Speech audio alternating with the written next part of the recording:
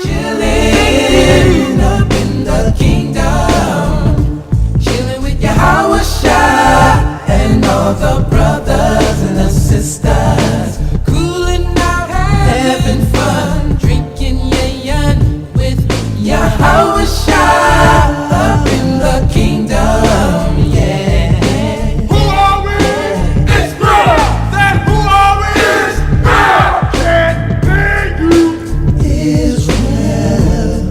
Israel. Who's the power? Yahweh Bahashim, Yahweh Shai's the power. I said, who's the power? Yahweh Bahashim, Yahweh Shai's the power. Shalom, Israel. Shalom. Welcome to class at the Israelite School of Biblical History and Practical Knowledge. We are here at our new location out here in Stafford, Texas. All that info should be right there on the screen. Wow, it's 231 FM 1092. Stafford, Texas, zip code 77477. Wow. Oh, no, it's not on the poster.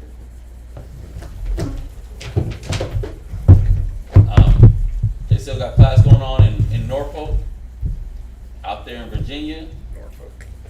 or as they say, Norfolk. Norfolk. Gotta like add like a little country twang to it. But anyways, yeah, they got class out there. Kazakh and Shaquat out there holding it down. Class A is Tuesday, Thursday, Friday, 7 to 9. They also have a Sabbath class. They just don't stream that one online. We're the ones doing the online on the Shabbat. Rochester, their school 1600 Lau Ave, Suite 1A. Their class days and times are the same as Norfolk's. San Antonio, their class days and times are the same as ours here in Houston, but they start a little later and they end a little later. All right. If you want to get more classes, all class all the time, Monday, Wednesday, Tuesday, Thursday, Friday, Saturday, Sunday, all class all the time. You could also listen to the Blog Talk Radio. blogtalkradio.com/Nashaba. Lots of good classes on there popping. They got old classes that you can go back and listen to. The archive classes. You know, it's like radio. That's why it's Blog Talk Radio. Sit back and listen to it. Be doing whatever you're doing throughout the day. Israel, they're accepting orders. You know, you can get your Friendship subscription, or you can get you a customized headband, or girdle, or tunic, or shirt. Like brothers be popping up with brand new headbands and look like it just descended from the fourth dimension. Yep. Hebrew Academy is done in Rochester every Monday. Here in Houston we do it Tuesday, and in Virginia we do it Wednesday. All right. If you need to reach a priest or teacher, you can reach Priest Kazakia at 757-300-474, 4047. Or you can reach Priest Quatazab at 303-557-8979. If it's during class times, please text only during class. We do have a business, Sweet Ambiance. Got your aromatherapeutic oils. Keep your body smelling good, keep your house smelling good, keep your car smelling good, keep your kids smelling good, keep your wife smelling good, keep your husband smelling good. Who else needs to smell good? The dog. Keep the dog smelling good. The fish. The fish. Ooh, the fish. Gonna keep the fish smelling good. Plants. The plants. Come on now. Gonna keep everything smelling good. Sweet Ambiance. You know the Most High like things to smell good. So check us out, sweetambiance.com. Get you that monthly subscription package. You know. If you want to make any donations, that's a great way to do it. You get something in return too. But if you just want to make a straight up donation, or any alms or offerings or tithes, you know, you can drop that into the Wells Fargo account. That info is right there on the poster. Or you can Zelle it to us, or Cash App. All right? Or Google Wallet. Got multiple ways. Whatever's your chosen platform for sending money. Pick one, and we greatly appreciate it. If you want to mail anything to us, please set a priest by Kazak, and he'll give you a good address where you can mail any items that you feel we may need. And that's it for the announcements.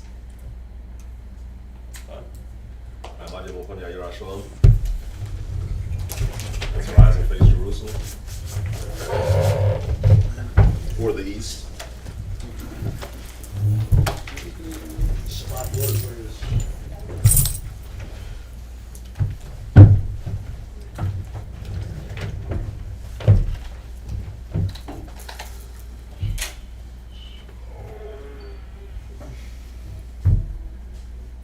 Barakatah Yahweh. Barakatah Yahweh. Bahashem Yahushai. Bahashem Yahushai. Hawa'ah. Hawa'ah. Hawa'ah.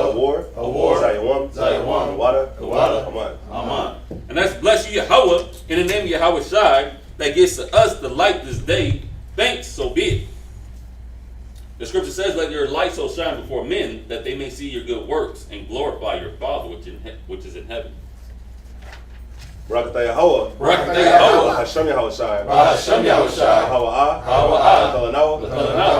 Rayah. Rakakah. Wada. Aman. Amen. And let's bless you, Yahweh, in the name of Yahweh Shai, that gives to us the sweet savor. Thank you, so be it. And the frankincense and myrrh represents our prayers going up to the Most High as a sweet savor.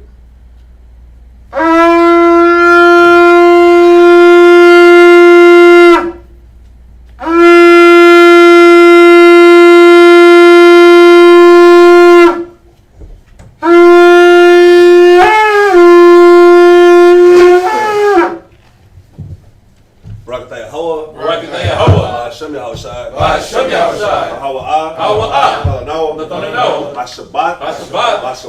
Shalom. Wada. Amen.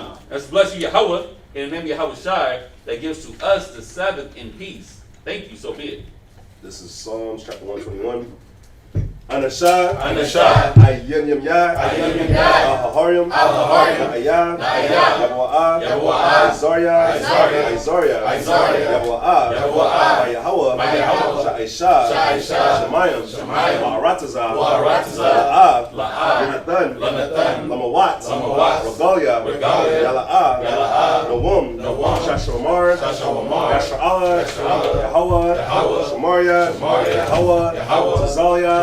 Ayel, Yom Yad, Hashamash, Yala'ah, Akayah, Mayawam, Wala'ah, Halabana,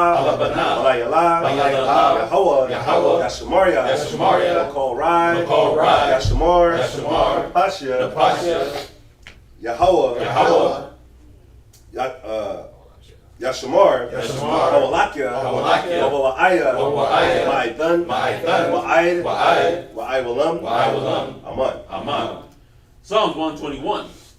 I will lift up my eyes into the hills. From whence cometh my help? My help cometh from the Lord, which made heaven and earth. He will not suffer thy foot to be moved. He that keepeth thee will not slumber. Behold, he that keepeth Israel shall neither slumber nor sleep. The Lord is thy keeper. The Lord is thy shade upon thy right hand. The sun shall not smite thee by day, nor the moon by night. The Lord shall preserve thee from all evil. He shall preserve thy soul. The Lord shall preserve thy going out and thy coming in from this time forth, and even forevermore. Shema Yashra'Allah. Yahweh Allah Hayanoah. Yahweh Akkad. Akkad. Shema Yashra'Allah. Allah Hayanoah. Yahweh Akkad. Shema Yashra'Allah. Allah Hayanoah. Yahweh Akkad. And as hear, O Israel, Yahweh our power, Yahweh is one. Abanawa. Shabbat Shemayim. Kodash. Haya. Shemka. Yahweh. Lapaka. Kaba'at. Ratazaka. Haya. Aisha. Rataza. Kawa. Haya. Shemayim. Kalanawa. Lacham. Ko. Yawam. Masalach Nawa. Chababat Nawa. Chasalach Nawa. Chababat Yinawa. Wala'a. Nawa, Nasai one, Abo, Hoshai Mayan, Rai, Kaya, Laka, Hamalakwa, Wa'ala, Lataparat, La'aiwalanyan, Aman. It's the Lord's Prayer, which can be found in Matthew chapter 6, verse 9. After this manner, therefore, pray ye, Our Father which art in heaven, hallowed be thy name, thy kingdom come, thy will be done in earth as it is in heaven. Give us this day our daily bread, and forgive us our debts as we forgive our debtors. And lead us not into temptation, but deliver us from evil. For thine is the kingdom, and the power, and the glory, forever. Amen.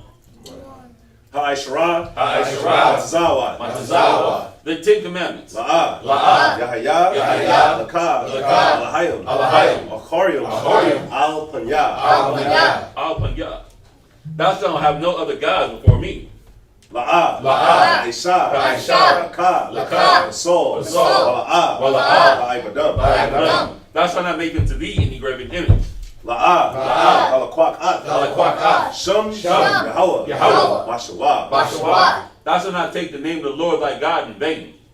Zakar, Ayawam, Shabbat, Lakodashwa, Remember the Sabbath day to keep it holy. Kabat, Abaka, Wa'amaka. Honor thy father and thy mother. La'a, Ratazak, Thou shalt not murder. La'a,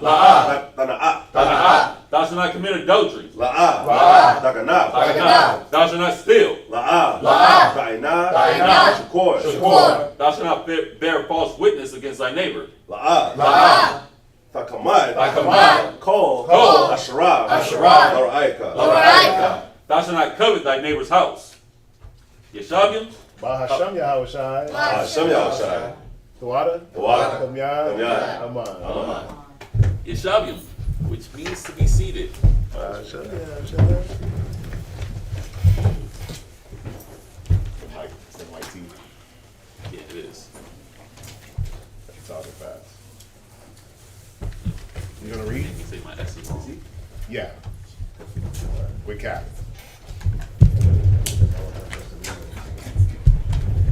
So you can Cap. Back like he studied. Alrighty. Shabbat Shalom, everybody. Shabbat Shalom to everybody in class. Shabbat Shalom to everybody online. What's up? That stand. No. Oh. Yeah. So yeah, Shabbat Shalom. Hopefully everybody had a good week. Yeah, this week went by quick, of course. Yeah, so it's what the cameras. Yeah. Alrighty, so without further ado, let's get the first reader out. Let's get the first reader out. Where's the reader? Is the reader over there? It's right there in front of you. Come on, he did it Wednesday. You can always depend on my gun. He did it Wednesday. He says You can always depend on my gun. Mr. Stay on it. Okay.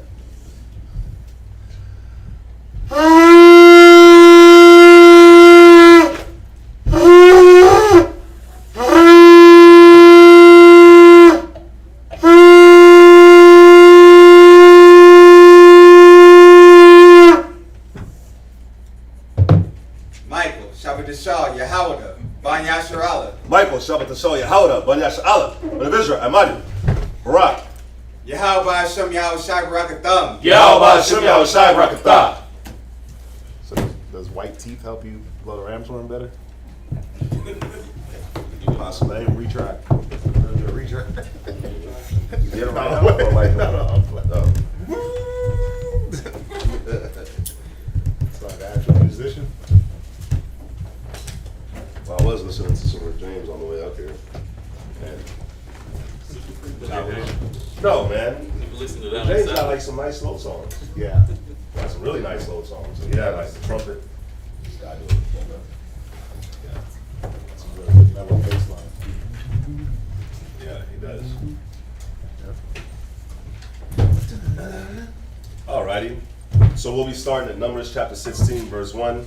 We'll be reading about your favorite guy in Numbers that, you know, died in a very famous way.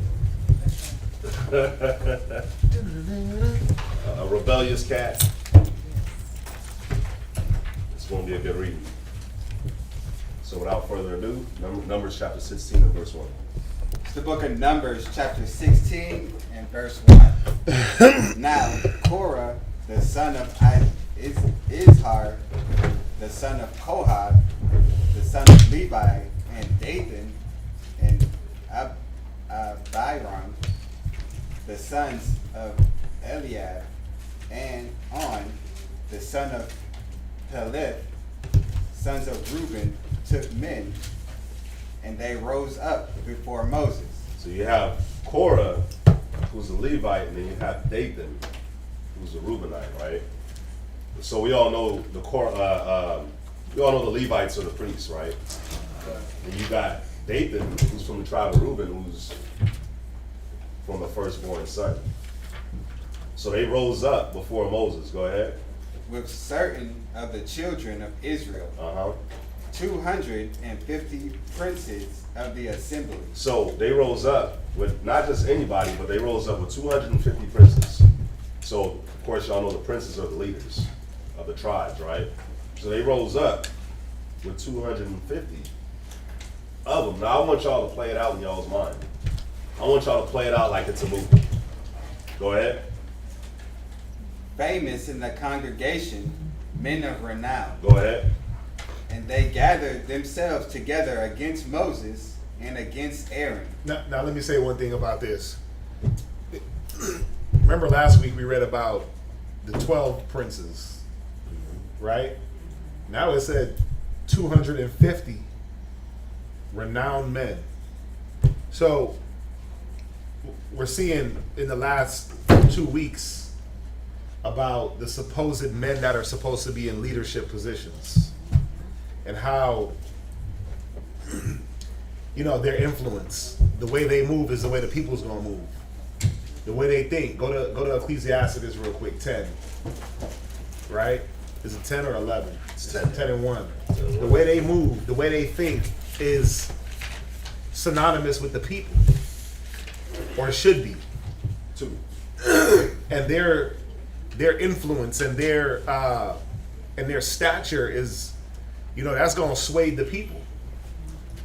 And there's a reason why the Most High took out those 10 men that went and spied out the land, because 10 of them came back with an evil report. And what did they do to the people's conscience?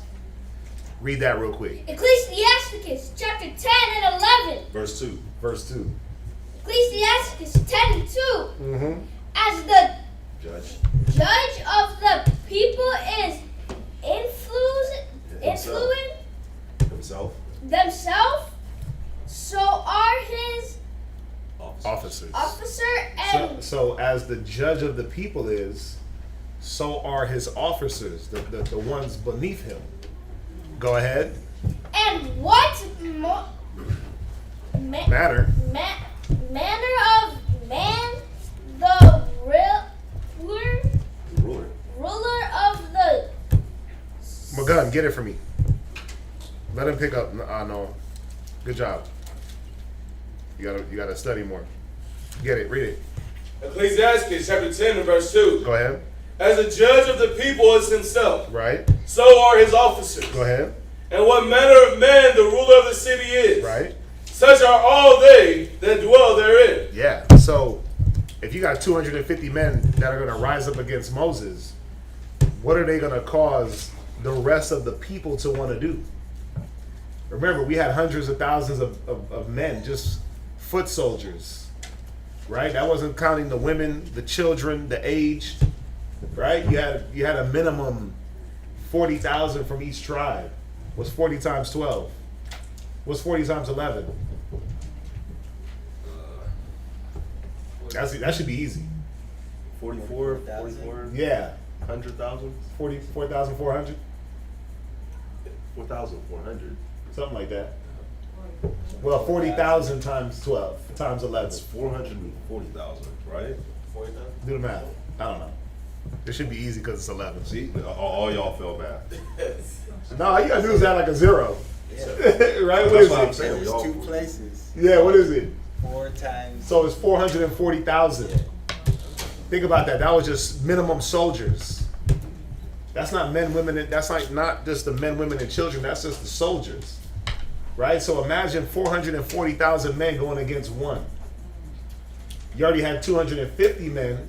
You already had 10 men go against 3, right? With Korah, Dathan, Moses. Let's throw Joshua in there. Oh no, well he was in there. Joshua, Caleb, Moses, right? Then you had the other 10 princes that went against the land. Evil report. The Most High had to wipe them out. Now you got 250 men. It said 250, what do they call them? Princes. 250 princes. Head men in the tribes. That what? They would have caused at least 400,000 people to want to go back to Egypt, want to go back to depression and slavery. Right? So we're going to read about how bad leadership can influence and why does the scriptures say those that are led of them are destroyed. The leaders of this people cause them to err, and those that are led of them are destroyed. We're going to read about that, right? So, and I want to jump into the Josephus also. Just nothing too deep, just a little extra account on Korah and what was going on with Korah, right? So, where are you at? Can I get a scripture real quick? Yeah, of course. Real quick, Proverbs 29:2. Proverbs chapter 29, verse 2. Think about Donald Trump's insurrection. No matter how much he tries to act like he didn't have nothing to do with that, that nigga had something to do with that. He had everything to do with it, because even if he didn't so-called trigger it, guess what he didn't use his influence to do? Stop it. He sat by and let those rioters run through the Capitol with guns and kill people and beat people up, because as the leader of the people, so are his officers. Yeah. He allowed that to happen, that whole Capitol insurrection. Come on, those were all Trumpalites. Those were all Donald Trumpalites running through the Capitol.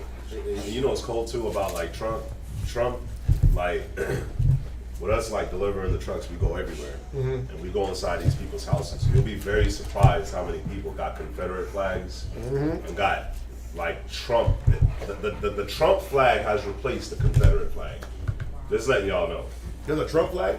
Yeah, you'll see Trump 2020 or Trump 2024. Oh, I or got see you. Let's Go Brandon flags. Right, And- right. Which means Let's Go Brandon means F Joe Biden. All right, just letting y'all know. So if you ever see Let's Go Brandon anywhere, that sticker or that saying, it means F Joe Biden. At a NASCAR event, the crowd started chanting F Joe Biden, F Joe Biden. And the woman was interviewing a racer named Brandon. So she tried to cover it up and say, oh, the crowd is chanting, let's go Brandon. But you could hear clearly that it was F. Joe Biden. That's hilarious. At the NASCAR race. I love it. So whenever we would pull up, and you pull up to somebody's house and you see that Trump flag, or that Let's Go Brandon flag, you immediately like, oh crap. You're like, damn, I'm about to deal with a racist Edomite. You see what I'm saying? But you know why I love it? You know why I love it? You know why I love Trump and the Trump presidency? Because he brought to light, if you didn't think America was racist, if you didn't think they hated you, if you didn't think it was white supremacy, if you didn't think black people were at the bottom, Trump, even though he's still not the president, his people are continually highlighting what this country is about. Y'all didn't see the woman when they passed the abortion? She said this is a great win for white America. Remember? Y'all seen that? What did she say? She was like, this is a great win for white lives. Like, white lives matter. Because what was she saying? Well, they stopped abortion so white people could live. You see that? But that's how they think. They're not stopping abortion for Negroes. And the Hispanics, they're stopping abortion and banning abortion because they're dying in mass numbers and not being able to reproduce. Yep. You see, so it ain't got nothing to do with black people. Y'all tripping. Roe v. Wade had nothing to do with black people. It was a white woman that lied. Y'all know that, right? She lied about being raped. She came on TV like years later and said, I lied. You just look it up. It's there, right? She lied. They passed a ruling based on her lie, but then now they're reversing it based on their numbers. Their numbers of reproduction are at an all-time low, and they're going to end up being the minority. But what's happening is cats like Trump, he's so Trump is just like a rough around the edge type of guy, right? He's not politically correct. He talks about grabbing him in the crotch and all the weird stuff, right? I remember back in the day when the Prospect Park 6, the black kids that got accused of raping that white woman, he came out and was like, oh, they're all guilty, they're this, they're that, and then they weren't guilty, right? He shows his racist card at every step. And then the ones that follow him, they rise to the top, and you get to see them. So I love the Let's Go Brandon flags, because now we know. Oh, they racist. Oh, they about Trump. They about this, because that leader is going to bring his people with him. Yeah. And it's going to rise to the forefront. So now there's no guessing game, right? Just like when you read these situations. What's going to happen with Korah and Dathan? Well, they're going to have people that's going to ride with them. And they're going to stand out from Moses. So now we understand, well, okay, y'all riding one way, they're riding a different way. Mina, sit properly. You got a dress on, right? You're riding one way, they're riding a different way. Now we know there's no guessing who's riding with us. You ever be rolling with a person and you trying to guess their brain? Like, man, is this person really riding with me? What are they really down? You can't figure it out, but then it just takes one trigger, one person to step in to bring to light what that person's about. That's what Trump does. He brought to light what America was about.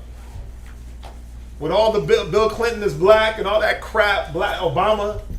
Oh, they love us because they gave us Obama. And you still didn't see all the bamboozling. Shalom. You still didn't see all the homosexuality being put directly in your face. I mean, y'all know that the reason why all this homosexuality is so brazen in your face is because of your black president, right? Yep. He legalized all laws. He legalized all marriage. He legalized all transgenderism. He was the spearhead. They used him. But since he was black, you got bamboozled. Like, yeah, see, my president is black. My Lambo's blue, right? You start making songs and my president, right? And yes, we can legalize. It should say legalize gay marriage. That should have been his slogan. Yes, we will destroy your family, right? But they give you a black man, so you thinking, oh yeah, see, it's all good. Then who's after Barack? It was Trump. It was Trump, was it? Yeah. Damn, Trump was really? after Barack, and then after Trump, it was... Wow. It's only been 4 years since Barack has been out of office? 6? 6. Wow, that's insane. I thought it was like Bush after Trump, Barack for some reason, but it was Bush before. Right? It was the Bush twice, Barack twice, now Trumpy. And then Trumpy's going to get right back in there, watch.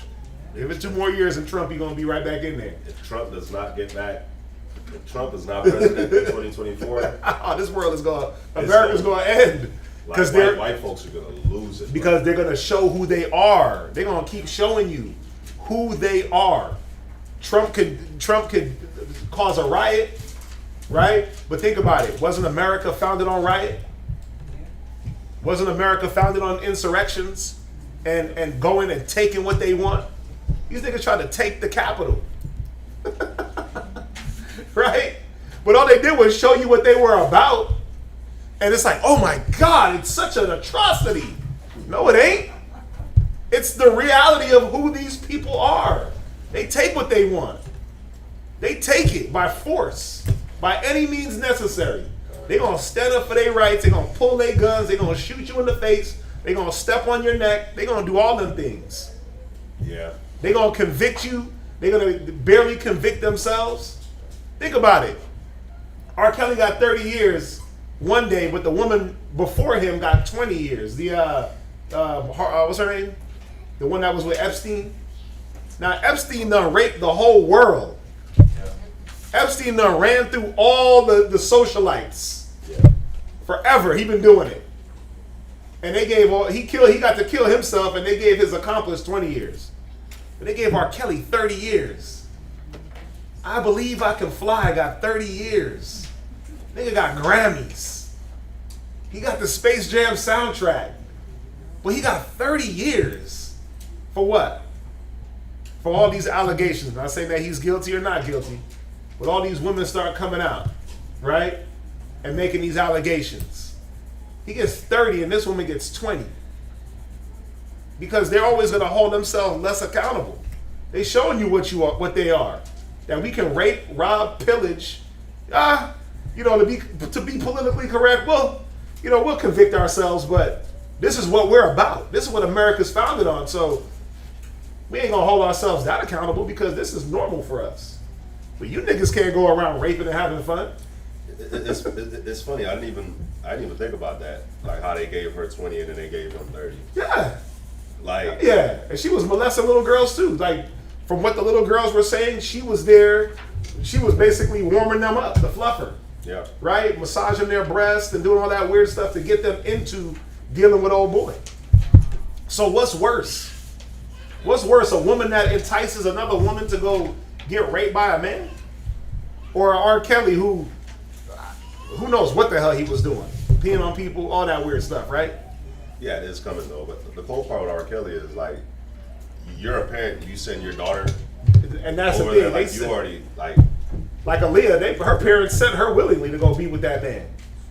And let her get married to that man. They did that. They did that for the money, for the love of money. But the point is not what I'm trying to show y'all, not one is worse than the other, but how they hold themselves less accountable for what they do. Because all that stuff that they do, all the killing, the robbing, the murdering, all that stuff is in their nature. Yeah. And a person like Trump being in office has highlighted that to the highest degree. To the highest degree where, remember when they were doing the campaigning? It was here in Texas. And they were on the campaign trail on the bus. Remember when they were The Joe Biden thing was going through. Yeah, the Joe Biden thing was going through. Circled it. And they ran it off the road. Yeah. Trump supporters and pickups. What that sound like? That sound like the damn 1920 pickup mob lynch mob. Right? With all that stuff that start coming out. They walking around with nooses. Right? Things like that. You're like, wait a minute, I thought this stuff disappeared in America. Hell no, it didn't. Trump showed you that it's still there. He cut that grass. And the snakes came out. They were shown. So, again, we read these stories and you just read them like it's a novel. But no, put it into your everyday life and look at what's happening now according to these stories. And that's the lesson. Yep. That's the lesson. The lesson's got to be applied to your life so you can understand, wait a minute, what am I following? What am I giving myself to? What am I believing in? What am I pledging allegiance to? What am I pledging myself to and joining to? You know one thing too, I see it on the news all the time, but you have neighborhoods that complain. This is in Houston. You have neighborhoods that complain where people are complaining in the neighborhoods that you have racist flyers that's being passed out. Well, let me say white supremacist flyers that's being passed out for them to join with their white supremacist group. They like just go around the neighborhoods and just leave it in people's driveways, by their doors, and they go out and pass them out. Hell yeah. So a lot of these people that you work with, that you drive by, that you shop with, that you encounter, you don't know what kind of spirit they have on them. You don't know who they are. You may have a little inkling, but like you were saying, and this is why I personally like Trump, is Trump has given them A voice, the platform.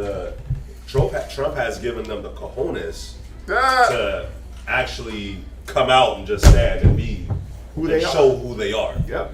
Whereas the other side, we already know, like, it don't matter. Democrats or Republicans, they both don't give a damn about you. But at least now, the people that roll with Trump, the Republicans at least now, they're not scared to let you know that I don't give a damn about you. Whereas the Democrats, they don't give a damn about you, but they're gonna act like they do. I mean, because just ask yourself, what does Trump represent to a regular, just working class black man? What is he the symbol of? He's a symbol of racism. He's a symbol of how the upper class cheat the lower class, right? Trump ain't paid taxes in how many years? Right? He's a symbol of how America will rob, cheat, steal. You look at a cat like Trump and you're like, what's he got to do with me? Right? I remember when, I remember just watching Trump a lot, being in New York, and you always heard about Trump this and the news and this and that. But then Trump was running with Jeffrey Epstein too. Yeah. He was on private jets with him with little girls. What was he doing? Right? And then you see his relationship with his wife and his daughter, and it's weird. You're like, oh, so he on that undercover. Right? He on that undercover stuff. But it's all how America throws the wool over our eyes. They do things behind closed doors, and it starts to come out later. You'll hear about Trump later, his philandering. You'll hear about it. You don't hear about it now, but you'll hear about it. And all it does, it just represents America. Yep. So don't be bamboozled. Don't be tricked. It's a beautiful thing when a person like Trump comes in the office or comes to the top, because then he's going to bring who follows him to the top with him so you can see. Yep. Just like Korah, just like Dathan, just like the 12 princes the 12 men that were supposed to spy out the land of Canaan in the previous chapters. There's a reason why the Most High lets men, right? There's a reason why the Most High lets certain men rise to the top to see who's going to follow, right? That's an easy way to weed out, right? You ever wonder? People always ask, like, watch, go there real quick in Corinthians. People always ask, man, how come there's so many Israelite camps and teaching this and that and church and that? Well, that's by design. Yep. What does it say? The heresies? Heresies among you. Yeah, there must be heresies among us. Now, I'm not sitting here acting like we got it all and that we like the perfect school. It's 11:19. 1 Corinthians 11, verse 19. I'm not sitting here acting like we the perfect school, but I mean, there's some real heresies out there, right? Why is there church? Why is there all these different religions? So that the ones that are weak-minded and faithless can grab on and get what? Purged to the side real quick. Right? Go ahead.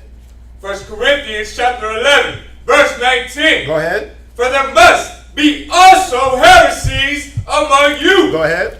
That they which are approved. That they which are what? Approved. See, the Most High, He gives that approval. Man can't give you that. How do you get that approval? Well, if it's of the Most High, your works will stand. If it's of man, if it's of man's doings, if it's of man's will, then guess what? It'll rise, then it'll fall. Right? Go ahead. The coronavirus will take you out. Tax fraud will take you out. The feds will take you out. All these different things that are man-made will end up taking out man-made things. Most High ain't got to work too hard to take out the frauds and the heresies. Because if it's of the Most High, man can't destroy that. Go ahead. May be made manifest among you. Right. You see that? So things like Korah and Dathan, the Trumps, the this, the that, those things gotta come up. They gotta be there for you to understand. Wait a minute, what am I dealing with? What am I involving myself with? What have I involved myself with? Excuse me. You see that?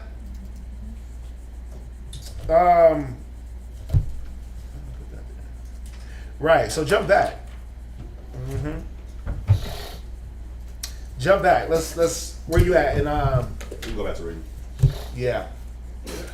Let me read this real fast. All right. In the Josephus, right? This is the Josephus. You want to read it? Yeah, you can read it. This is book 4, section 2. Remember, Josephus is just a Israelite historian that wrote down different accounts of different situations that happened from the New Testament all the way to the Old Testament to New, excuse me. So this is his account of Korah and Dathan. Go ahead. This is book Josephus, book 4, chapter 2. The sedition of Korah and of the multitude against Moses and against his brother concerning the priesthood. That's the title. Right. So section 1 says, that which is, section 2, Slacken. Korah, a Hebrew of principal account, both by his family and by his wealth. Because he was a Kohathite, so he was one of those main families.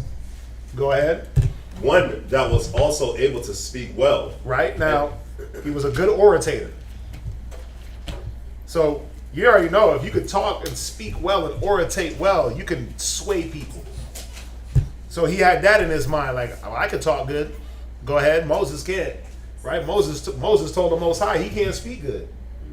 He got to have Aaron with him, but me, I can talk. Go ahead. And one that could easily persuade the people by his speeches. Saw that Moses was in an exceeding great dignity. Right. And was uneasy at it. He was what? Uneasy at it. Bottom line, he was jealous. He was a jealous man. He felt like his stature and his family name and his age superseded Moses, and that he should have been in position. Go ahead. And envied him on that account.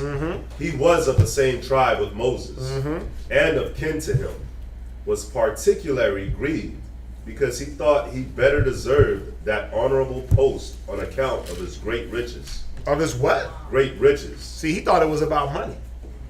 His great riches. Well, I got money. But see, what is he not thinking? He's not thinking about how much money Moses gave up what Moses gave up and why the Most High chose Moses. Not because he had money, because he gave up the great riches of Pharaoh. He gave up the fame, the fortune, the name. Go ahead. And not inferior to him in his birth. So he was older than Moses.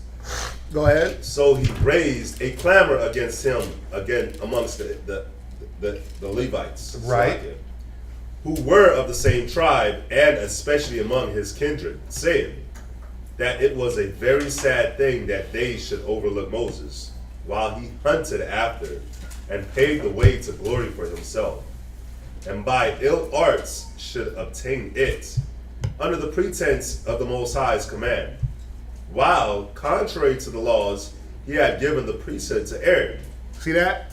So Korah is feeling like Moses is taking, he's doing trickery to gain leadership, and then he decides to give the priesthood to Aaron. So it's like, where the hell has Korah been this whole time? What you been watching? You haven't seen the Red Sea, you haven't seen the plagues, you haven't seen what you been doing, just counting your money? Because that priesthood wasn't Moses's to give. Think about it. If you could have been the priest, and Moses is going to say it, wouldn't you just give it to yourself? Moses says it in here. He says, who's closer in kin than me? To myself. I would have just gave the priesthood to myself. But it wasn't his to give to himself. You see that? The Most High told him who to give that to. Korah is looking at money and age and wealth. But ain't that how the Trumps, ain't that how the men of renown, ain't that how they roll in this society? Right? I got money. Right? That's what Trump is on now. I'm a better financial man than Biden. That's why the country is in a recession, a depression. Vote for me and I'll get us out of it. Look at your gas prices. Look at this, like a constant reminder of it's about money and wealth. Go ahead. Not by the common suffrage of the multitude, but by his own vote, as bestowing dignities in a tyrannical way on whom he pleased.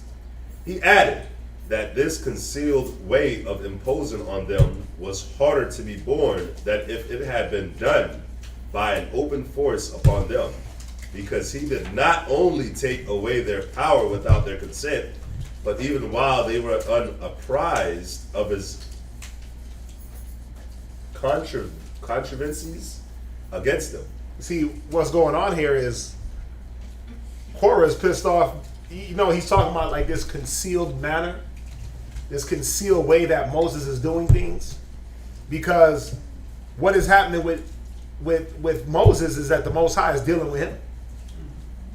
Korah is like, I want to get dealt with. I want to go see the Most High, but he's jealous.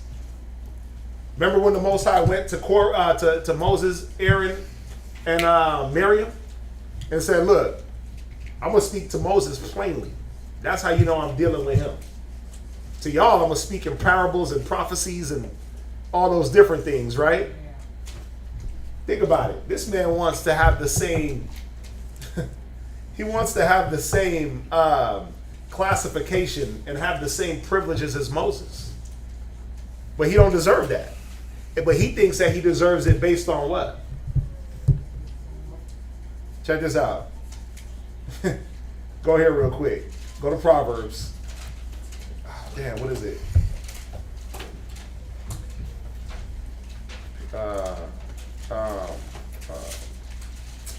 Dang, I just... It says like something about, oh. Right, go to Proverbs.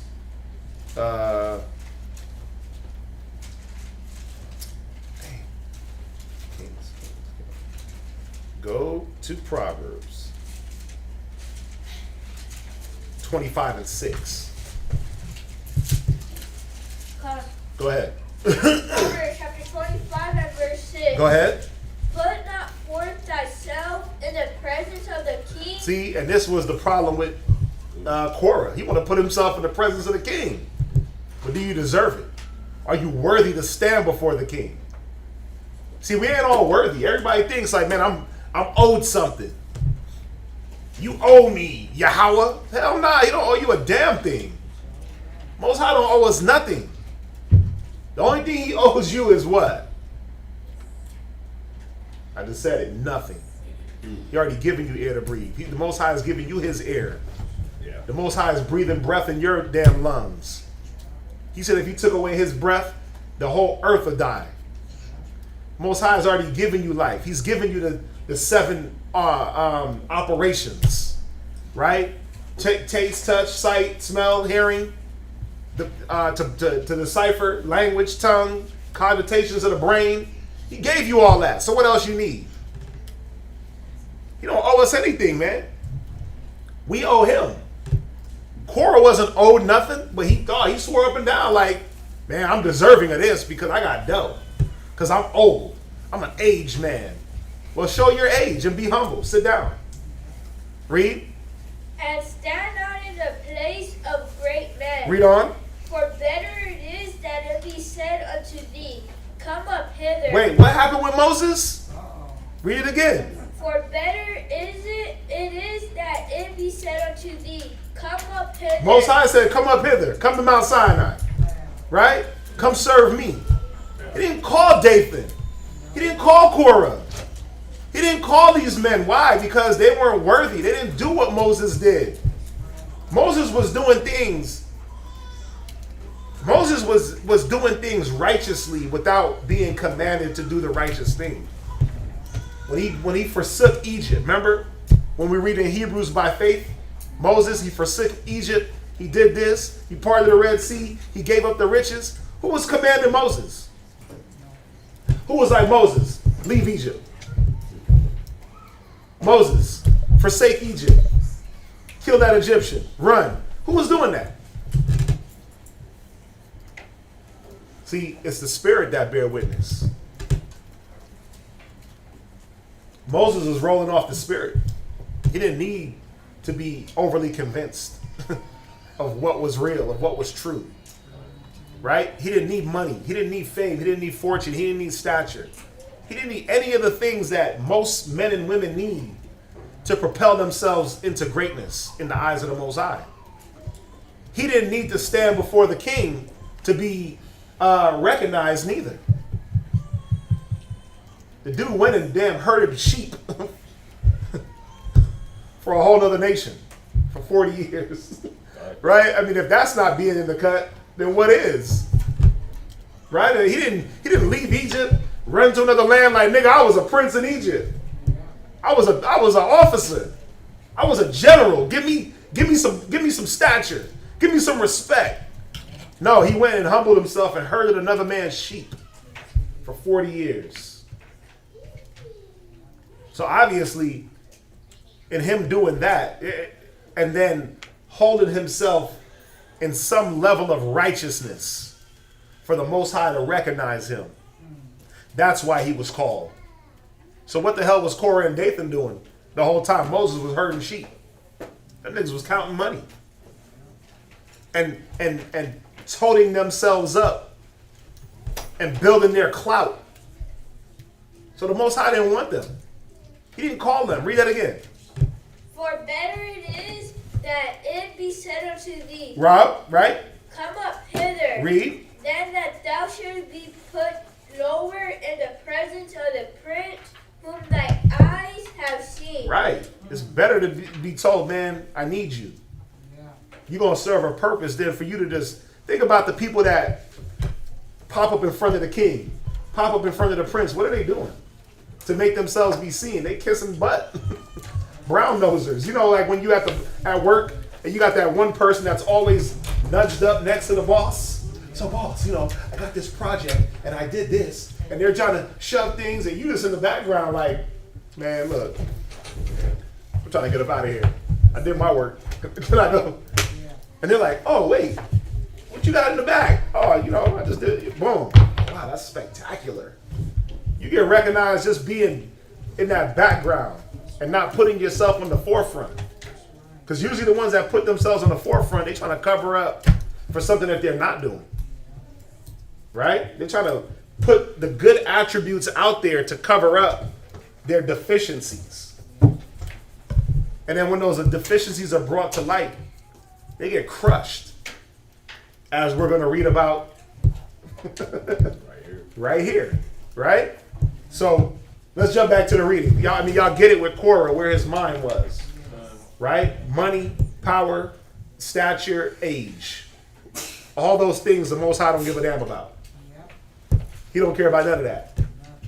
He don't care about your age, right? Because he says, be not neglectful to let an old man know that he's an old fool, right? You got old fools and young fools. And he said, don't neglect to let people know what they are, right? So your age means nothing. Your sex means nothing. Money, stature, none of those things mean anything to the Most High. Remember, David was chosen out of 8 siblings, 8 or 7. Out of 7 siblings, I think he was the 8th. He was the youngest. He was the least experienced, but he was also the most diligent. He was also the most faithful. You see that? So the age, all that stuff don't mean nothing. The Most High not looking at those things. He's looking at your spirit. Go ahead, Mike. Josephus done? Yeah, we could. Yeah, let me see. We might jump back. Let me see. The book of Numbers, chapter 16 and verse 3. And they gathered themselves together against Moses and against Aaron, and said unto them, Ye take too much upon you, seeing all the congregation are holy, every one of them, and the Lord is among them. You know what's cold about just what they just said? Seeing all the congregation is holy, every one of them, and the Lord is among them. You got to see like how crazy that is to even say that when the whole time since they've left Egypt, all we've seen is the Most High killing the congregation. Hell yeah. Putting them to death. Wiping these cats out. So, yeah, you get to see the BS in them. Go ahead. Wherefore, then lift ye up yourselves above the congregation of the Lord. And when Moses heard it, he fell upon his face.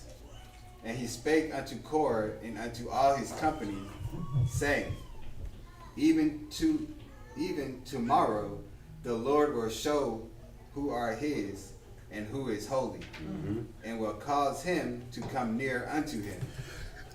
Even him who he hath chosen will he cause to come near unto him. This do, take you censers, Korah and all his company, and put fire therein, and put incense in them before the Lord tomorrow. And it shall be that the man whom the Lord doeth choose, he shall be holy. Ye take too much upon you, ye sons of Levi. And Moses said unto Korah, Hear, I pray you. Now, I want to read something real quick. Take it back real fast. I'm going to show you something about Moses. We read it and we're like, oh, well, it just happened. Boom, out of nowhere. I'm going to read this real quick. I'm going to jump down to section 4. Now, although Moses had a great while ago foreseen this calamity of Korah, and had seen that the people were irritated, yet was he not affrighted at it. Think about it. A great while, it don't give you a time frame, but a great while, when the Bible says a great while, that's some time. That's some time where Moses heard the whispers. Right? Man, I heard that Korah, man, he trying to step up in there and overtake Moses, man. I heard that Korah's, think about it. Just think about when you watch your movies and you watch your TV shows and one party overtakes power from another. When they do their insurrections and their coups, their coup d'etats. Does it happen all in one day? So we gonna take over. They go and take over? Or is there whispers and there's a setup and there's this and there's meetings, secret meetings? We gonna do a secret meeting on the Sabbath. Everybody meet over here by the river. Right? Everybody's over here while they're distracted. We gonna be over here plotting and planning. See, Moses knew all that. Think about it. Him that dip and sop, he shall betray me. Think about it. You see why Moses got chose? He was literally the example of, I'm gonna roll with you disrespectful, betraying ass Negroes, right? I know you over there talking about me. I know you don't like me, but the coldest part about Moses was he didn't let. I mean, how hard was it for him to go pray to the Most High and to say, kill Korah, kill David? Man, Yahweh, this cat's over here talking about me. He talking about my mama. Right? He said he gonna kill me. They said they gonna stone me. Take him out. You think the Most High wouldn't have took him out? Hell yeah, the Most High would have took him out on Moses' account. Most High was already ready to take out the whole congregation. Step aside and let me destroy them and raise up your seed. So you think it was nothing for Moses to go pray to the Most High and say, listen, they wilding out. This guy is trying to overtake the government. Take him out. Right? Of course the Most High would have did it, but why didn't Moses do that?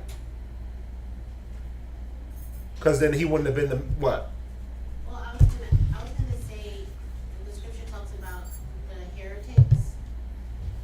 Okay.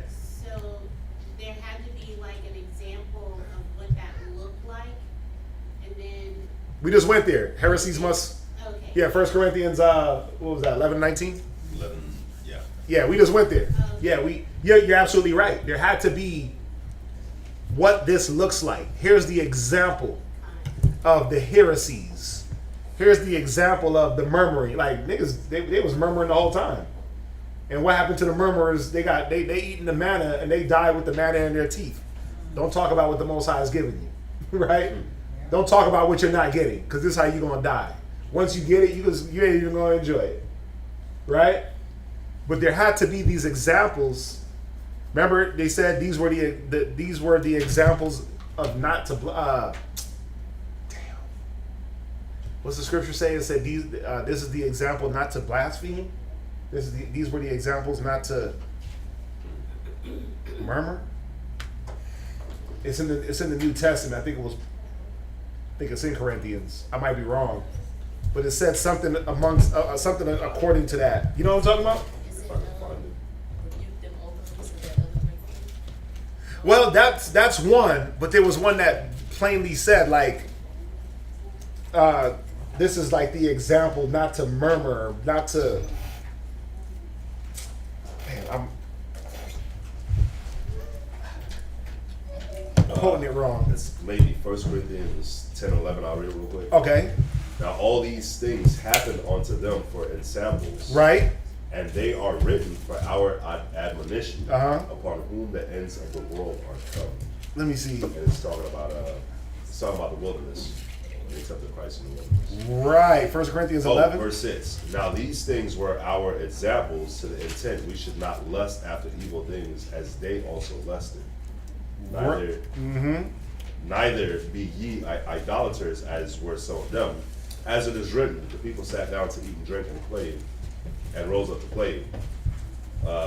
Neither let us commit fornication, as some of them committed, and fell in one day 23,000. Neither let us tempt Christ, as some of them also tempted and were destroyed of serpents. Right. This is what I'm talking about. This is it. This is what came. I misquoted it. I apologize. But 1 Corinthians 10:6 down to 11. Right? These things were our examples. Why is he referring back, or why could Paul, for the Corinthians' sake, refer back to the wilderness? Because there were examples of what not to do. Don't tempt Christ. Right? Neither let us tempt Yahushua, as some of them also tempted and were destroyed of serpents. That right there is telling you that Christ was in the wilderness. Whew. Right? He was the destroyer, sending serpents on the people. You want to tempt? Okay, I got y'all. Right? Don't tempt. Don't murmur. Don't blaspheme. Yeah. Why was Paul able to use these examples? Well, because there were examples that were seen and people died. Right? The Most High is not unjust to just throw something on you but not give you an example of how to execute. Moses, go build the tabernacle. Here's an example. Go build the Ark of the Covenant. Example. Go build this. Go do this. Noah, build that. Do this. Here's the example. Yahushua, Christ, my only begotten. Go be perfect. Well, how do I deal with a nigga that I know is going to betray me? Right? How do I roll with that? Well, go look at what Moses did. What did he do? Yeah. Yahushua was a historian. Right? Come on, he was there.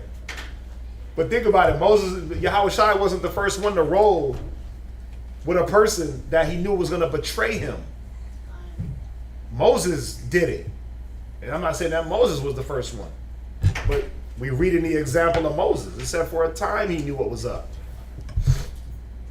He didn't show his cards. He didn't let the thought of, what does it say? Fear not them that can kill the body, but fear him that can kill the body and the spirit in hell. Moses didn't give a damn about Korah, Dathan, and none of them people. He said that they start talking crazy. What did he do? He said he just fell to his face. He started praying. Right? So, again, more examples of how we're supposed to be rolling. And why you can't let ignorant ass people, this world, the negative, be not overcome with evil, but overcome evil with good. You can't let people affect you. Meekness, the enduring injury without resentment. They were trying to injure, literally kill Moses. And he didn't resent the people for that. He was on forgive them, Father, they know not what they do. He didn't say it, but that's how he rolled. How do we know he rolled like that? Because when it was time to kill them, when the Most High, because the Most High told Moses to move twice. I'm going to wipe them out. It was twice. Yeah. Both times he said, no, I'm going to stand right here, basically. No, we shouldn't do that because it ain't going to look right. No, the Egyptians going to hear it and they're going to not believe in you. They're going to feel like, they're going to think that you ain't got the power to control these people. No. How many of us wouldn't have been like, cool. They trying to kill me and I ain't got to kill them? I got the Most High on my side?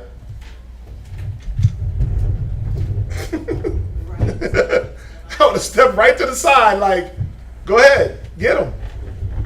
Right? Get them. Sometimes you got to deliver one up to Satan. For the saving of the soul. The destruction of the flesh, right? That's what that means. You just move to the side like, okay, you don't want to hear me? You don't want to, okay, look, you got it, do you? Paul did it. Paul did it, right? But see, Moses didn't do that. He was on, no, let me pray. No, let me ask the Most High. No, let's deal cordially. No, let's not kill nobody. No, let's this, let's that. Let's be brothers, right? Just imagine Moses, man. Just rolling. These cats is whispering the whole time. Everything he did, they talked about. Nothing was good enough for the people. Nothing was good enough in their eyes. They ate, but it ain't good enough. They slept, but it ain't good enough. The water turned, man, bitter water sweet. Man, it's too sweet. Damn, bruh. It's too sweet? Okay, but it's drinkable. Right? The manna, it's too manna-ish. It's too oily. Tastes like too much oil. It's no meat. All these different things. Your woman, your children, your this, your robe, your garment, your that, your beard. It's too gray. You move too slow. You move too fast. You're too gung-ho. You're too faithful. All these... Throwing all those things out there because that's how people be thinking. Like, damn, you too faithful out. You too about this. No, I'm not. Just living my life. Trying to do my thing. Trying to serve the Lord. But think about all the things Moses had to do. Think about it. Let's be real. Let's be real. Even his right-hand man, Aaron, was a niggerish little dude. Building calves. Even he had to watch him from a distance like, okay, so when are you going to betray me now? When are you going to go against the ordinances? You did it once. So now I got to watch you. Right? Not with an evil eye. But now I got to watch you even more to make sure you don't slip. Think about that. Think about having to constantly be on guard, even with a person that's supposed to be rolling in the same mind and judgment with you. And you know, at any moment, the people can get his mind, and all of a sudden, he's bidding for them, doing their bidding, because Aaron did it already, right? I mean, bro, that's a rough life. It's a rough life to live. It's tough being a leader. It's not easy, right? It's not easy having to keep the oversight and the watch on every little piece, and who's going to be part of the sedition, and who's going to be the part of the uprising, who's going to be the familiar friend that went against, the one that took sweet counsel with, and now all of a sudden he's with them. That's cold. You know what I mean? Just think about what Moses had to deal with. Go ahead, read. Oh, did I finish? Let's see here. Now, right, I'm gonna finish it. But being of good courage, because he had given them right advice about their affairs, and knowing that his brother had been made partaker of the priesthood at the commandment of the Most High, and not by his own favor of him to come to the assembly. And as for the multitude, he said not a word to them, but spake as loud to Korah as he could. And being very skillful in making speeches and having his natural talent among others, that he could greatly move the multitude with his discourses, he said. Then he goes into a speech to Korah. Right? So go ahead, you can jump back. The book of Numbers, chapter 16 and verse 9. Seemeth it but a small thing unto you, that the God of Israel has separated you from the congregation of Israel, to bring you near to himself, to do the service of the tabernacle of the Lord, and to stand before the congregation to minister unto them. You know, this is a good scripture for brothers, because it's not a small thing for us. You know, it's not a small thing that the Most High separated us and took us out of the world. Ancestors too. Brothers and sisters, it's not a small thing that the Most High took you out from the world and chose you to be in the position that you are right now. You see what I'm saying? It's a Sabbath. Think about it. It's a Sabbath day. What's 99.999% of the world doing right now? Picking up sticks. You know what I'm saying? But look where you're at. Look where y'all. Look where you're at. For the people that's online, look what you're doing. Look what the other Israelites are doing too. You see what I'm saying? So Excuse me. it's not a small thing that the Most High called you to be a part of this and to do the service of raising up your nation and leading your nation. Think about the office that the Most High gave them here.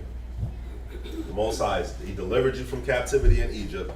He's bringing you to your new land, and He gave them the office of, listen, y'all are princes, y'all are leaders amongst y'all's people, and not only are y'all leaders amongst y'all's people, but y'all have the office of the priesthood to help the people. Because when you're at the temple, these people, they're going to come to you when they sin.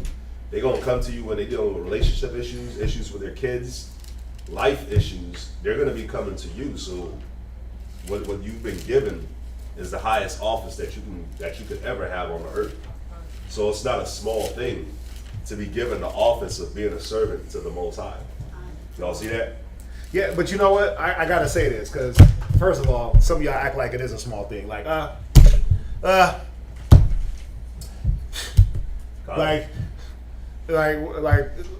think about it. The Most High,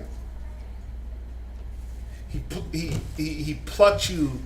Think about it like this in this context. By a raise of hand, how many of y'all got family in the truth? Raise a hand. I'm not talking about your husband. Raise a hand. Not talking about your husband.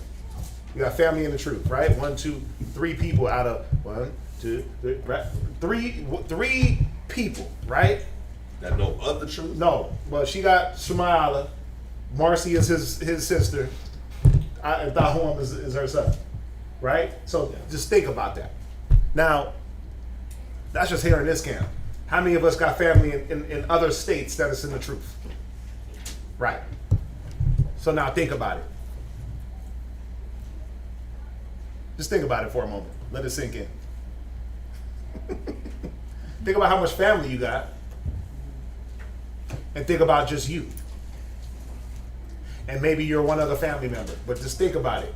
I got family in Cali, Canada, Jamaica, New York, Florida, Colorado, Chicago. I can damn near go through 50 states and see a family member. I got family here in Texas. But it's just me. It's just me out of all. I got 5 brothers and 3 sisters. 5 brothers and 3 sisters.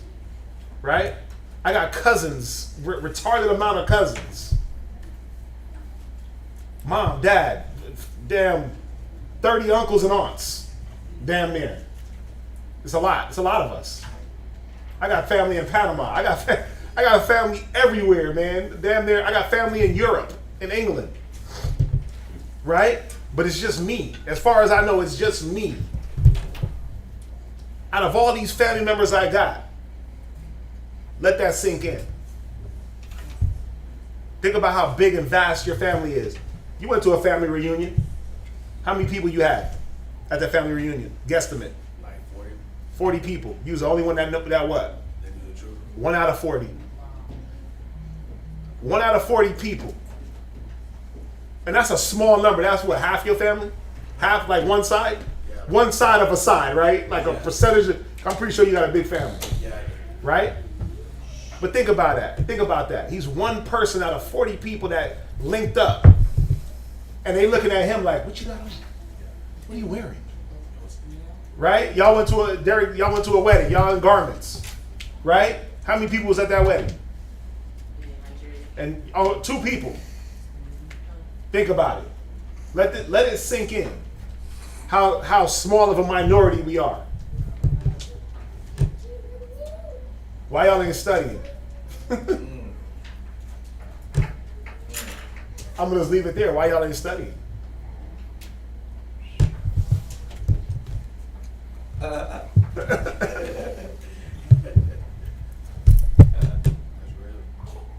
gonna just leave it there. That's it. That's the question.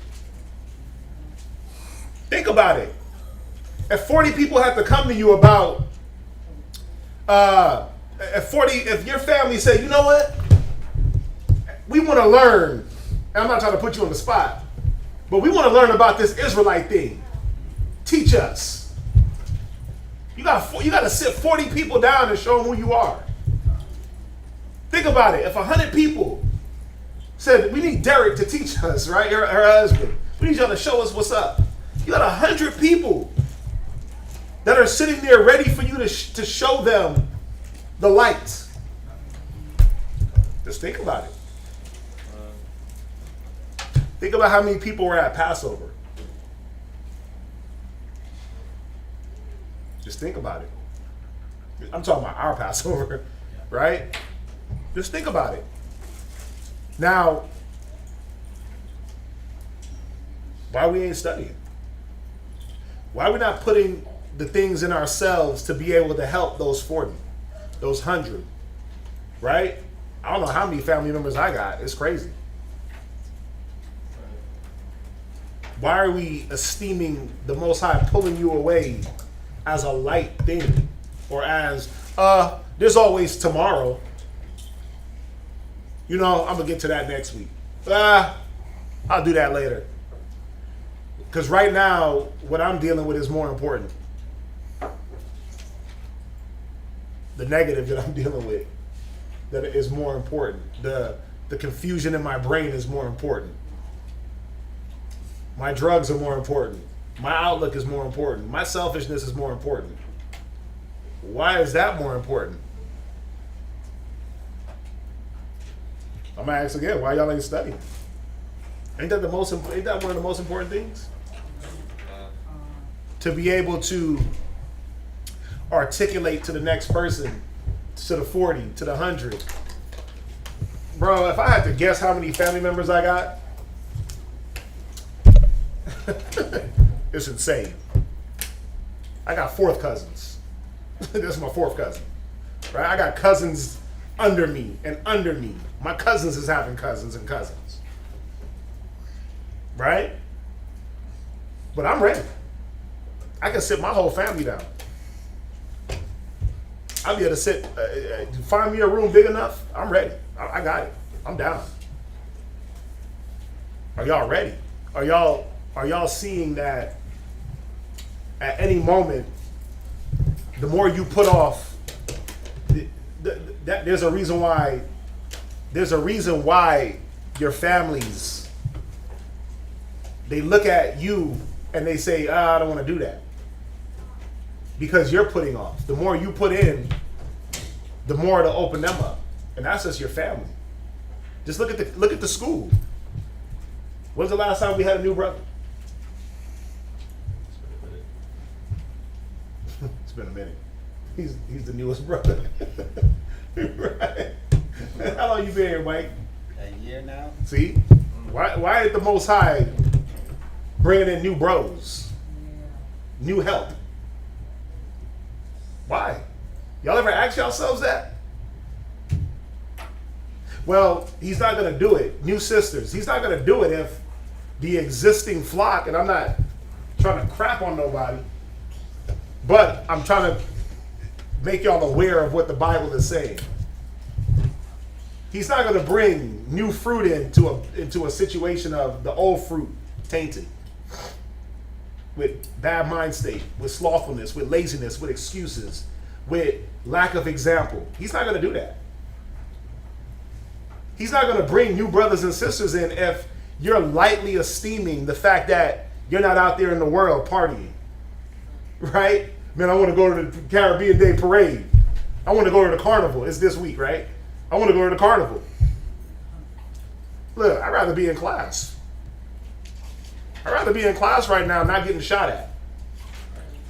Not having to worry about, damn, the next violent act that's going to befall me. Right? I'd rather be here with y'all doing this than being out there with them. But if your mind is not geared towards what is it that I have to do for me to get to them, then guess what? You're gonna be loathing, just like the wilderness, to go back where? Captivity. Yeah. Yeah. When you hate your calling, damn man, why did the Most High call me? I was better off without the truth. Were you? That's a rough saying. I was better without the truth. So you mean to tell me that slavery and bondage was better than freedom? I don't know about y'all. I'm free. I feel very, very light, very unshackled. With all the things that we got going, I feel very free. I have a freedom, right? And y'all should too. You shouldn't loathe and hate the situations that you're in, and that the Most High called you out of darkness. He said that, right? He said he called us all out of darkness into his marvelous light. But are you looking at it that way? Or are you, man, you know, you looking at your marriage, you looking at your husband, you looking at your rib, you looking at your kids, and you're like, shoulda, coulda, woulda. You looking at those things in regret?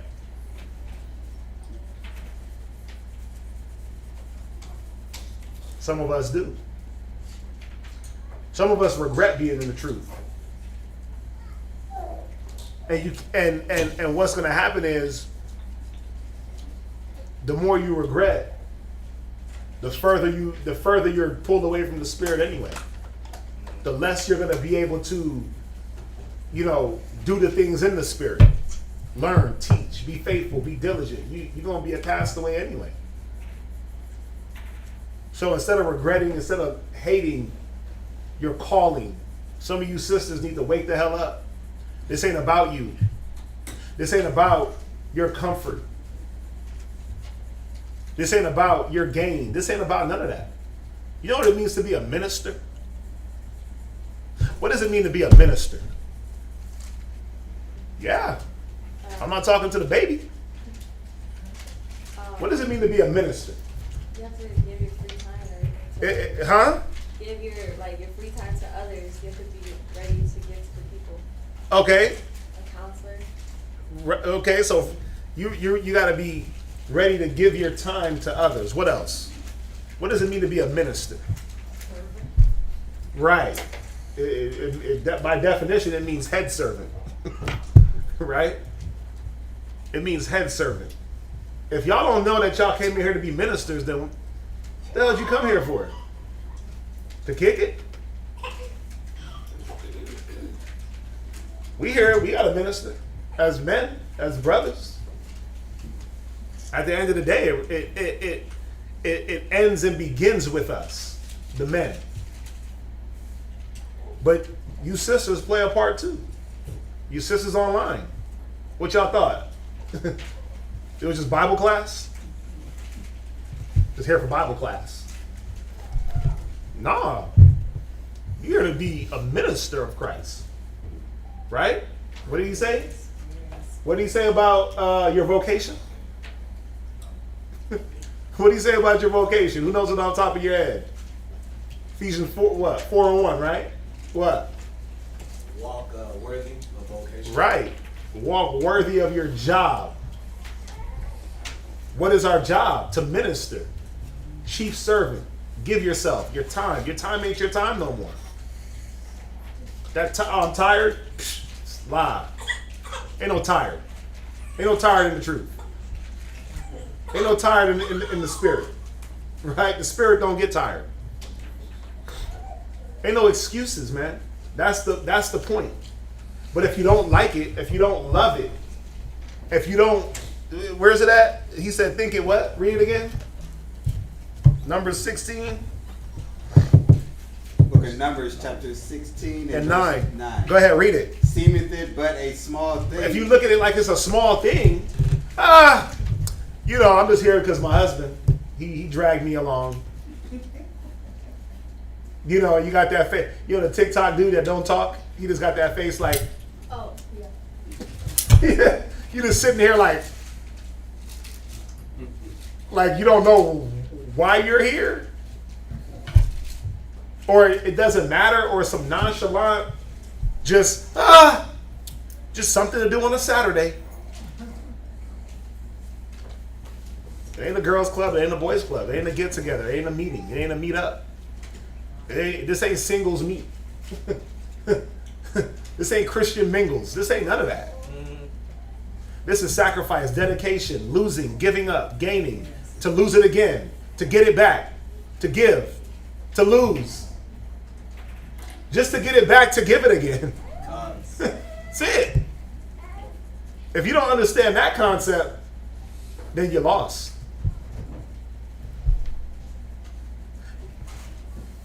Read on. That the God of Israel has separated you from the congregation of Israel to bring you near to himself. To do what? To do the service of the tabernacle. To bring us near to him. Don't y'all get that? Like, what the hell? Wait, so the Most High pulled me away from trash to get me next to him? It's like the scripture you did. It's like the scripture you did, man, in Proverbs, where it said it's better to be called by the king than to just go up. Mm-hmm. It's like, who else would you? What other king? What else would you want to be called to? Like, it's like the greatest thing you could be called to. God. It's the greatest person or entity you could be close to or near to. God. Don't. What did Paul say? Despise not my chain. Did he use the word despise? That chain, that bond to Christ, right? You can't despise that you're balled and chained to Yahweh Shai now, and that you're tied down to the Most High, and in a different way, right? You're not tied down like church. You're not tied down like Islam, like Buddha. You're not tied down like a Muslim, right? You tied down. Thus saith the word, be he that believeth on me as the word, as the scripture had said. You're tied down in the service, in the ministry, in the giving, in the charity, in the brotherhood, the sisterhood, the communication. Those things are what we're supposed to be tied down in. Don't despise that now the Most High is showing you how to communicate. Don't despise now that the Most High is showing you how to be charitable. You didn't know how to do it before. And even though you're being shown now, guess what? There's still another. Every time you thought, like, oh, see, I'm charitable. Well, next level. I communicate. Oh, next level. Right? I got like 15 chats on my phone. And don't be surprised if another one's added for this, another one for that. We communicate about everything. Nope, you missed this. Oh, you missed that. Oh, you missed that. There's always a level to get to. I'm diligent. Well, let's see. I'm faithful. Oh, really? Okay. We're going to test that faith. Right? And who's always wanting to test it? Satan himself. Can I test? Can I test her diligence? Let me see if she's really about this. Right? Let me see if he really believes what he's saying. Let me see what this cat's about. You got to know that. That's what's happening. What is going on? Can somebody check on the baby? That don't sound right. Oh, is he crying? Oh, I thought he was. Right. Read on. To bring you near to himself. Right. To do the service. To kick it. To do the service. Slothful. To do the service. Excuses. To do the service. To do service, man. Oh, I'm next to the Lord. I get to just be in heaven now. Nah, you get to get next to the Lord to do work. To put in work. Whatever you was doing in the world wasn't the service. Sorry. Just wasn't. You might have been doing something, but it wasn't this. Go ahead. Of the tabernacle right. of the Lord. Mm-hmm. And to stand before the congregation. Go ahead. To minister. To what? To minister. To To minister. Chief servant. Who's ready? Who's ready? Oh, okay. Just me. Right? Read. But what does it mean to be a chief servant? You know what? You got to go rewatch The Fresh Prince and go look at Joffrey. Go look at Joffrey. Right? The only amenities he got was his own room. Other than that, when he woke up, what was it? Do you need anything, Master William? Monster Ashley, right? Do you need anything? Monster Carlton, right? Everything was, what do y'all need? What do y'all need? You never heard, well, that ain't in my job description. You better iron that jacket. You better go fetch the dog, fetch this, fetch that, dry the kids' hair, do this, do that, right? And not just he did it with a smile and a slight sarcasm. Obviously, it's a TV show. But think about a chief butler. Are they there for themselves? Are they there to appease the guests, the residents of the home? We're not here for ourselves, man, to please ourselves. And I think, you know why I say some of us got that mixed up? Because when it's time to do small essential things, forget about your time. Forget about that.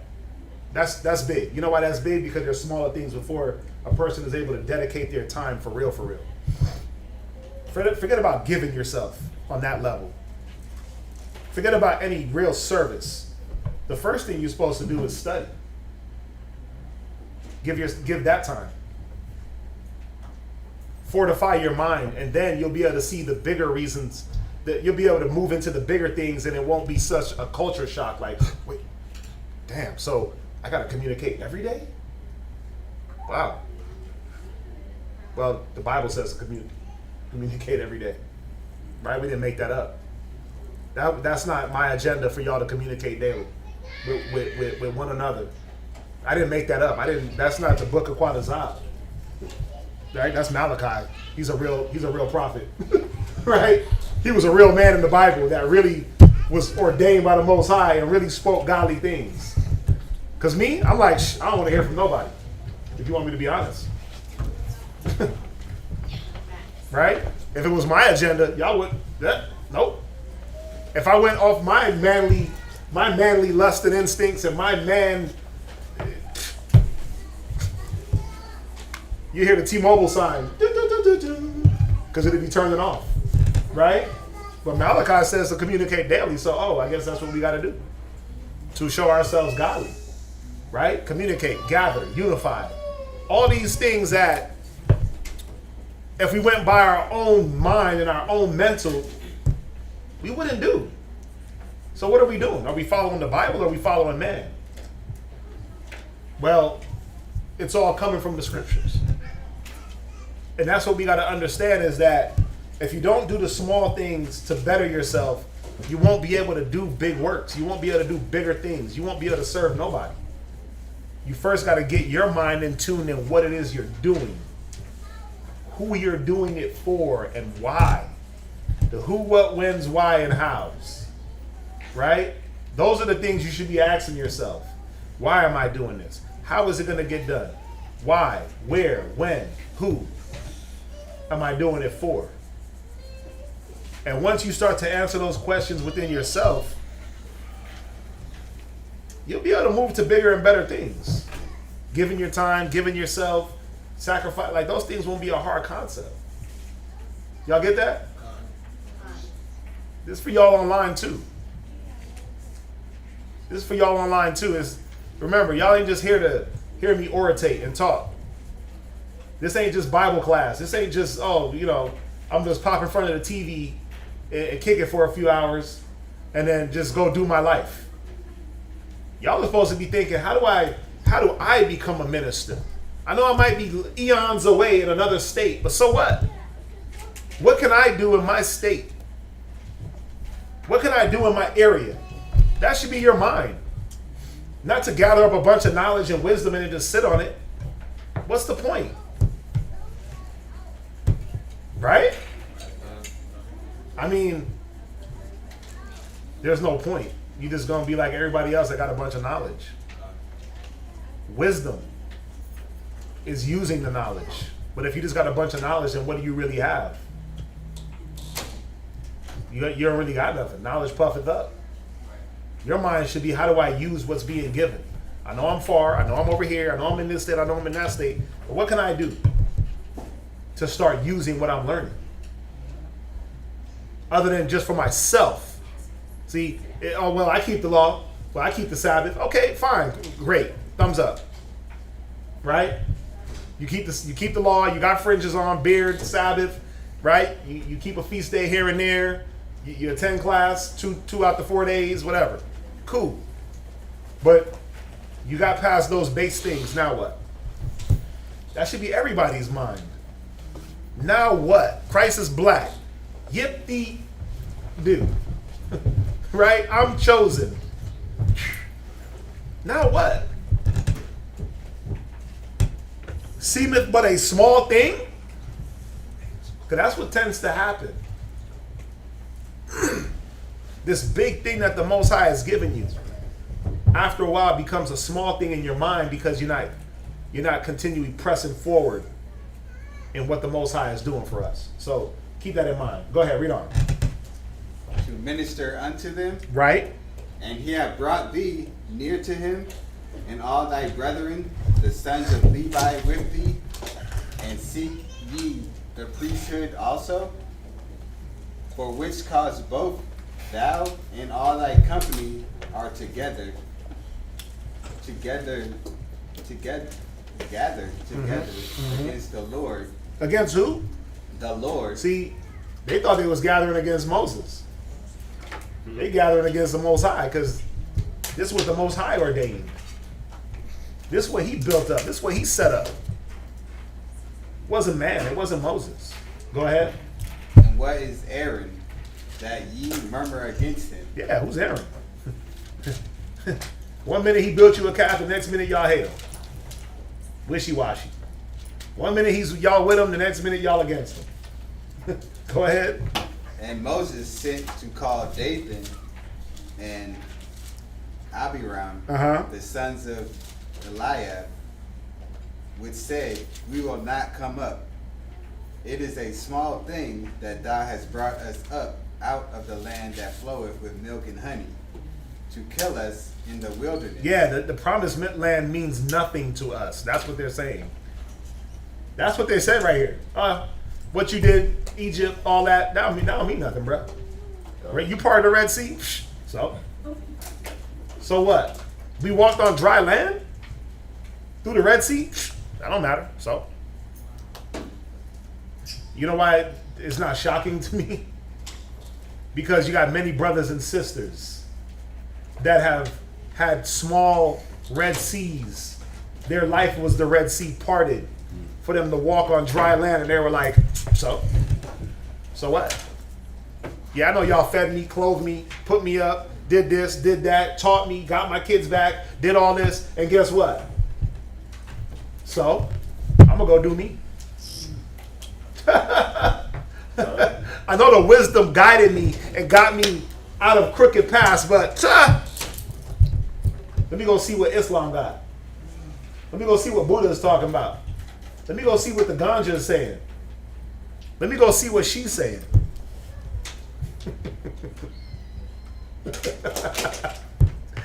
Yeah, this is crazy. I'm not shocked.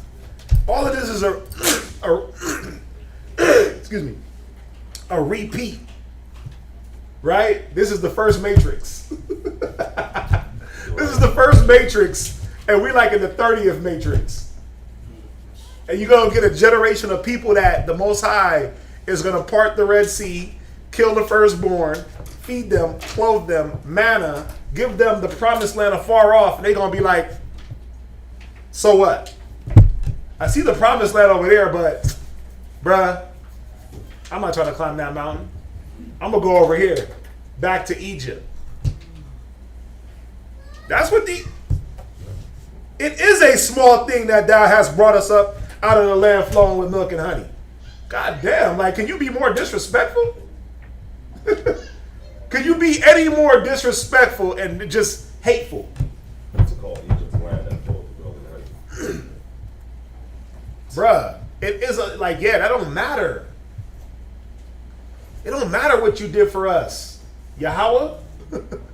After he said, what is Aaron that you murmur? You rising up against the Most High. They say, yeah, you know what? So what? It ain't nothing. They ain't nobody. I've seen many men move in this spirit. Jeshurun waxed fat and kicked and forsook the one that begot him. Thou art waxing fat, thou art grown thick, right? Because you got comfortable, because you got what you came for. I've seen. Let me slow down. It don't matter what I see.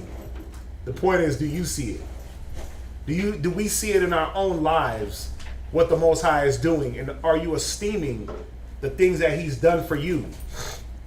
He pulled some of us out of crack, out of drugs, out of death, right? He's pulled some of us out of death,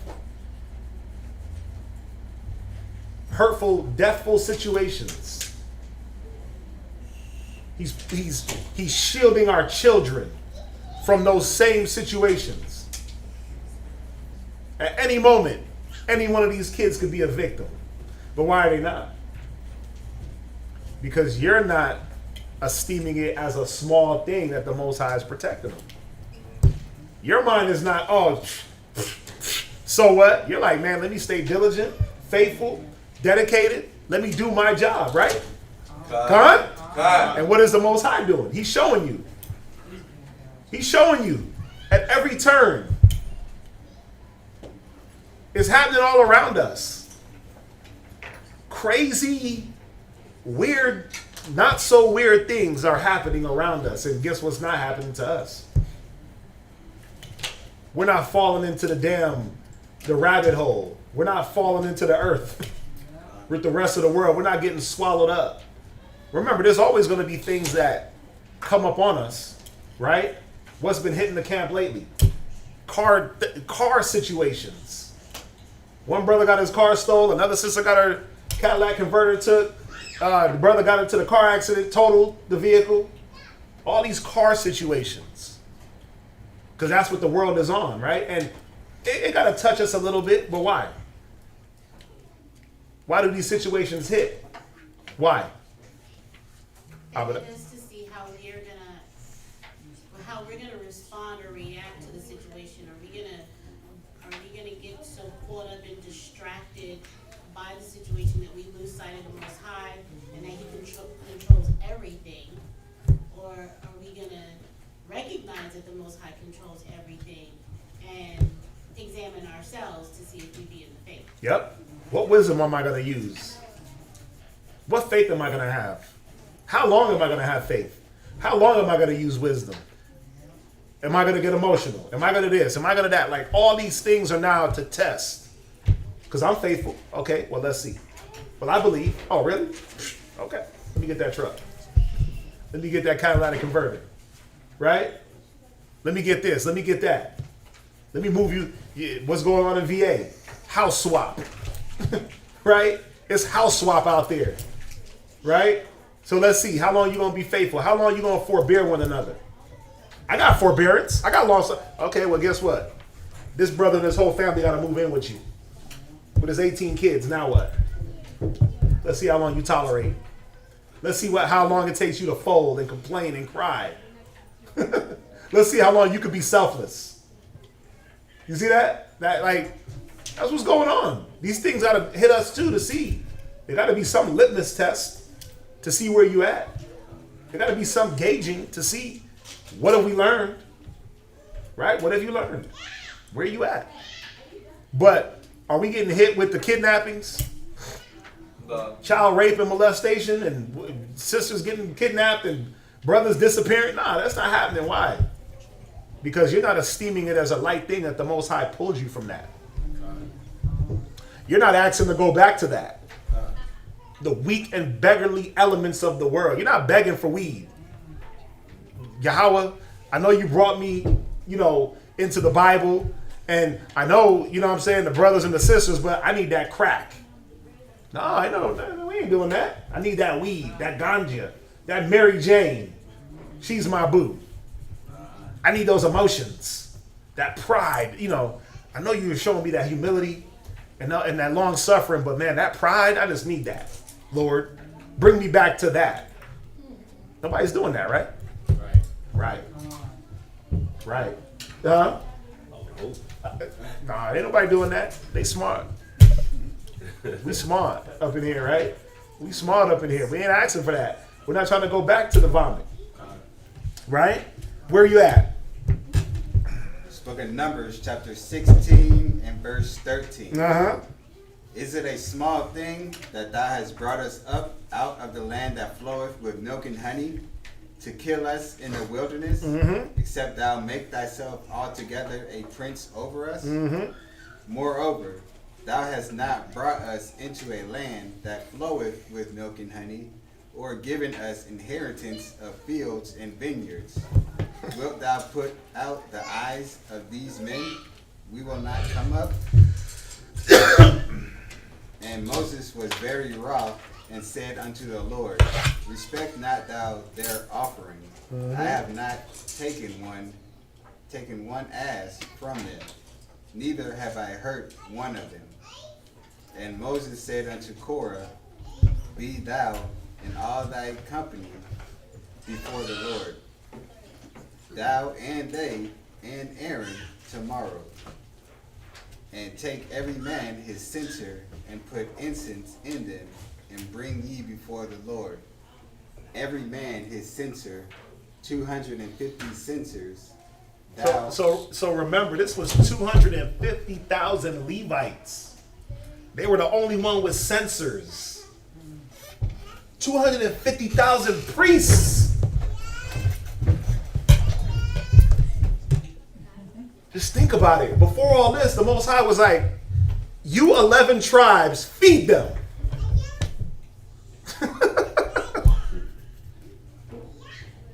You 11 tribes, clothe them, feed them, take care of them. That's your responsibility. And these niggas still had the audacity to say, you know what? We ain't riding with that. Moses, you ain't nothing. The Most High, you ain't nothing. Christ, you ain't nothing. I mean, come on, bruh. This whole time, take care of them. Right? Didn't we read about all the offerings? And all the heave and wave and all that? That's theirs. Right? So they ain't even got to worry about eating manna. What they eating? What are the priests eating? The sacrifice. Damn. That's wild, bro. That's wild. That's crazy. Now, it just hit me like, wait a minute.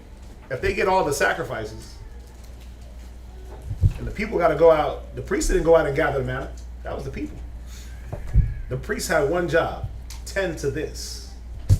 You stay in one building. You handle this building. Make sure it's clean. Make sure it's up to date. Make sure this. Make sure that. Make sure everything's running smooth. Keep logs on the fire. Blah blah blah blah blah. They're gonna go out and gather everything and bring everything to you. All you gotta do is just show up here. And they still complain? Wow. Now I can see why the Most High. I can see why the Most High was pissed, man. I can see why he dealt. We say it's harsh, right?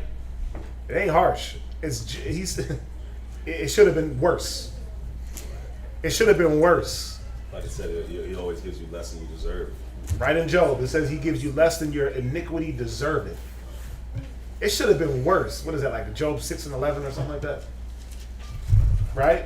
But y'all know the point. Y'all know the scripture. Y'all know the point. It should have been worse, man. More should have died. In more diverse manners. Just think about that concept. Y'all eating shoulder waves and y'all eating the shoulder of the animal and the hind and this and that. Y'all getting tender cut meats, seething pots, and good smelling loaves of cakes, sprinkled with frankincense and myrrh. Y'all getting wine. It just sounds like overprivileged children. You know, like what is it? When you feel like you're owed something? What do they say? Entitled. Entitlement, man. Where you're not entitled to nothing. You didn't save yourself. You didn't bring yourself out the wilderness. But how did we get so entitled so quick? We stopped looking at the things that the Most High was doing for us. We stopped believing and we stopped having faith real fast. and we got entitled. What's that? I was gonna say, we also forget how filthy we are and undeserving of any of it. Yep. Even in our filth, he gives us. He Even protects us and even in your most righteous state, you still garbage. And that's what we forget. Like, even in our most righteous state of mind, what's there to back that righteous state of mind up? A filthy thought. Right? Like, how dope are you really? How clean are you really when you constantly got to battle that mind? But again, entitled, overprivileged, thinking we're owed something, forgetting that it's a constant battle to stay on one side other than the other side. You forget these things and you look at what you're getting and what you think you deserve. Again, we don't deserve anything.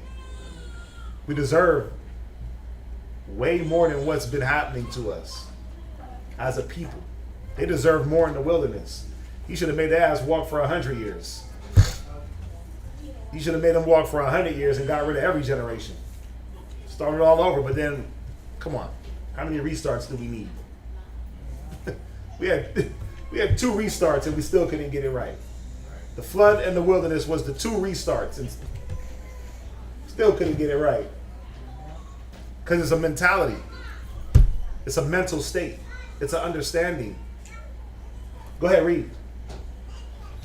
That thou also and Aaron, each of you his censer, they took every man his censer and put fire in them, and laid incense thereon, and stood in the door of the tabernacle of the congregation with Moses and Aaron. And Korah gathered all the congregation against them unto the door of the tabernacle of the congregation. And the glory of the Lord appeared unto all the congregation. Whew.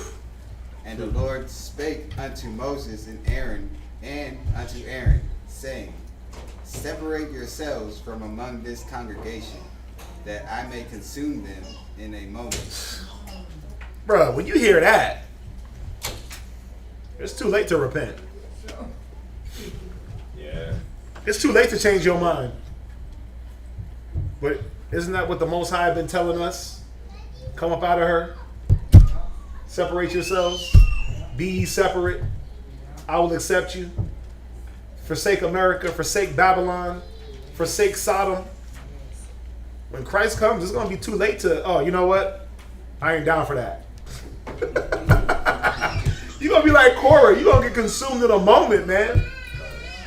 These concepts are not foreign. Like, oh, when Christ comes, then I'll give it all to God. You know, when I meet Jesus, then I'll be, you know what I'm saying? We're going to talk. Nah, bruh. It ain't going to be talking time. You're going to be gone in a moment. I don't know what people are thinking. What Bible are they reading? You know what's cold though? Isn't that like, it's funny because we're going to get there in the reading, but think about like when somebody dies and you can tell like, okay, how was I? Most High wasn't messing with this person. How did they die? They died in a moment. The majority of the times they died in a moment, unless the Most High wanted you to get tortured and suffer. And other than that, and think about your life. Other than that, you died in a moment. Gunshot, died in a moment. Car wreck, died in a moment. Did something crazy happen? You died in a moment. You weren't able to set. I won't jump, but you weren't able to set things in place, knowing that you were gonna die soon. It was just like one moment you're here, the next you're gone. Just think about it. I am the Lord, I change not. The Most High said, stand away from this congregation. Moses, Aaron, you separate from these 250,000 men. 250,000 or 250? Just 250. 250 men. Move over. Back up a little bit, because I got something. But that's what he's been telling us throughout our whole generation. Separate from your oppressor. Envy not thy oppressor and choose none of his ways. Stop doing their customs. Stop eating their food. Stop doing their holidays. Separate. He said whoever is joined to them is going to be thrust through. right? They're going to be consumed in a moment. We saw it with Phinehas, right? When he thrust the man through when he was dealing with the woman. Remember? We seen that. One stroke of the spear, and they were both done. The concept ain't foreign, but it's like logically it don't process in our brain. Like, wait a minute. I'm supposed to be making this separation from this world. Forget about America. America just represents the world's mind state, the world view.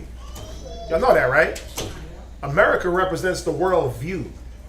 The way things go in America is how the world is viewed. So when another nation can walk into another nation and just off the pretext of military operations, when Russia could walk into Ukraine and just start dropping bombs on them and nobody bats an eye, that's no different than America walking up to the Native Indians and saying, give us your land. And if not, then we're just going to kill all your animals and give you blankets with smallpox. America represents the world view. They represent how things should be done, how things can be done, what atrocities can be put out there, right? You got the whole world fighting for damn abortion. What the hell? I didn't know they had abortion laws in Africa. They got the whole world is fighting for abortion, bro. Like, just look it up. They all fighting for abortion rights. Why? Because Big Brother said so. Because America said so. They all fighting. What? Anywhere you go, black people oppressed. Because America said to oppress us. Because that's the American standard of how to deal with black folks. How to deal with the Israelite man, woman, and child, to oppress them. Or anything with a dark colored skin. Kick them out the land, move them over here, push them over here, beat them, kick them, stone them, right? It's what does it say? That Babylon is the cage of every unclean bird and every unclean spirit. This is Babylon, and this is the cage that houses all those unclean spirits that when they escape, they just Europe, the islands, Africa, Canada, and then you're like, damn, there's a bunch of Americas everywhere. There's a bunch of democratic societies everywhere. How did this happen?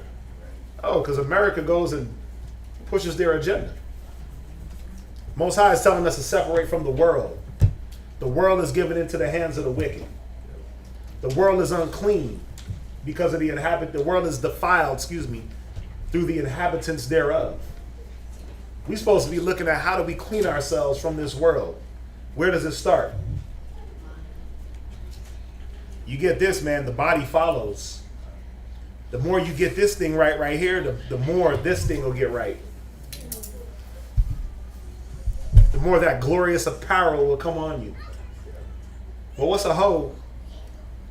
What's a hoe with a ballroom dress on? What's a whore mentality with a wedding dress? Ain't she just still a hoe? You got to clean this up to me, right? The wedding dress, the wifely apparel means nothing if her mind is a harlot's mind. You just got a fancy hoe, a fancy harlot, right? Yeah, come on, y'all know it. What does con mean? Con means yes. Con, yes. La'ah, no. It's just ancient Hebrew. The modern day fake Jews, they say ken for yes. You'll hear them say ken. Ken. But we say con, we speak the ancient Hebrew. Read on. And they fell upon their faces and said, O God, the God of the spirits of all flesh, shall one man sin, and wilt thou be wroth with all the congregation? Hell yeah. Yup. Because y'all shouldn't have followed this idiot. Y'all shouldn't have followed this dude, man. 250 men follow 2 men. That's what does it say in Isaiah? Let's get it real quick. The leaders of this people.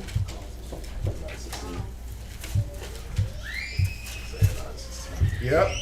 Get it.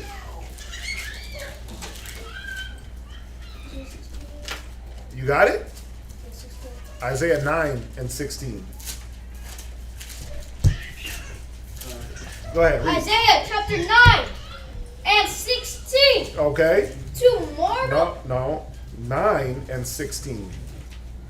Isaiah 9 and 16. McGunn, go ahead. Isaiah chapter 9, verse 16. Sharpen up that sword, son. Read.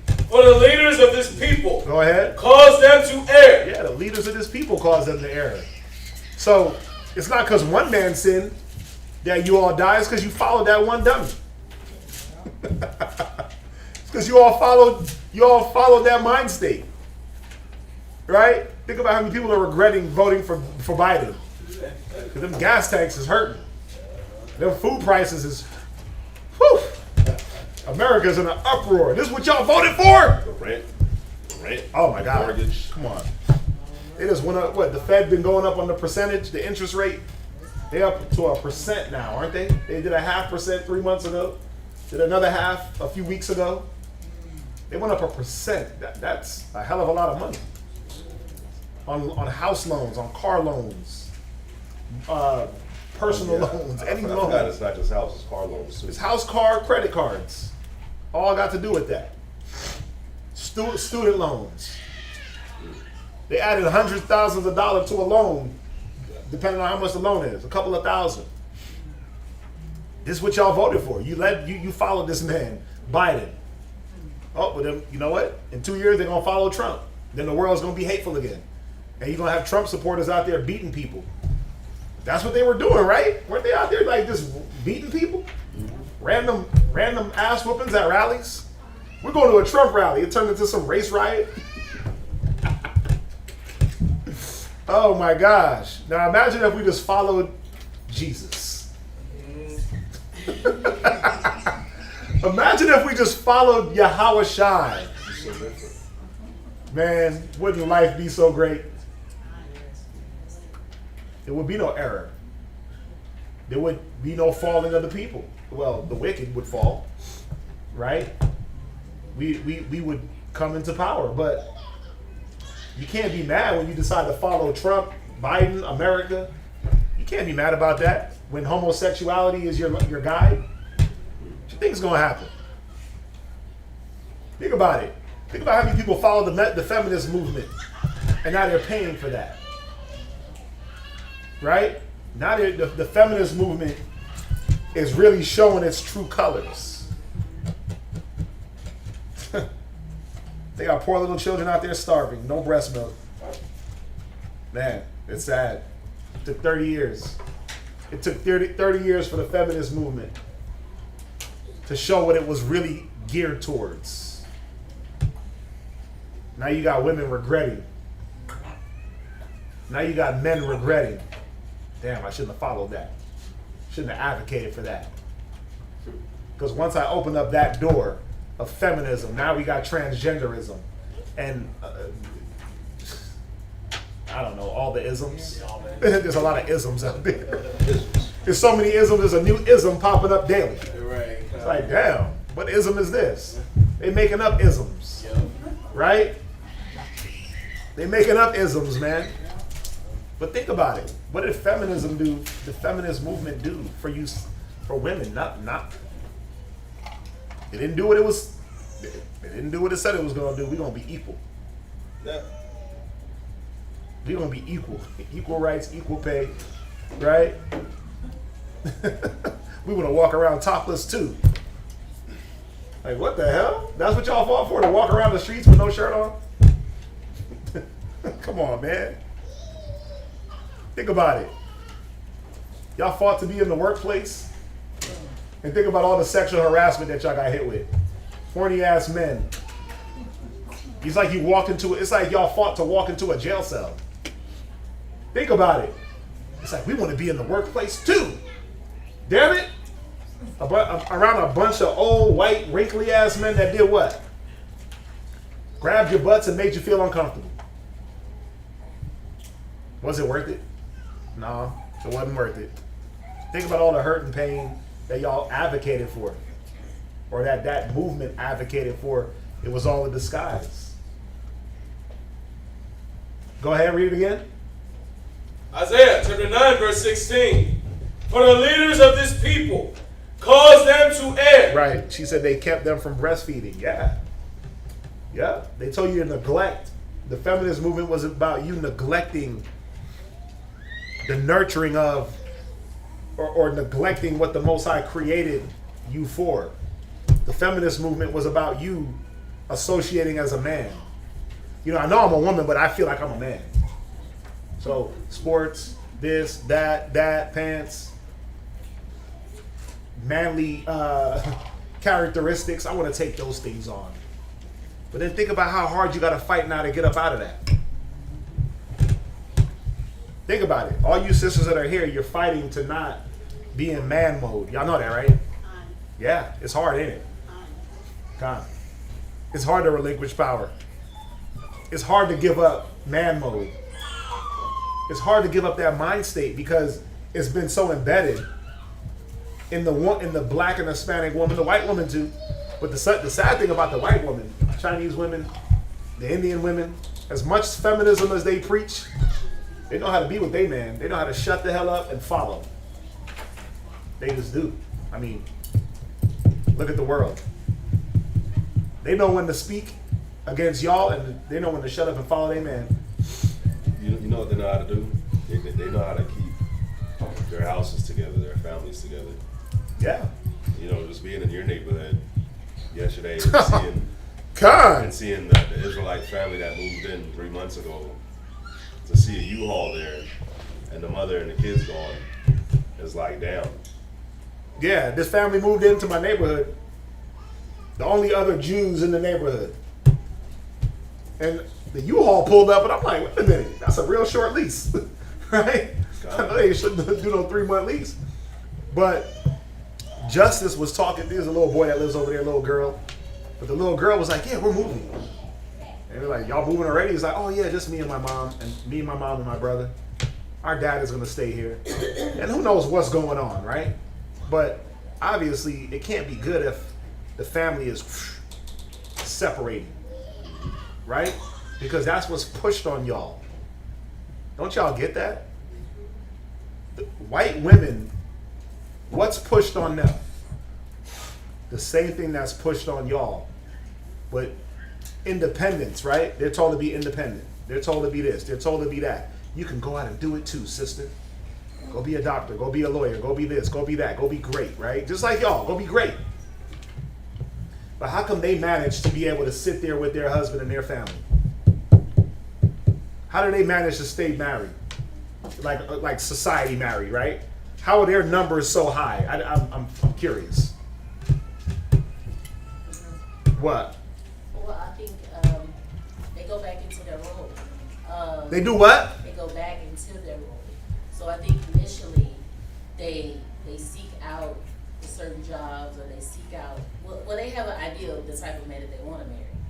And I think they go to the certain jobs that to get the type of person that they want. And when they get them, they go home. They go back home. I don't think it's just to live that life. Yeah. See, y'all are taught to live a certain life. Yeah. They're taught to live the life that their parents and their grandparents and their forefathers lived. Y'all are taught that independence is the greatest life. That if you're tied down with children, you ain't living. If you can't hit the club, if you can't hit Juneteenth, if you can't vacate, if you can't do things autonomously away from a man, then you ain't living life. That's what the black and Hispanic woman is pushed on y'all. Who in here got Instagram? You ever go into the search of your Instagram, the search part, and you don't search anything, but you just let it pop up, propagate, and it just gives you all these different stories? Anybody do that? You should do it. You got to see just look at what they offer you in the search. Before you search, right? You go, watch. You go, I'm going to show you what mine looks like. Well, I'm not going to show you, because I'm not going to be able to show you. But when I go into Instagram, which I'm not on all the time, but when I hit the little search button, look, what's that? Boom, boom, boom, boom, boom, boom, boom. What's all that? Now, I'm not on Instagram searching for ass. But when I go on the search, all I have is chicks in spandex and bikinis. That's it. That's my search. But what are they basing that off of? They know my age and my age and my sex. Not my history, because I don't search. I'm not in there like, oh, bikini models. I don't do that. Right? I don't even be on Instagram like that. But if I go into a search, it's based off of age and sex. Everybody should, when you get a chance, just go in and look at what are they offering you. Some of y'all will get nothing but beaches, so nothing but vacay, nothing but shopping, nothing but luxury items. It's based on age, sex, and then it is based on what you search for. It's all tied in. What?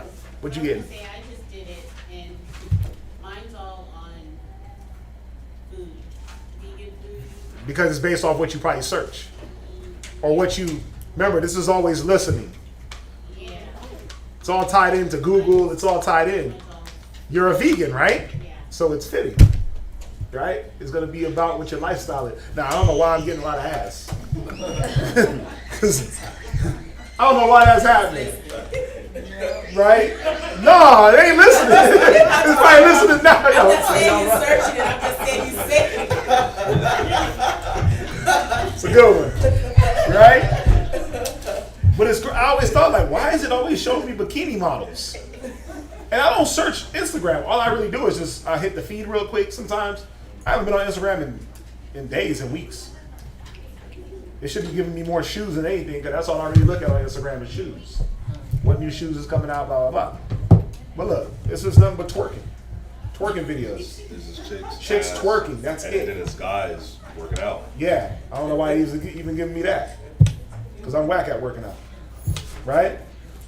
But just think about what they're constantly pushing on you. They're pushing a certain lifestyle, and if you're not smart enough to understand that, wait a minute, is this what the Most High intended for me?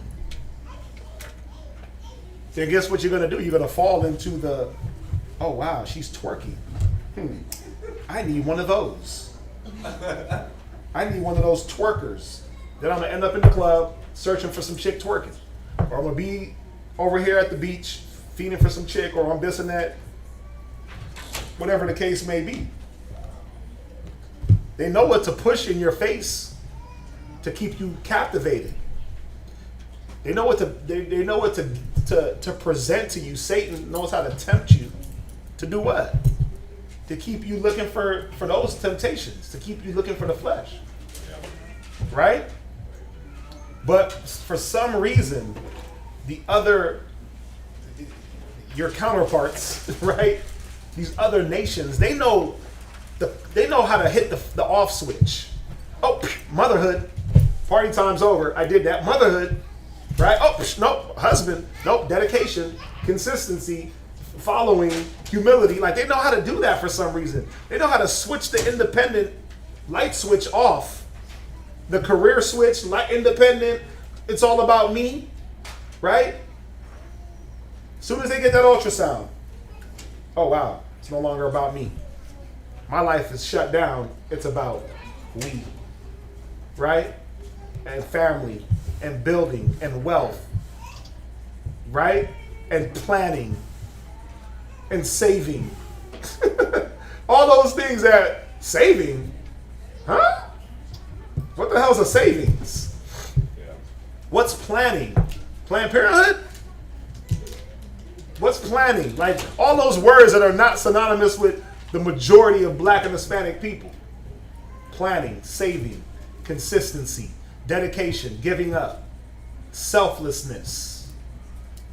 It's like we have kids and we get more selfish.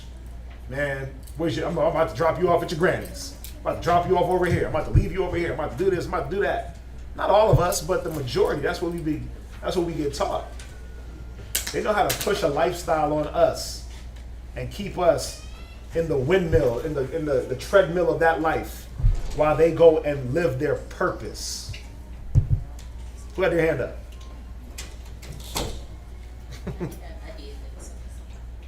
What's that? You had your hand up? Oh, I did. Uh-huh. I was just saying, just going back on what you said, Uh-huh. that I think a lot of times it's just generational curses, basically. We have to learn how to break them. But I do know, just coming from, my upbringing, at a certain age, it was taught, if you're not married, then you need to be able to take care of yourself. Yep. And there's nothing wrong with that. No. But at the same time, when you do seek out or want to be married, then you have to know how to, allow a man to lead and be the head of the household. Yep. And I think that's what has happened to a lot of Black, Hispanic women. We get to a point to where we just keep going higher and higher as far as in degrees, and not realizing that man doesn't necessarily have to have a woman who has all that. He wants a woman who has a little mind. Yep. And able to submit, but you get stuck in it, and it's hard to bring it back in. Because of different reasons, bad relationships, or having a bad head, or I got a husband who wasn't the best, or for whatever reason. So a lot of it is fear and unbelief, but It's what? fear and unbelief. Yeah, you're taught, a lot of our people, a lot of our women, they're taught to be fearful in relationships. You're taught to have a plan B. That's why when it comes to us serving the Most High, you treat the Most High like you treat your significant other. If it's going good, it's all good. I'm ride or die. And as soon as it gets a little shaky, now I'm side-eyeing and looking like, how can I escape? I'm stacking up. I know we got the joint account, but I got my extra bank account over here that nobody knows about. We got Capital One, but I got Bank of America. Right? And what I'm doing is, I know we putting in money to save, but I'm taking $5 from every check and putting it over here just in case. Right? That's what y'all are taught to do. Be fearful. That's what we're all taught to be. The men too. Y'all are taught to be fearful. Right? Y'all are taught to not stand up and have a backbone in your relationships, but then think about it. When it comes to your relationship with the Most High, you do the same way you do your woman. No backbone, not standing for nothing. You do it with the Lord. You got zero backbone. You won't stand. You won't dedicate. You won't be rooted. Right? You're not taught to commit. Men are not taught to commit. We're taught what? We talked about it last night, right? Bounce around, have a few randoms, right? Have a house here, a jump off over here, a little dainty thing over there, right? And if you, by mistake, get one pregnant, and that's the one you be with. Or, is it? Oh, hold up. I'm sorry. I leave my sunroof open sometimes. It's close. That's rain. Wow. Yeah, we're not taught to commit, to have commitment. We have commitment issues. Can y'all agree to that? Yeah, we got commitment issues, man. McGutton, I don't know if you remember this dude that we delivered to, and we finessed our way out of hooking up his stove. But it was an Edomite dude. He was 24, and he had just bought that house. And I remember I looked at him, I was like, wait, you're 24? You just bought this house? And he was like, yeah, I just got married and I bought the house. And I'm sitting there, I was like, I don't know any 24-year-old Israelite, man or woman, that has bought a house, that's married. It's like, I've never met one. A what? A 24-year-old Israelite that was married and that bought a house. Oh, right. Now, granted, it's not like he bought like this magnificent, beautiful house, but he still bought a house. You committed to something. He still bought a house, and then he married he married his wife. And I was just, thinking about it like, damn, I had to give him his props, because I don't know any Israelite at 24 years old. We don't even have that mentality as a people. So, Yeah. But it goes back to what Priest Angela was saying. See, they teach their kids that. They teach them to save, to get everything done, and do what you have to do to build, for themselves. And on the other hand, we're taught all negative. Yeah. Just like, it was just said.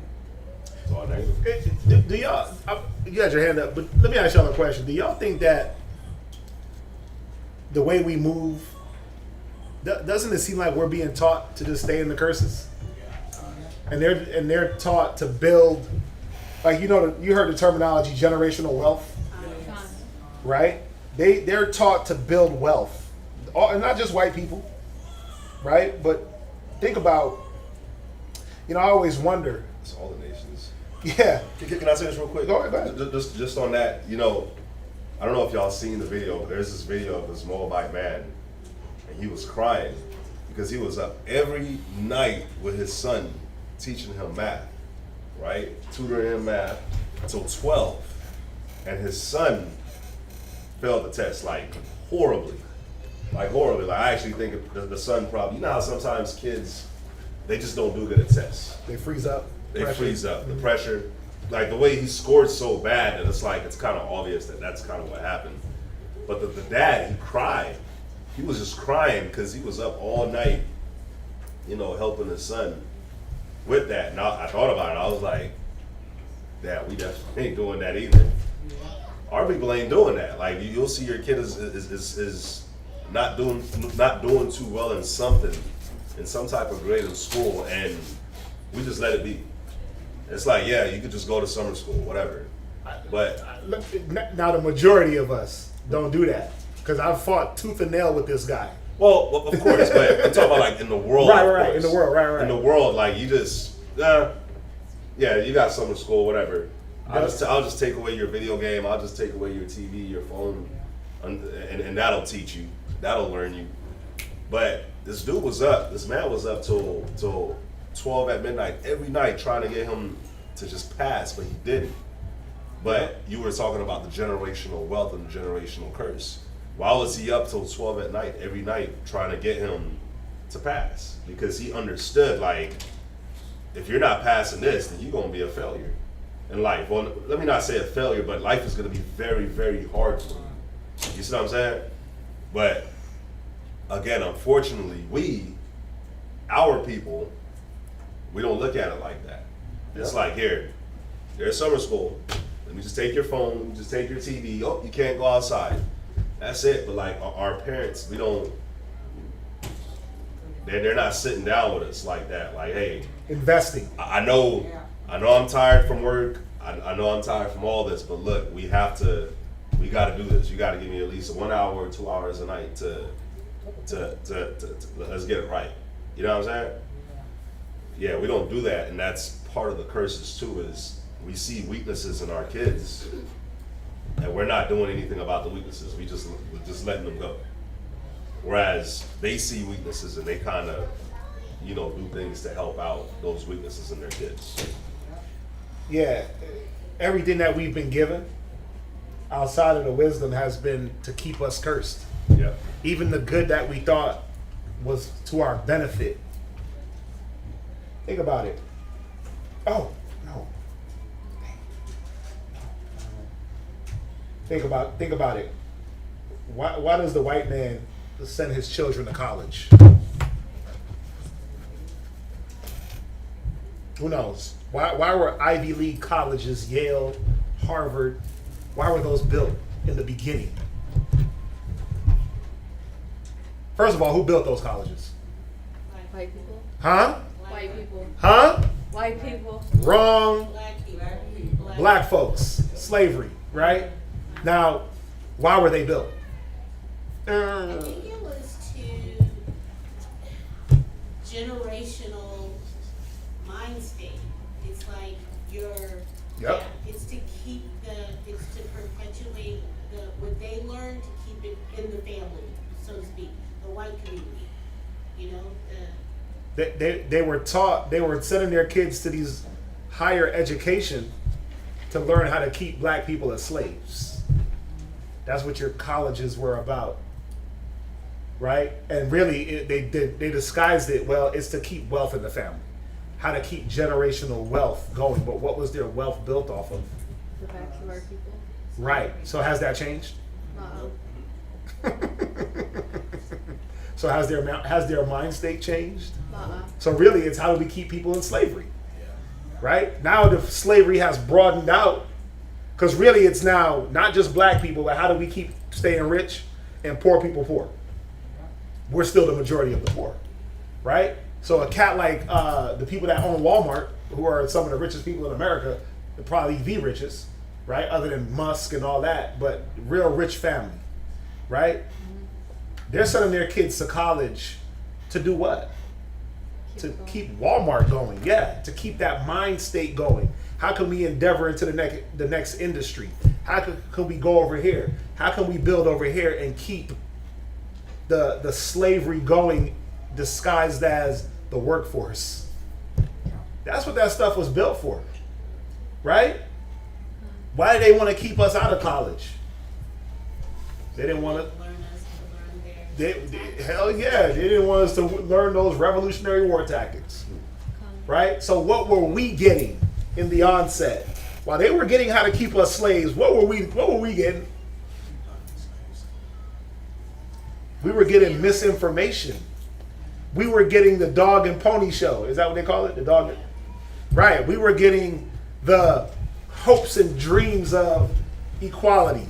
The hopes and dreams of the white picket fence, the dog, 2.5 kids, the house, motor, minivan, pickup truck, sports car, right? We were getting that lie. Like, yeah, y'all can get that too. If you work hard. Damn, really?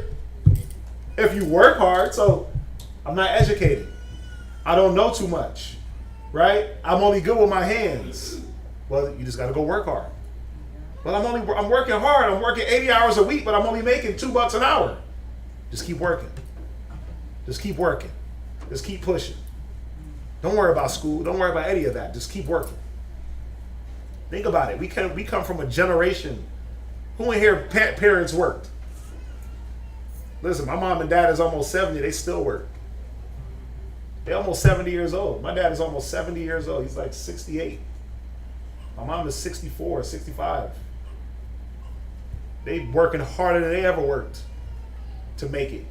They ain't never stopped. How long are they going to be working to try to catch up to some false ass dream? How long? They're going to keep working until they die. They're going to work the skin off their hands. They're going to work till they bone dry. Right? With the hopes of what? Oh, one day we'll retire and get pension and social security. They ain't going to get no damn social security. They're immigrants. My dad barely got a green card. He ain't getting no social security. He ain't getting none of that.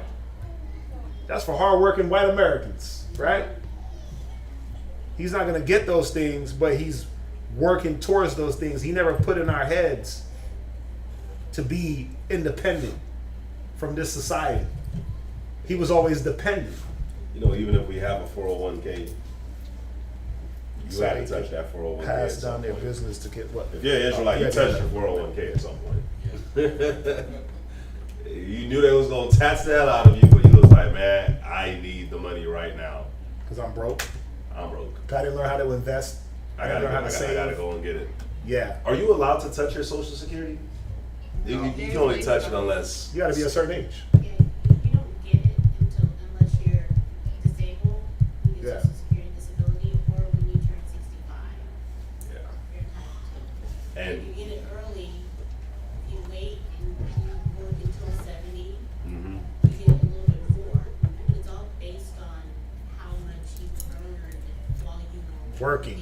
Yep.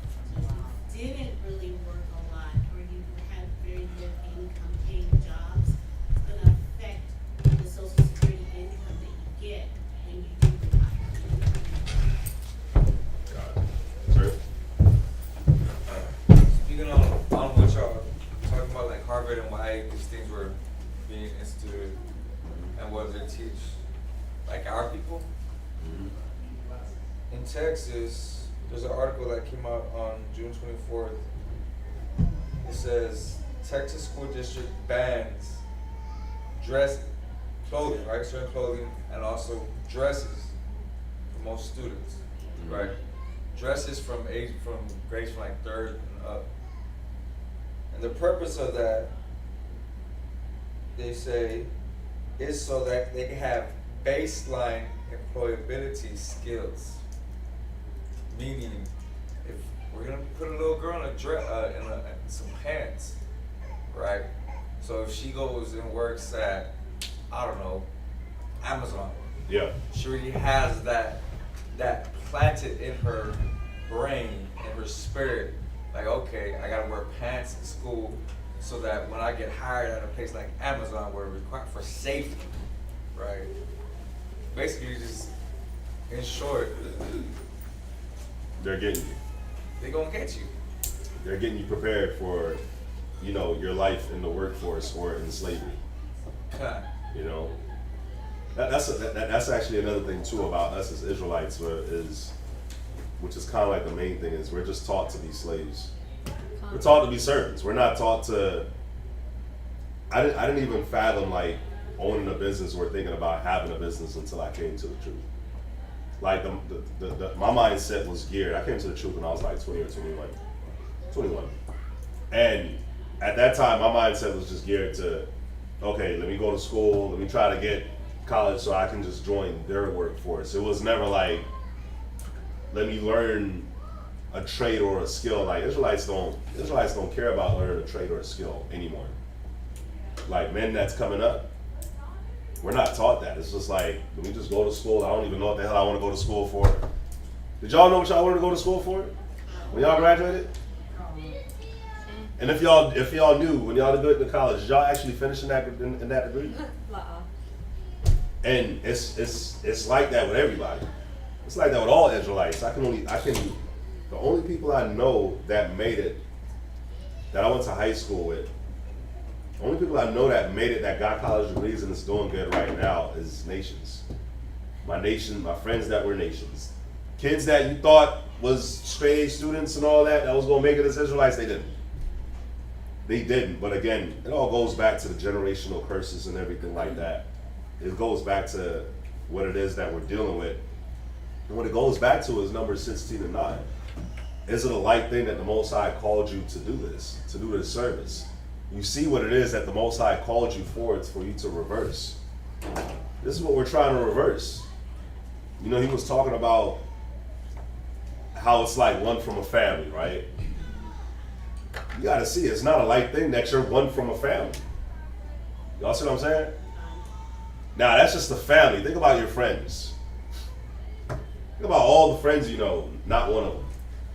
So you had your family and your friends together. Like, it's not a light thing, the calling that you've been called to. Y'all see that? Call for something great. But let's get the next reader out. You're done, right? Yeah. Let's get the next reader out. Y'all cold? Oh, y'all are? Nuh-uh. It's freezing. So, Micaiah, you're cold? Abadiah, you're cold? It's just me. I'm freezing. You cold? Can we go up a degree? What are we at? 73. It's at 73. Can we go up like 75? Well, 74. We'll meet y'all halfway. Go to 74. I'm just not used to having good AC. You know? For those that remember the old school.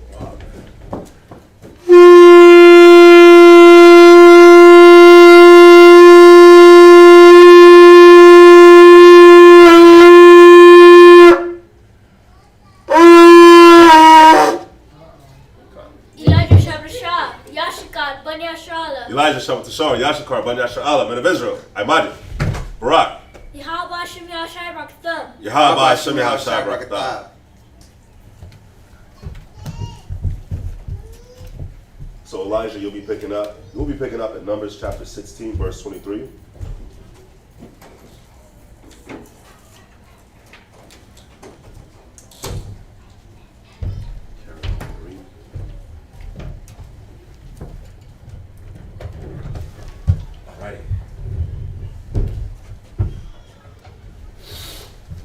Numbers chapter 16 at verse 23. And the Lord spake unto Moses, saying, Speak unto the congregation, saying, Get you up from about the tabernacle of Korah and Dathan and Abiram.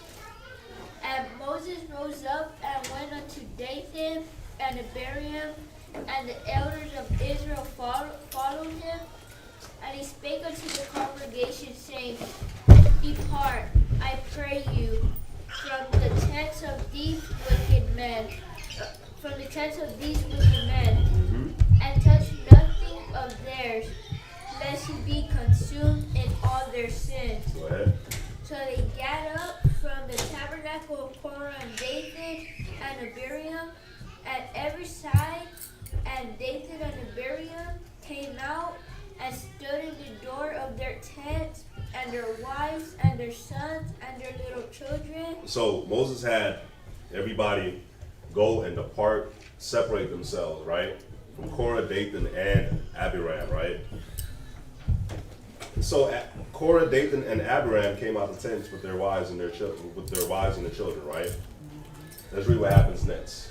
Verse 28. Uh-huh. And Moses said, Hereby ye shall know that the Lord has sent me to do all these works, for I have not done them of mine own mind. You see that? These works that we do, it's off the mind of the Most High, not our works. Go ahead. If these men die the common death of all men, or if they be visited after the visitation of all men, then the Lord had not sent me. But if the Lord make a new thing, and the earth open her mouth and swallow them up with all the appertain unto them, and they go down quick into the pit, then ye shall understand that these men have provoked the Lord. So y'all see that? I actually really like that scripture. I like that scripture because it shows you when the Most High is not messing with you. The way that you die. It says in verse 29, if you die the common death, and the way that most people die, the common way, then that's the Most High dealing with you, right? Somebody give me Ecclesiastes chapter 6, verse 3. But if the Most High makes a new thing on the earth, right? You just die in this strange way, then you know that the Most High was not dealing with you. You know that you was a cursed individual. Like you walking and the tire just falls off of a car and hits you in the head. Like how you go out like that? Most High makes a whole new thing to take you out. Like you see it all the time on the news, the way people die sometimes, and you're like, wow. You see 1,000 ways to die. Most High was not messing with you. Where you at? Ecclesiastes 6 and 3. Ecclesiastes chapter 6, verse 3. Go ahead. If a man beget 100 children and live many years, so that the days of his years be many, and his soul be not filled with good, and also that he have no burial. And also that what? He have no burial. Think about sometimes when people die, they're not even to get a proper burial. But that's not it. That's not all. Go ahead. I say that an untimely birth is better than he. You see that? That means the Most High wasn't messing with you. The Most High, like think about it. Think about how wicked Saul was. The Most High still made Saul have a funeral. He still gave Saul a burial. But remember when for you to die and your carcass just sits out, that's a curse. You're supposed to get a burial, but think about how sometimes people will just die and they're not able to set their house in order. That's a curse. Go to 1 Kings real quick. Yeah, we talked about it. Think about how much Abraham put into even just getting a burial place for his family. He was setting his affairs in order years before they died. Yep. Go to 1 Kings chapter 1, verse 48. 1 Kings chapter 1 and verse 48. And also thus said the king, Blessed be the Lord, power of Israel, which hath given one to sit on my throne this day. Mine eyes even seeing it. You see that? Like that was David when David was about to die, and Solomon was set up on his throne. So David was able to see Solomon, his son, sit on his throne before he died. That's a blessing. That's a blessing right there. When you know that you're about to die and you're able to see, like, damn, this is my son, this is my daughter. I left them, that I imparted in them good wisdom, good knowledge for life. I left them an inheritance, and I'm able to see that they're going to be able to carry on the things that I left them. That's a blessing, but that's something that our people, we don't even get to enjoy that sometimes too. Now jump to 2 Kings 20 and 1. 2 Kings chapter 20 verse 1. 2 Kings, verse 21. And there happened to be... Oh, no, you're not at 20 and 1. 2 Kings 20 and 1. 2 Kings chapter 20 verse 1. Go ahead. In those days was Hezekiah sick unto death. This is the one I was looking for. Go ahead. And the prophet Isaiah the son of Amos came to him and said unto him, Thus saith the Lord, set thine house in order. Do what? Set thine house in order. Go ahead. For thou shalt die and not live. So you see that? Think about it. A lot of the times, if you just think in your life, somebody that you knew that was about to pass on, right? They were sick, they were dealing with whatever they were dealing with. They were able to set their house in order. They're able to set their inheritance in order. Listen, you gonna get this, you gonna get that. But at least the people that surround them too, they know, hey, they know that, man, this family member is not looking too good. They're probably gonna pass. They're able to set their minds in order and start preparing certain things for when it does happen, right? Even that in itself is a blessing. Because we all have to pass, but at least you're able to, at least it's not sudden. Y'all see what I'm saying?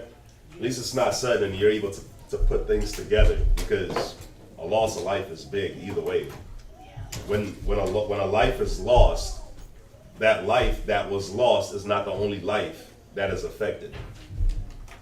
A lot of lives that surround gets affected by that life that is lost. So at least you're able to put it together.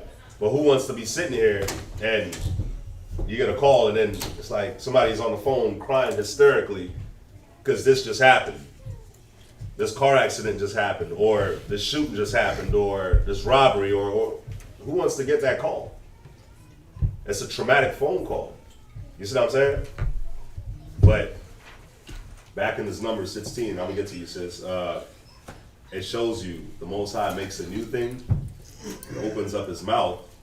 If the Most High makes a new thing and the earth opens up its mouth and swallows you up, right? You know the Most High wasn't pleased. So you pass and you're not able to set anything in order before you pass. You just looking back, you getting dragged to hell, or more likely you getting dragged to hell and you looking like, damn, I left my family in a messed up position. Y'all see that? Sis? Two situations in my family on both sides of the spectrum. One was a man who, did a lot of good for his family. And on his deathbed, because he was sick for a long time, and then when he actually completed all the things that he asked the Most High to do, he did those things. And on his deathbed, he was actually, man, is there anything else I need to be doing? And we were like, no, you did everything that you set out to do. And then he passed, and it was a beautiful thing to see, actually. Yeah. And on the other side of it, another man who was a whoremonger, who, cheated on his wife, ended up with a worldly woman, and he died, and they had to cremate him, and they didn't even have a dinner or like a repast afterwards. So it's like both sides of the spectrum, where you can see that this scripture definitely has come to play, because it's like, sad to see. You know what I like is it said, if the Most High make a new thing, right? That means before this, Moses was probably about 2,000, 3,000 BC, something like that. But the earth had been around probably a good 2,000 years before Moses was around. No sinkholes ever. No earth swallowing up anybody ever, right? How common is a sinkhole to us? You hear about those all the time, right? Yeah.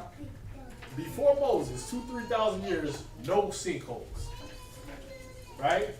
These idiots, sinkholes, right? Then, now, how wicked do you gotta be that the Most High made it a common thing? He just, sinkhole, boom, sinkhole, sinkhole. In 2022, there's sinkholes everywhere, right?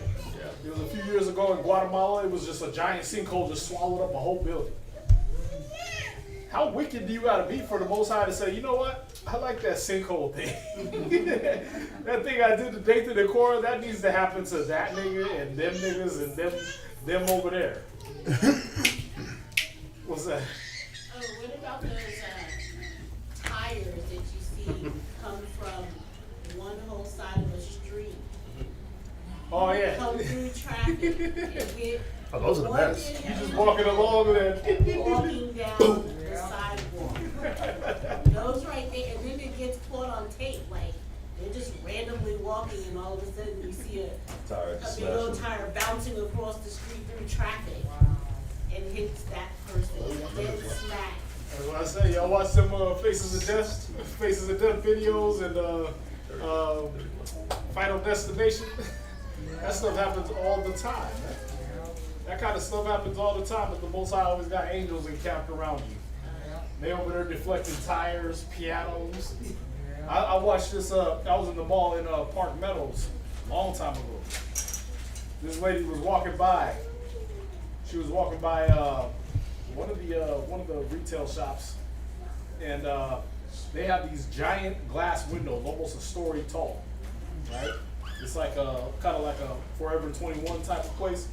The glass windows, the doors are like a story tall. All right. This chick walks by. Right after she walked by, I swear it missed her by inches. The whole glass window just fell like this. Now it's on hinges, so it should have been like this, right? That thing just collapsed and busted all right there.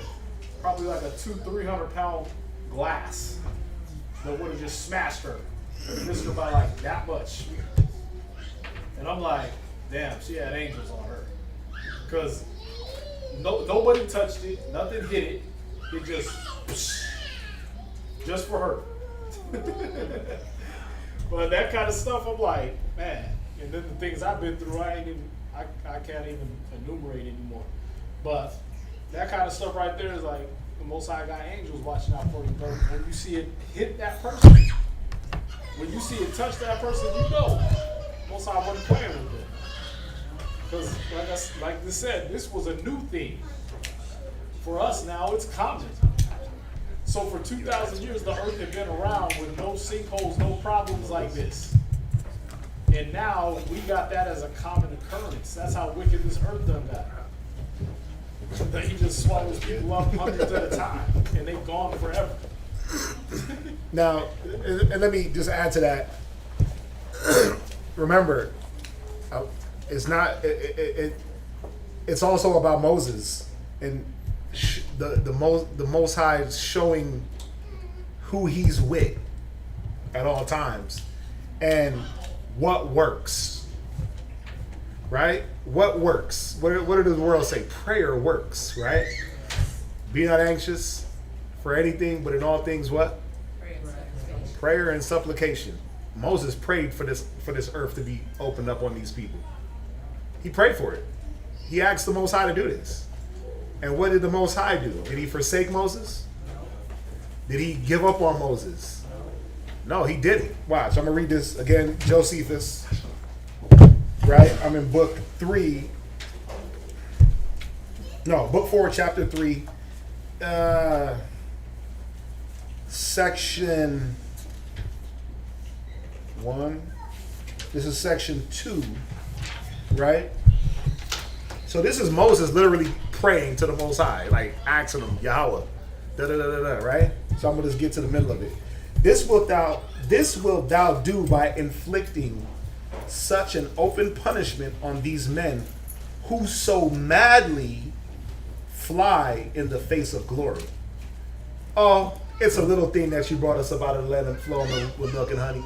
It ain't nothing that you brought us about of Egypt. It ain't nothing that you parted the Red Sea. Remember how they was moving? Right?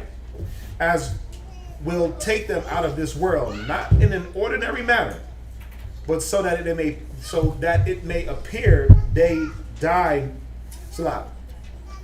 But so that it may appear they do not die after the manner of other men.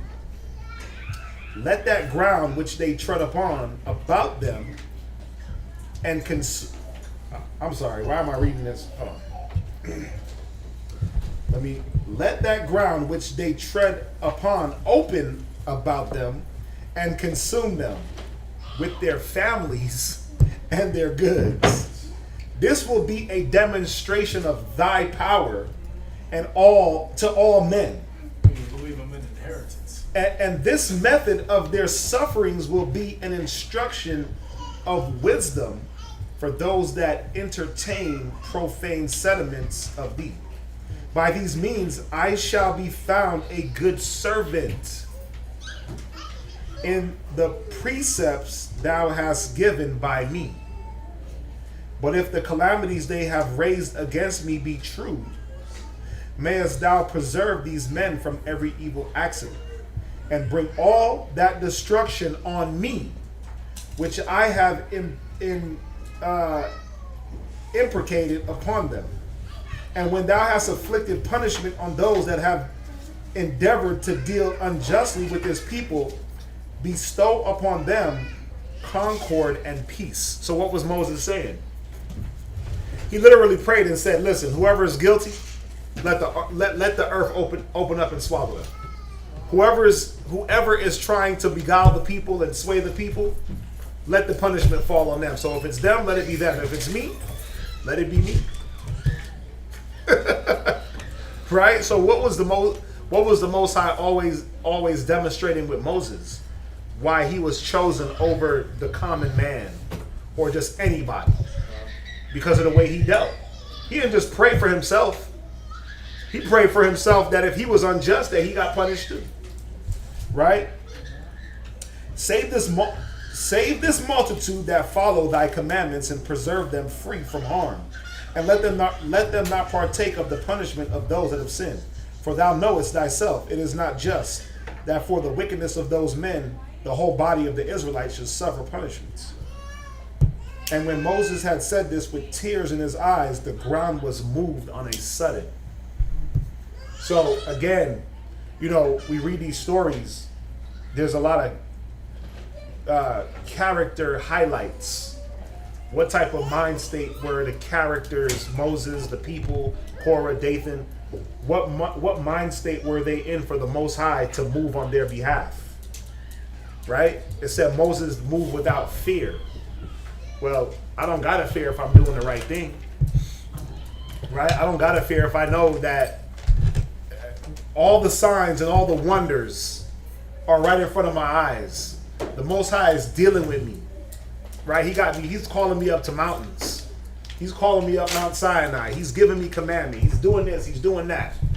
Right? I don't gotta fear if I'm. What did he say? If thou doest good, should I not be accepted? Right? What is there to fear if you're doing good? Nothing, right? Nothing. But if you do bad, he said, sin lieth at the door. He's waiting for you. Right? So this was the mind that Moses was in. He just prayed. He just set up prayers. Now, I said it the other day. Be careful what you pray for. Because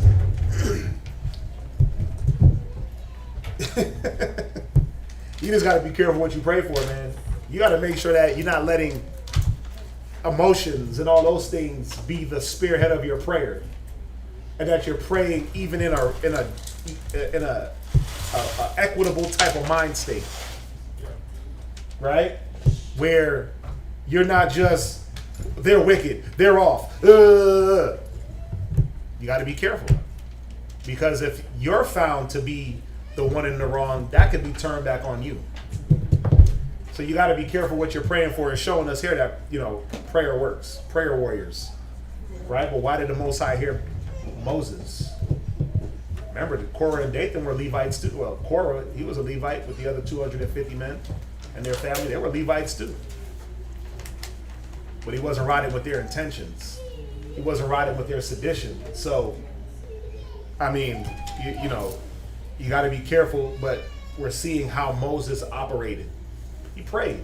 He set up prayers on them. You see that? So, where are we at now? Numbers chapter 16 and verse 31. Right? And it came to pass, as he had made an end of speaking all these words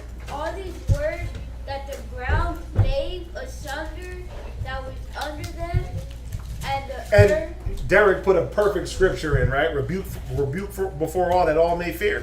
But think about it. Who's doing the rebuking? Don't get it twisted. Who did the rebuking? Moses and the Lord. It was the Most High. It was the Most High in Christ that does the rebuking, that does the avenging. See, our job is to what? Stand up against the evil, the wickedness, the negative, to be the example. But you still got to leave room for the Most High to be able to do his works. Where they say too many chefs ruin the stew? Right? Everybody want to put their damn ingredients in. I want to put in scallops. I want to put in basil. I want to add this. I want black pepper. I want cayenne. I want salt. I want this. Too many chefs ruin the stew. Where all you got to do is do your part, and let the Most High do the rest. You can't be the prayer, the avenger, the rebuker, the this, the that. You can't be everything, right? You got a lot of sisters. You got a lot of sisters that are dealing with situations in their household, right? He's not a sister. He's a brother. I got to hug him.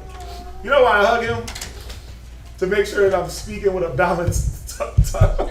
He gives me balance, right? You know, I gotta bring a brother close to make sure that I'm remembering myself when I speak, right? But you got sisters that are dealing with situations in their homes where, did you pray or did you get anxious? Did you pray for your husband, or did you pray? First of all, did you not pray at all? Did you not study at all, or did you just get emotional, upset, disgruntled, and bitchy? Excuse my language, but that's what it turns into, right?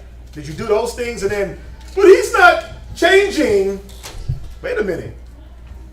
Was he supposed to? Off your emotions? Or did you ask the Most High to open up your husband's eyes and the way he deals and his method and his this and his that to better the family? I guarantee you that if you prayed on it, right? I'm gonna sound real churchy. I guarantee you if you just prayed on it and asked for prayer on it, that the Most High would be inclined, if you were doing what you got to do, he'd be inclined to help that situation out. He'd be inclined to let the Spirit open up to your husband's eyes the things that he's doing wrong, and to keep doing the things that he's doing right. But see, what you try to do as a woman is, see, you never, and you try to be the rebuker, the avenger, the correction. You try to do all the wrong things instead of facing the east and asking the Most High to give my husband wisdom to guide. Who's praying for their husbands? It's a real question. You ain't got to answer to me, but who's praying for their husbands? Or are you just not doing anything at all and thinking that your emotion is going to change your situation? Thinking that you trying to combat him, and contention don't fix nothing. Satan don't cast out Satan. So are you taking the Moses route, or are you taking the worldly route? Right? the typical Israelite woman in the world that you see. What does she do? There's like a whole thing online about, it blew my damn mind what our people want to argue about. The dude brought food for his son. Oh yeah, that's a big thing. He brought, I don't even want to bring that up. But are you taking the typical argument, contention, arguing, yelling, screaming, emotional route, or are you doing what the Bible says? But see, I'm going to revert all the way back to how we started this. Is it a light thing that the Most High chose you to be a servant? Why aren't you studying? See, if you read these things and read these stories and actually applied them to your life, sisters, if you became a Moses in your own right and in your own respect, if you became Moses, if you put yourself into the story and said, damn, you know what? I got to be Moses for a moment. What did he do in the face of people around him that weren't moving the way the righteous way as it seemed, right? What did he do in the face of a Korah and Dathan? Did he get emotional with them? What? He took his time. He sat, counseled, he didn't put his foot on the gas, he didn't pump brakes, he listened, he waited, he was patient. That's why I like what you're bringing up too, because I'll move quick on something off of being vengeful. Being what? Vengeful. Being vengeful. And that's where you mess up. Vengeance ain't yours, bro. God. Most High said, vengeance is mine. God. Your job ain't to take vengeance. God. You sisters, your job is not to correct and change nothing, but yourselves and your children. I had to cut you off there, but go ahead. Were you done? I'm sorry. Go ahead. He took his time. He took his time and right? Go ahead. He took his time, and that's what you're showing out right now, showing all of us right now, brothers and sisters, is we gotta be balanced. And not only be balanced, is you just stated it again, that it's all the Most High that's gonna take care of you. The Bible says in Exodus chapter 14, verse 14, the Lord shall fight for you. Right. And you say, oh, Most High, let me get that. Let me get that Glock. Let me get that knife. Let me get that bomb. Let me get my hand ready. Let me get some powder. Let me get some. Yeah. The way you fight. Remember, we don't got to go out and literally swing swords and take foreskins. Right? David did that already for you. Right? How do we fight? It's a spiritual warfare. Are you using the spirit on your behalf? Or are you letting demons control? Again, arguing, contention, fighting, fire with fire, railing for railing, striking for striking. Just ask yourself this. Has it worked? No. And if Moses could pray for the ground to open, what the hell can you pray for? He prayed in the ground open. It said just after he was done, boom. Didn't even take no time. Yeah. If Ezekiel could pray for it not to rain, not Ezekiel. Who was that? Elijah. Huh? Elijah. Right? Could pray for it not to rain. For 3 years. Right? If was it Samuel that prayed for the drought? He prayed for fire. What? Yeah. He prayed for fire? I forgot what it was. But the point is, Elijah did fire. Elijah did fire also. But you see my point. The effectual prayer of a righteous man, of a righteous woman, availeth much. It didn't say your emotion. It didn't say your contention. It didn't say you're arguing. It didn't say you're yelling. It didn't say you're screaming. It didn't say to go into HBIC mode. Y'all know what that stands for. It didn't say to go into pride mode. Right? Prayer. It's showing us here. We keep getting the examples. But again, who's looking at their own circumstance and saying, damn, let me pray about it. For real. Like, these are the things I should be praying about. Y'all praying for cars and houses and crap. Yo, let me need to win the lotto. What the hell are you talking about? The lotto. Are you really praying for things in your house? Are you seeing your children having demons on them, bad behavior? Are you praying for the Most High to remove that demon off of them? That's a demon. Are you asking them, are you facing the east and asking the Most High, instill wisdom in my husband, please. Give me forbearance. Give me discretion.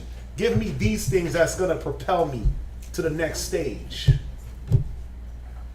Are you praying for food and water? You know, I like what you're going over, because as you're going over it, I'm like thinking about different prayers that I've read in the scriptures from David especially. And you want to be very on point with your prayer. You want to, like, if you look at David, David wasn't like, yeah, just pray for the destruction of my enemy, right? He was like, let when they're about to eat, all this thing happen. When they're about to fill their belly, you know, sometimes you want to be direct with your prayer. Like when you look at Solomon, Solomon was like, listen, bless me. And you read more about it in Chronicles too, where it goes more in on Solomon's prayer. Instead of just doing the generic, boring prayer that we always tend to do, like really sit there and think and meditate on, okay, if I'm dealing with this, my husband's dealing with this, my kids are dealing with this, if the brother or sister that's around me is dealing with this, then you have to think of solutions or methods that can help them in what they're dealing with, and actually pray to the Most High about those solutions and those methods. You see what I'm saying? That'll make the prayer a little bit better, and help you to actually think about your prayers more and meditate on just different things more, instead of just, I know we're always like, Yahweh, like me personally, I'm always like, Yahweh, heal the sick. But I'm thinking now, like, instead of just saying heal the sick, maybe I should be saying, Yahweh, bless the sick with the knowledge that they need to overcome the sickness. I'm always praying for the widows, right? And maybe now I should be praying like, Yahweh, bless the widows with the things that they need. Instead of just, we pray for the widows. Nah, bless the widows with the things that they need. That's gonna help them throughout what they're dealing with. The poor, we'll pray for the poor. But how about Yahweh? Let's make ways for the poor to help us out with the businesses to help the poor. Just different things. Be a little bit more specific, because it's very easy to just say the same thing, but the scripture says a fervent prayer, right? So what is fervent? Fervent is zealous. It's with a lot of zeal. Fervent is like, in other terms, fervent is let me go hard. It's fire, it's lit. So the effectual fervent prayer. So and instead of just a generic prayer, let me actually think and pray with my heart and my soul, and pray and actually care, and you know what I mean? Yeah. To actually get the Most High to listen a little bit better. Are y'all coming boldly before the Most High? That's another thing. Are you begging, or what I mean? Are you just like timidly asking the Most High for something, or are you coming boldly like the Scripture says? And remember, the Most High is a man of war. You know what I mean? Are you ashamedly going into, I don't want nobody to see me? Or are you shouting to the Most High? Are you yelling up to the heavens, man? Making yourself be heard. Most High don't want somebody that's ashamed of him. You talking to him on the low? How would you feel, sisters, how would you feel if your husband only talked to you on the low? Like when you're around people, he only talk to you in little hushed tones and stuff, he kind of act like you ain't really with him. How would you feel? The only time he talk loud to you is when y'all in the house together, and that's it. But otherwise, he act like he ashamed of you. Huh? How do you talk to the Most High? Like I said the other day, I got out my car. It was nighttime. I kept remembering how dry the grass was and everything. I was like, rain! Outside. You know what I mean? Toward the heavens. A couple days later, here come the rain. I'm driving here. Oh, you can't even see. I had to pull over here. On the way back from Dallas, it's like, I got to get out of this.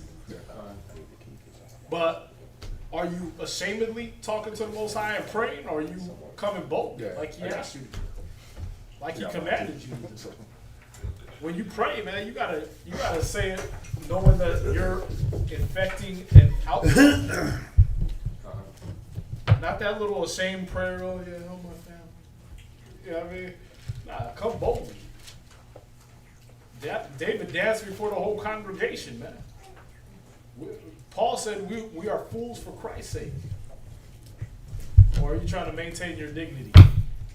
Because the Most High said he requires a sacrifice of praise. That's what you're supposed to bring to the house of the Most High, the sacrifice of praise. How's it a sacrifice? Because I'm giving up my dignity. I'm giving up my so-called self-respect. Because I need the Most High to hear me.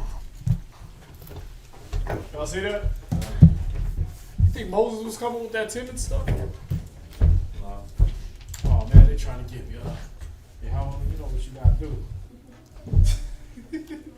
Nah, he was on his face before the whole congregation. Just so y'all know that I didn't do this to y'all.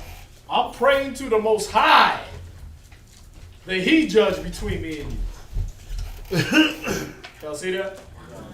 I didn't set up no curses on you in the closet. No. I asked the Most High to judge. And he happened to judge in my favor and against y'all. Y'all see that? You got to be bold with it, man. He said the saints of the Most High shall take the kingdom. Okay? Take it. Not ask for it, not plead for it, beg for it. Take it. Okay? Where you at? Go ahead. Elijah. Numbers chapter 16 at verse 32. And the earth opened her mouth and swallowed them up, and their houses, and all the men that Appertain unto Korah, and all their goods, they and all their appertain to them, went down alive into the pit, and the earth closed upon them, and they perished from among the congregation, and all Israel round about them fled, and the cry of them, for they said, lest the earth swallow us up also. And there came out a fire from the Lord, and consumed the 250 men that offered incense. And the Lord spake unto Moses, saying, it says in the Josephus that the earth opened up and closed so seamlessly, it was like nothing ever happened. It's like, where'd they go? There was no crack in the earth. There was nothing. It was doom. What? Huh? Just like when you walked on the Red Sea and it was like dry land. There was no ifs, ands, or buts about it. That happened. Go ahead. Speak unto Eleazar, the son of Aaron, the priest, that he take up the censers out of the burning, and scatter thou the fire yonder, for they are hollow, the censers of these sinners against their own souls. Let them make them broad plates for a covering of the altar, for they offered them before the Lord. Therefore they are hollow, and they shall be a sign. They shall be a what? A sign. A what? A sign. Yeah, you're always going to have a sign and a remembrance for what these 250 men did. They, if I'm not mistaken, they gold-plated the altar. Oh, the Most High is cold, man. He's the sense of humor. You niggas gonna drink the gold you made a calf with, and you gonna line the altar with the censers of wicked men to remember not to blaspheme, not to murmur, not to follow sedition, not to this, not to that. I'm gonna give y'all a sign. It's like, damn, Most High gave us so many signs, and it was still like, it don't matter. Go ahead.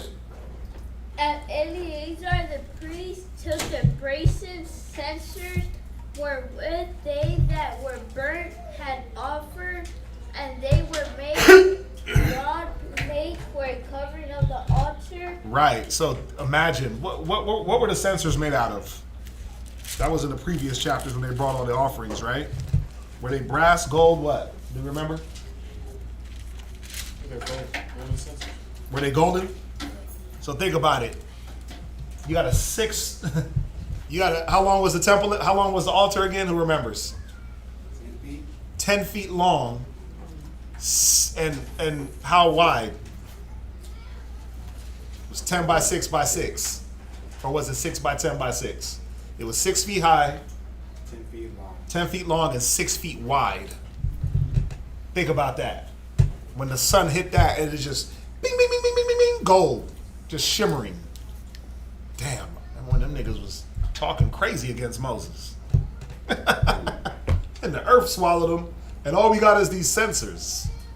That followed us throughout the rest of this 40 years as a sign that we still forgot. Go ahead.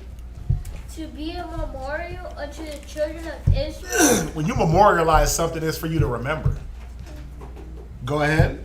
That no stranger, which is not of the seed of Aaron, come near to offer incense before the Lord, that he be not of Korah and his That he be not of who? Korah Go ahead. and his Companions. companions And his company. Oh, company. and his company, as the Lord said to him by the hand of Moses. But on the morrow, all the congregation of the children of Israel murmured against Moses and against Aaron. Wait. When did it happen? When did it happen? On the what? On the morrow, Bruh, come on, man. You couldn't even give it like 7 days. You couldn't wait till the next memorial to murmur. It just shows you how quickly that mind state that we have to battle, how quickly that negative mind can pop up. But what it is it never left the people. All the ass whooping that we caught, all the swallowing up of the earth, all the serpents, all this, all that, it never changed the minds of the people that it wasn't meant for. Y'all see that? Some people are just going to be who they are. And you can preach and preach and preach and preach and preach and preach and preach, and guess what?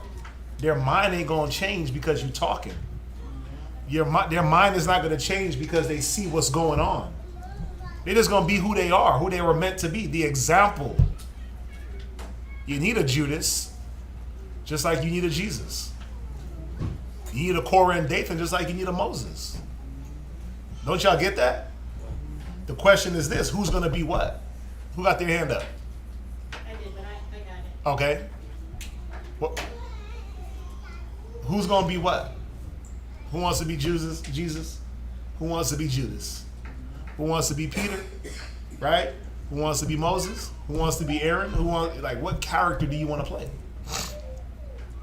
Go ahead. So on the morrow they murmur. This was always funny to me. It's like, damn, that was quick. Go ahead. But on the morrow, all the congregation of the children of Israel murmured against Moses and Aaron, saying, Ye have killed the people of the Lord. And it came to pass, when the congregation was gathered against Moses, and To the pure, all things are pure. To the pure, all things are pure. See, a pure outlook would understand, wait a minute, these men died of their own doing. You reap what you sow. They went against the Most High took them out. Moses he was the intermediate, right? He's the prayer. He prayed, right? But a wicked mind state, an unpure unbelief, it says to the pure all things are pure, but to the wicked and unbelieving is nothing pure. They couldn't see the purity in why these men had to go, why Korah, Dathan, and their whole company had to go. There was no pure outlook. Now they blaming Moses and Aaron for men dying of their own words, or for their own words. That's insane. It's even more insane that they would blame a man for what happened to them. Yeah, like Moses didn't. He took a pickaxe and opened the ground. He kicked the ground and made it open. He didn't do any of that. What it goes to show is, curses the man that trusteth in man. It's like it's like, man, it's so wishy-washy. It's like we want to believe in Moses in the wrong time, but then we want to hate on Moses in the wrong time. He ain't nothing when it's time for him to do his job and lead us, but he's everything when it's time to blame him. Don't that sound like black people? Don't that sound like black people? Like, man, Obama, he gonna save black folks. And as soon as he don't, see, he ain't nothing but a politician. Like, what you think? Why'd you trust in him? Why'd you trust in Trump? Why'd you trust in politics? Why'd you trust in policy?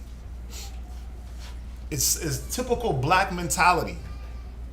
Cast the blame, trust in man, don't believe in the Most High until it gets bad. You want to blame the wrong thing. You want to blame man for what the Most High is doing. That was to show the Most High's power. So there we go again, doing what? Taking the glory of the Lord. You were supposed to say, damn, Barakatah Yahweh Shem Yahweh. Listen, if I see the damn earth, every time, like he's talking about sinkholes. You know what's wild? I'm walking through my backyard, and it's been so dry. It was yesterday. I'm walking, and literally got the window to the house. There's a patch of land right here, and you can see the crack opening in the backyard. And then I keep walking. There's another crack opening, and I'm like, damn, what's going on here? This was yesterday. I was walking through the backyard, and I was like, whoa. Got to be careful here because this earth might open. What the hell's going on, right? But every time I see that, a car just driving, it just falls. You're like, whoa, that's the Most High. All the different situations that go down that we say Mother Nature and all that crap. I'm like, man, the Most High is great. You got to give that glory to the Most High. If not, you could be the next one. You know everything's a spirit, and it all got to obey His will. That means the earth that's under you stays under you because He wants it. Yeah, not because they put blacktop.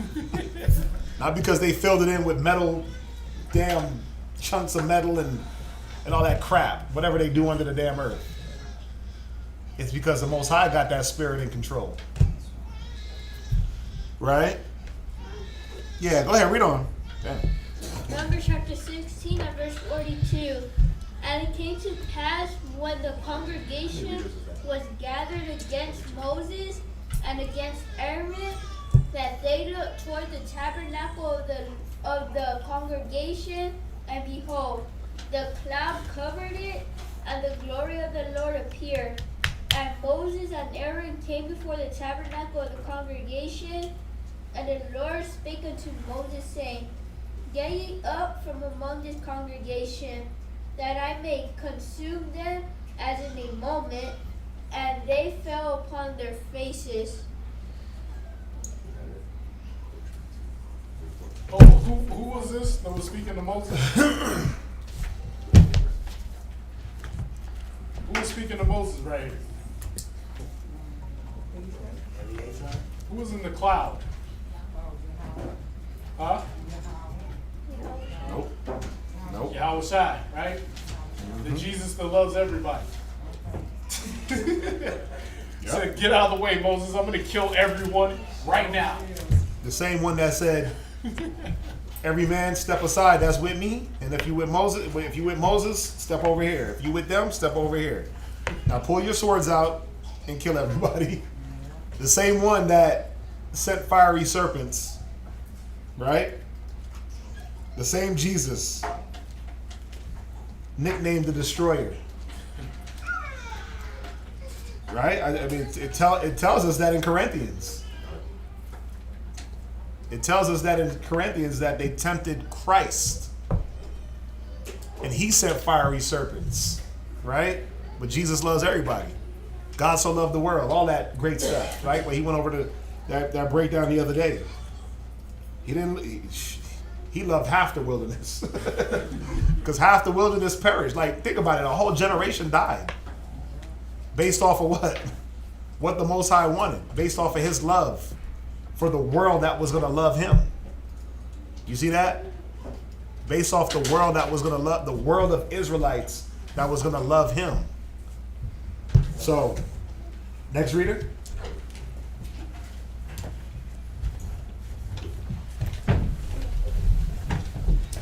Just be ready, right?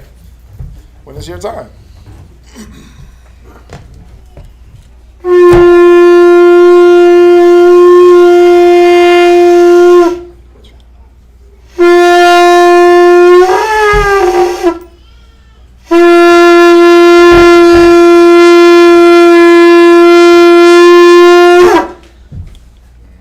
Yashikar, Shabbat Shah, Yashikar, Maya Shal. Yashkar, Shabbat Shah, Yashkar, Monia Sha'ala, Monavizer, Amadi, Barak. Yahweh Hashem, Yahweh Shai, Brakatham. Yahweh Hashem, Yahweh Shai, Brakatham.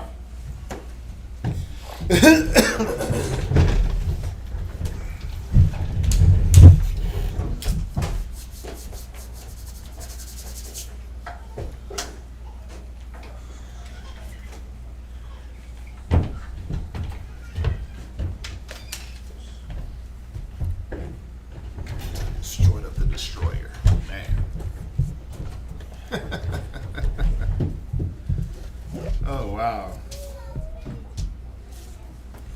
So very hilarious. We're at Numbers chapter 16 and verse 45.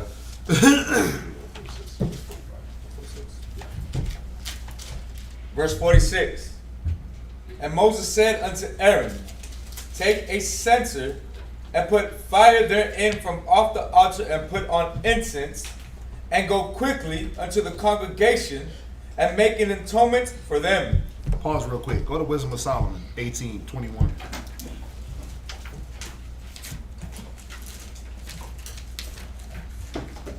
$18.20. 18:20. Book of Wisdom of Solomon, chapter 18 and verse 20. Read. Yea, the tasting of death touched the righteous also. Right.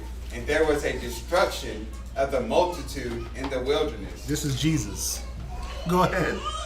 But the wrath endured not long. Why? Read. For then the blameless man Moses. made haste. Moses made haste. Read. And stood forth to defend them. Read. And bringing the shield of his proper ministry. Wait, what was his shield? Read. Even prayer. Even what? Prayer. Come on. And the propitiation Uh-huh. of incense set himself against the wrath. Right. And so brought the calamity to an end, declaring that he was thy servant. 22. So he overcame the destroyer, not with strength of body, Right. nor force of arms, See, it ain't about that. Go ahead. but with a word subdued he him that punished. See, he prayed. He prayed to the Most High, man. His words, the right words, said he subdued him that punished. Right? Through long forbearance is the prince persuaded. Go ahead. Alleging the oaths and covenants made with the fathers. Right. Right. Right. Go back. I mean, it could go all the way to 25, but go back. Just again showing the character of Moses. He said he stayed in between. He put himself in between the wrath. Right. He put himself in between those serpents at the time and the people. He put himself in between the murmurers and the people. He put himself in between the Most High and the people.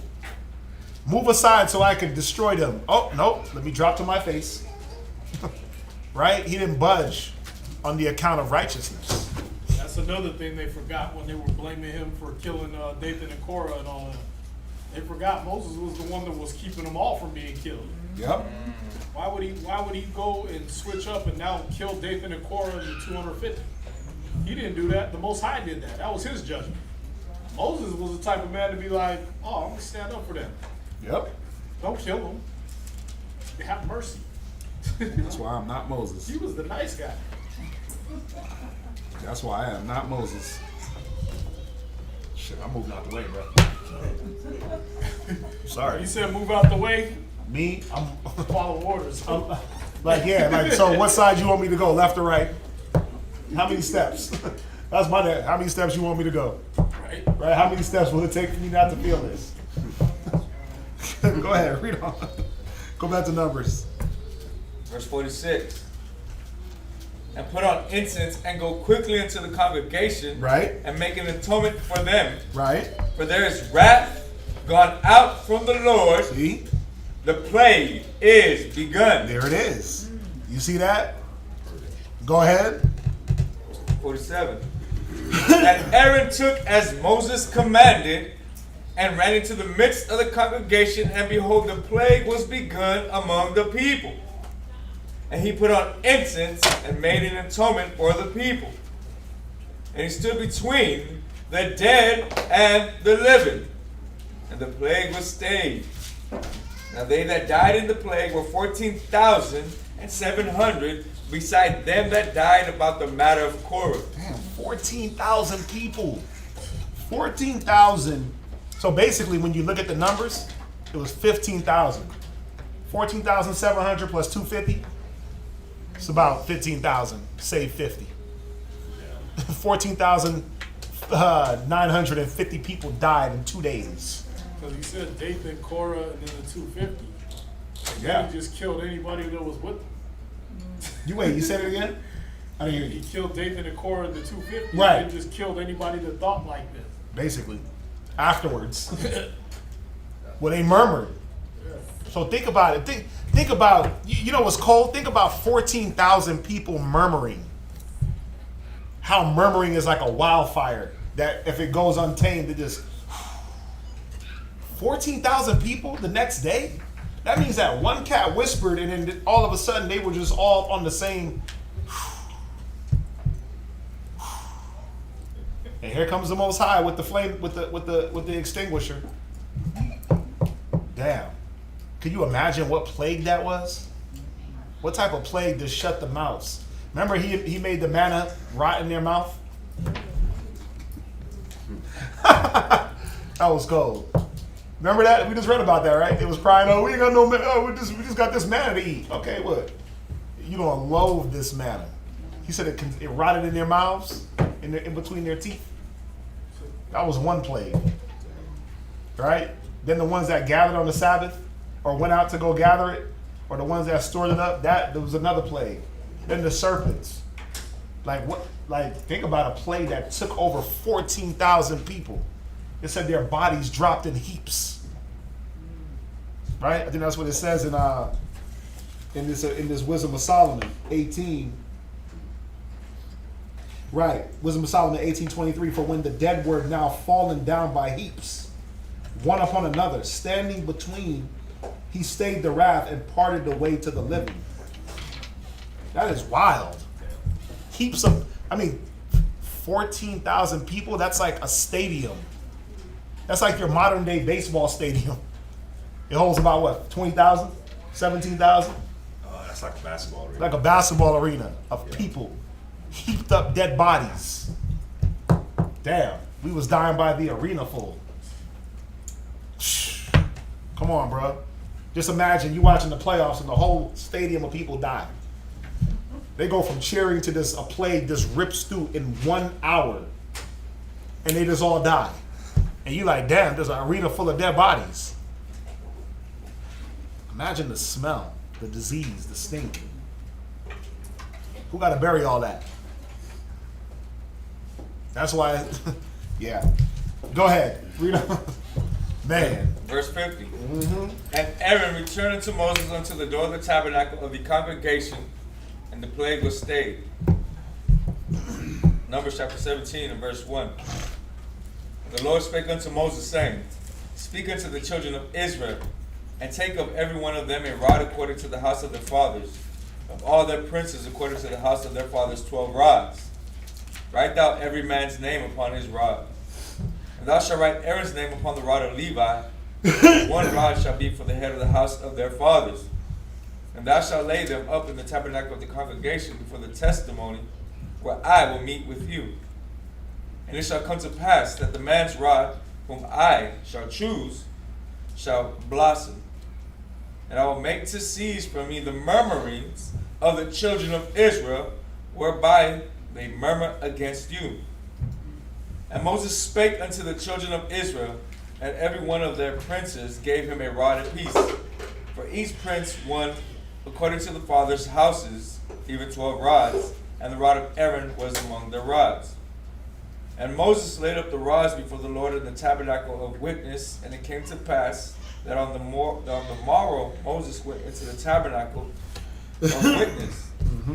And behold, the rod of Aaron for the house of Levi was budded, and brought forth buds, and bloomed blossoms, and yielded almonds. And Moses brought out all the rods before the Lord unto all the children of Israel, and they looked and took every man his rod.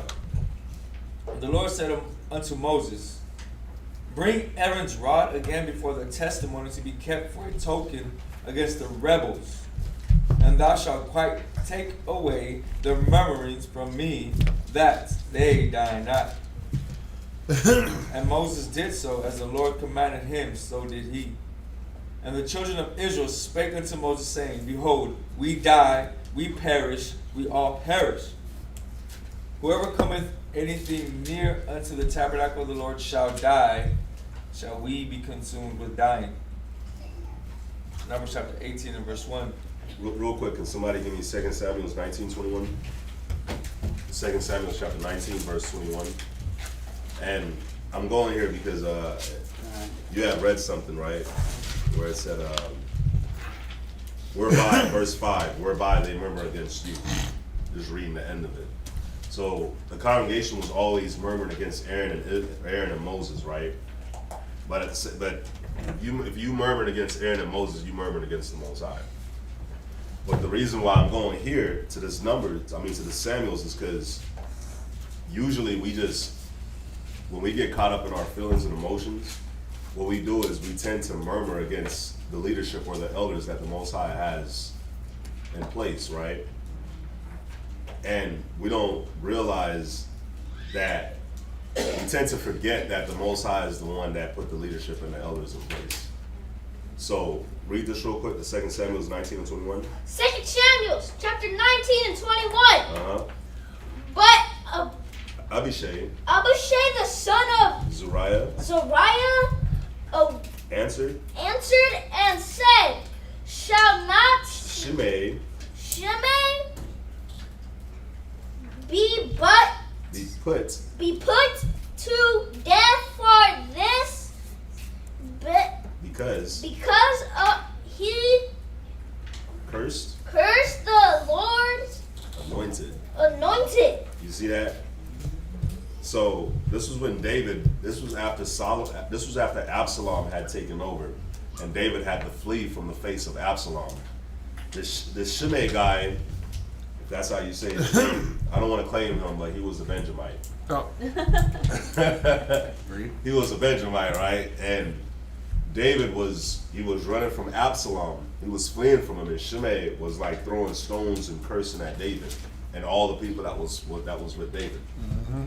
Right? So you have this brother, Abishai, the son of Zariah. He said to David, shouldn't Shimei,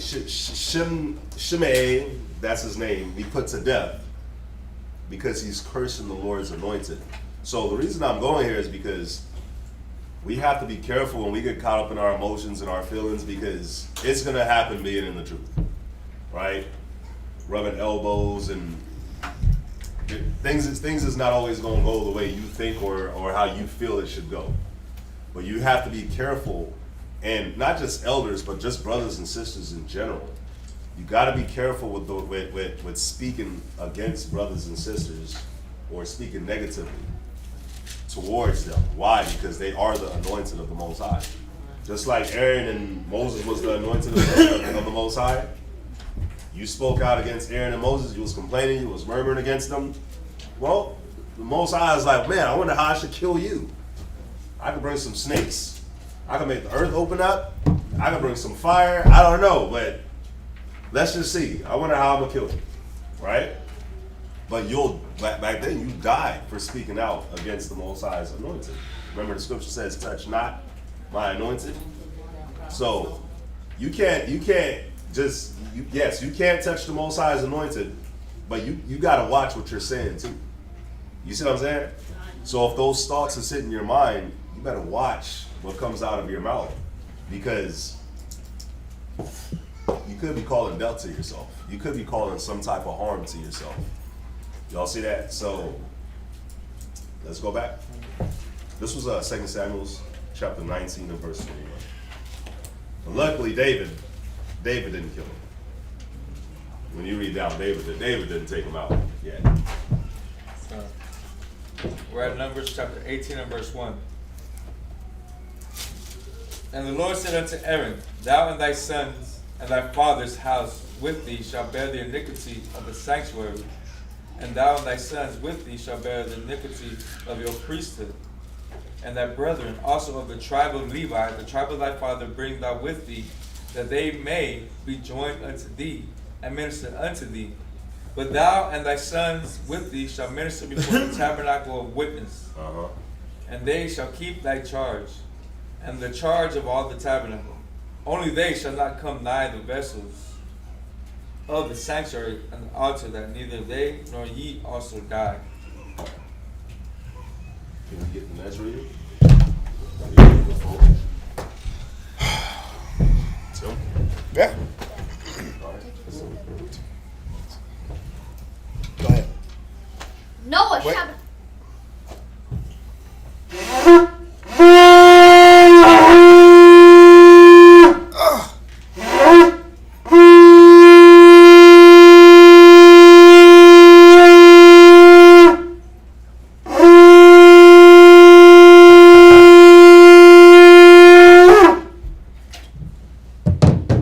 Noah shall show Benjamin, Bun Yasharala, Banyamyan. Banyamyam Yasharala, Noah Shabbat Shah Banyamyan Banyashar Allah, men of Israel, Amadi, Barak. Yahaba Shemiel Shabakatam, Yahweh Shemiel Shabrakatah. It's your Bible. Come on. Let's go. Let him sit right here. Cow. Stop holding the Bible like that.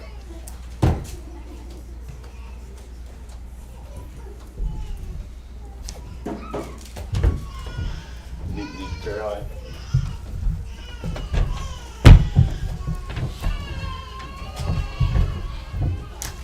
Man, it sounds crazy back there. Sounds like there's 30 kids back there. So where you at? Numbers 18 and 4.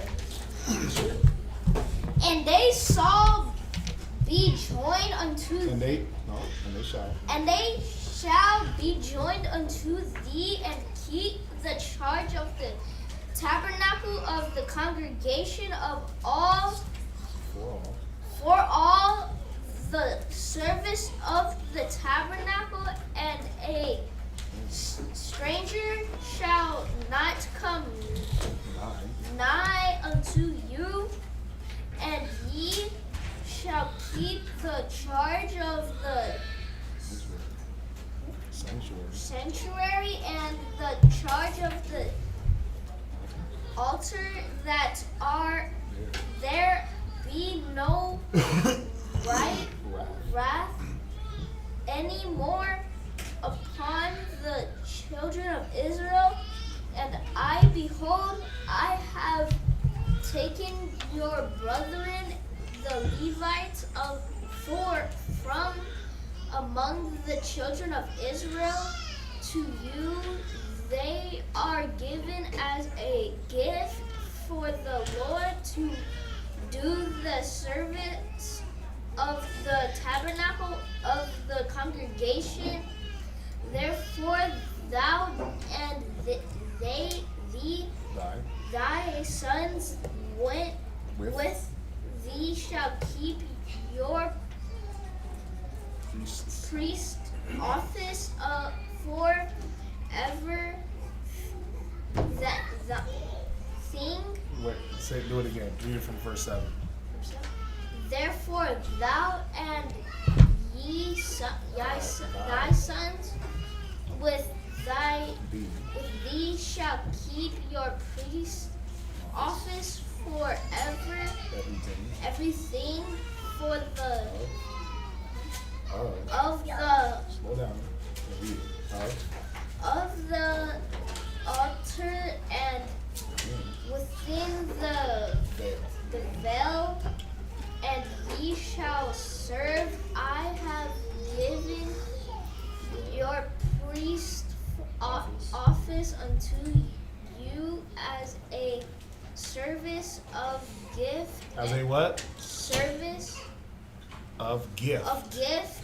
Yeah, remember, is it a light thing that we have been chosen to be princes and kings? Most High said, baby, it's a gift. Right? Well, we look at it as what? That I gotta study, I gotta read, I gotta teach. We look at it as a burden. It's not a burden, it's a gift.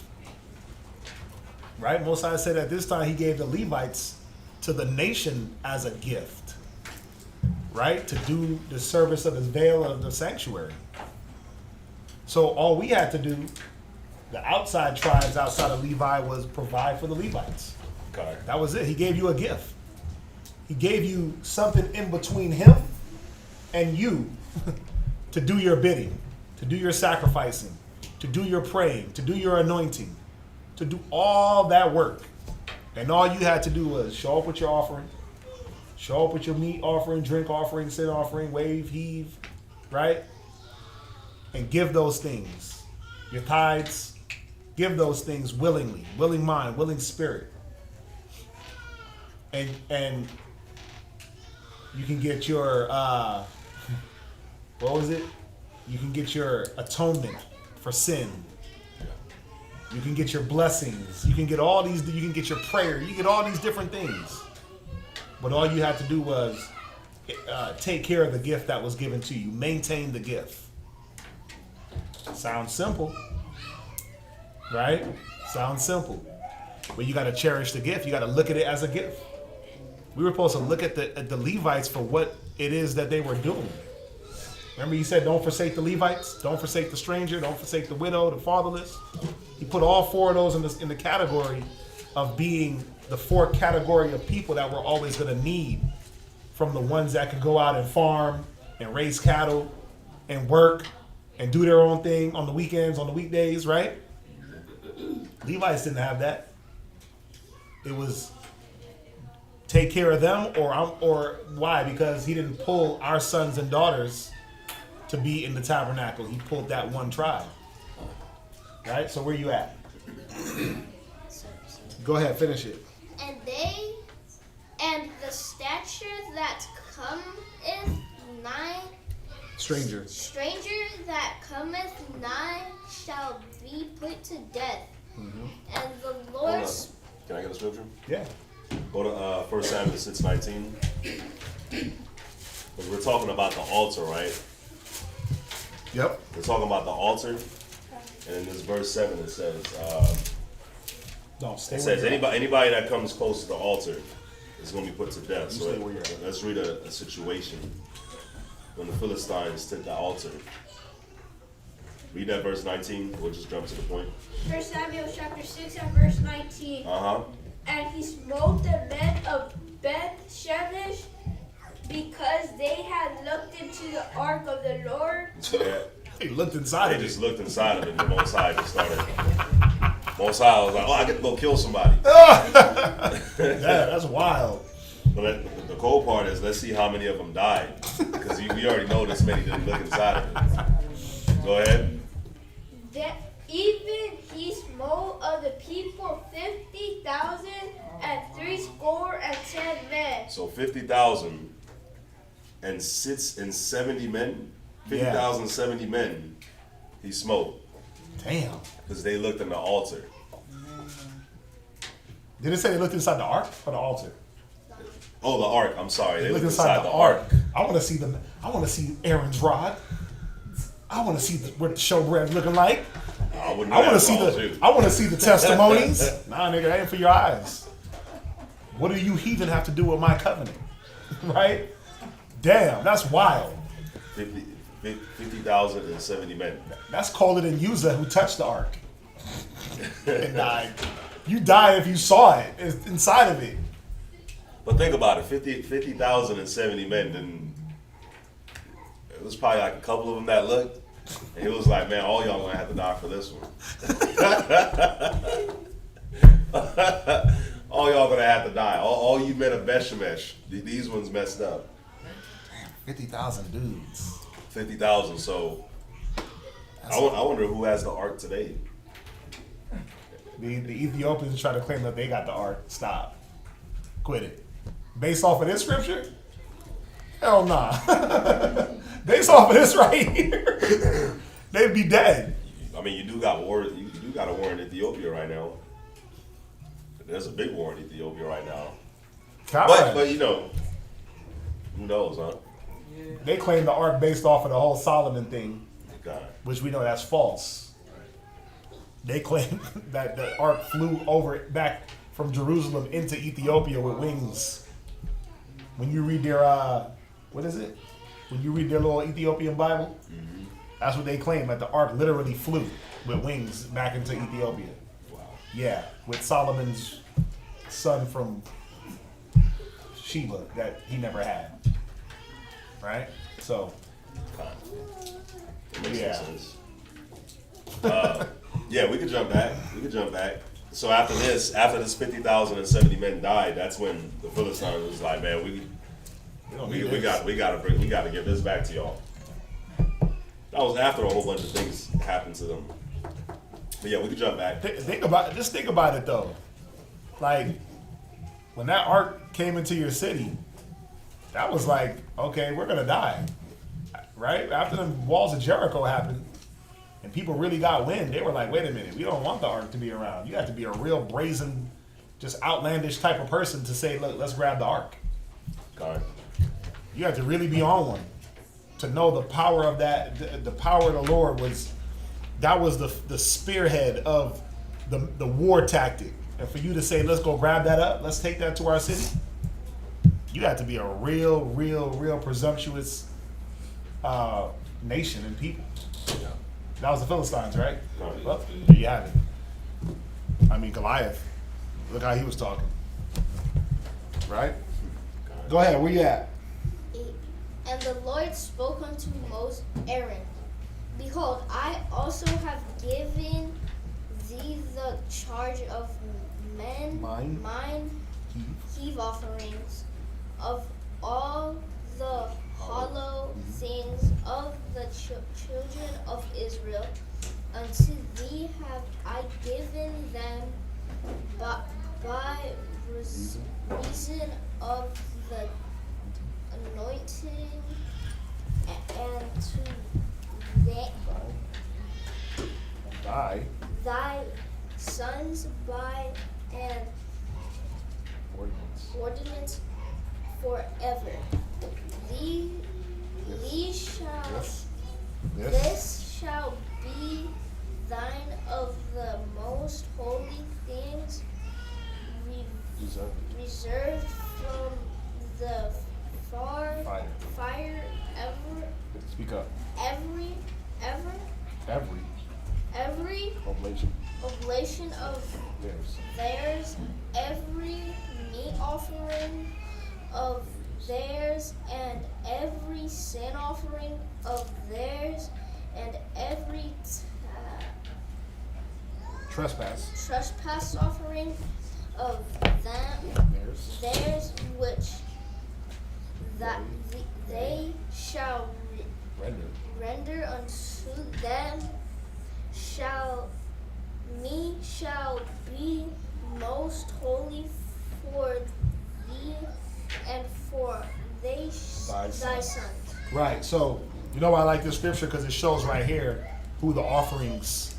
If you had a doubt who the offerings went to, they went to the priest. Right. This shall be thine of the most holy things, reserved from the fire. Right. What was reserved? Well, the only thing that wasn't reserved in the fire was the burnt offering. You didn't eat that. The burnt offering just burnt. But everything else, right? Meat offering. That was what? What was the meat offering? Pop quiz. Flour and oil mingled together. Right. Well, right. So the meat offering, sin offering, trespass offering, right? Those different offerings were given to the priests.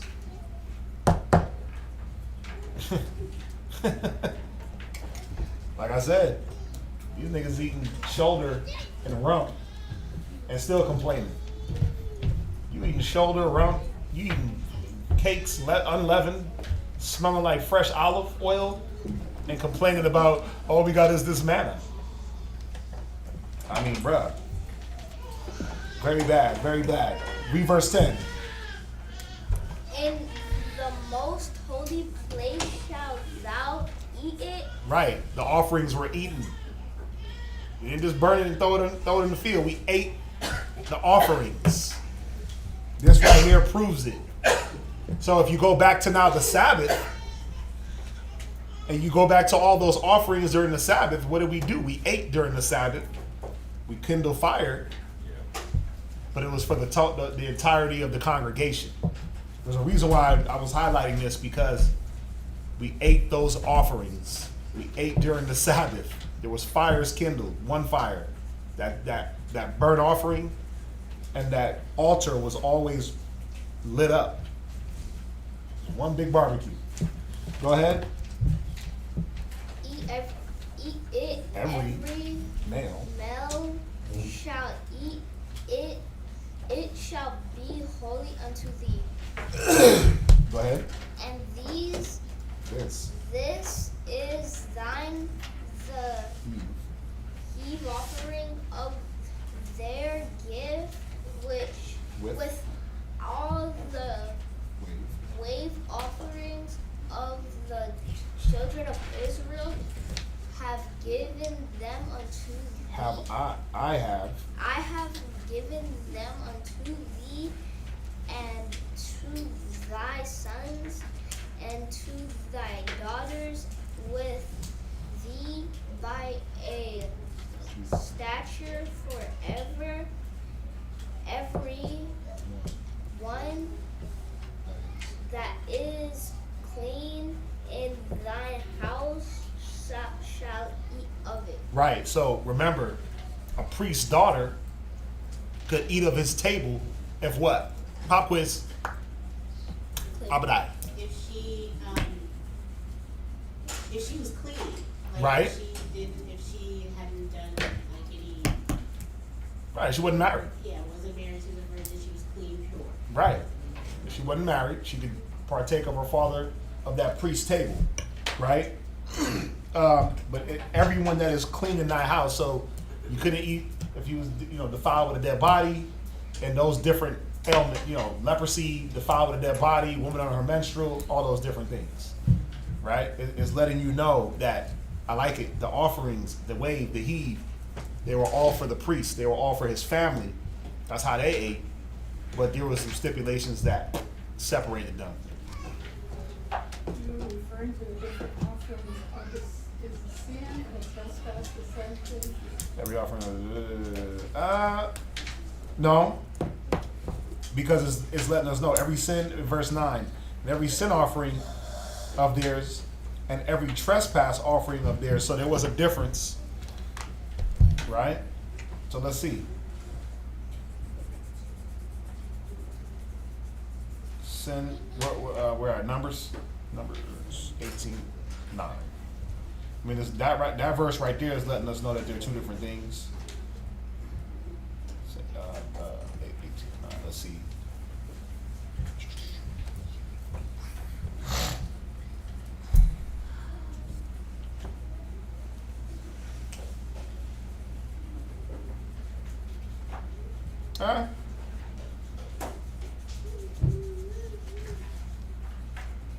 Might be the same.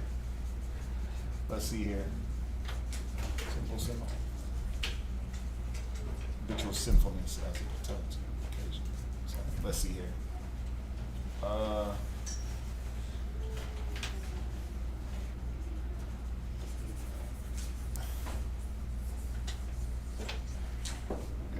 Every trespass. Let's see here. So.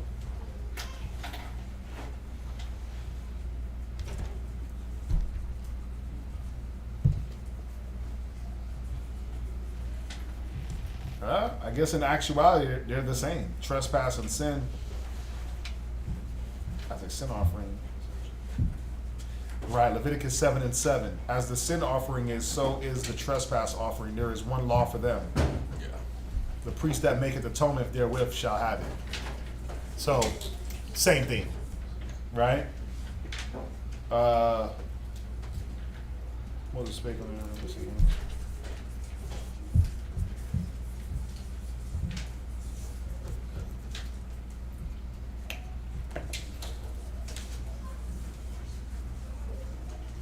Yeah, Leviticus 14:13, and he shall slay the lamb in the place where he shall kill it, shall kill the sin offering and the burnt offering in the holy place. For as the sin offering is the priest, So is a trespass offering. It is most holy. So it names them as they're different, but trespass, sin, the same. But would you use like different animals? That's what I'm looking for. Sin through ignorance.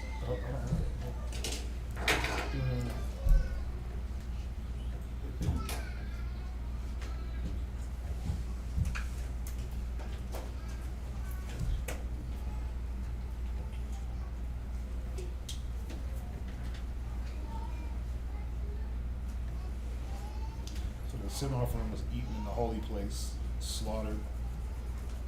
Right? There might have been some difference.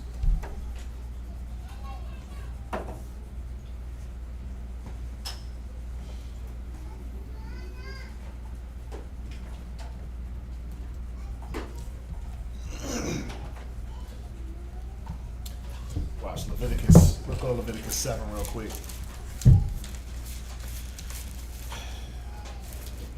There may be like a small variation to the law. Let's see. Leviticus 7. Let's see here. Right. So go to Leviticus 6. No, you stay where you. I want you to stay where you're at. Somebody give me Leviticus 6 and verse 25.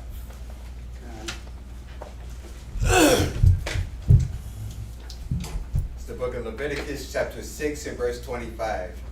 Speak unto Aaron and to his sons, Right. saying, this is the law of the sin offering. Right. In the place where the burnt offering is killed, Right. shall the sin offering be killed before the Lord. Go ahead. It is most holy. Mm-hmm. The priest that offereth it for a sin shall eat it. In the holy place shall it be eaten. Right. In the court of the tabernacle of the congregation. So it's given us where it shall be eaten, where it shall be killed, who was supposed to eat it. Go ahead.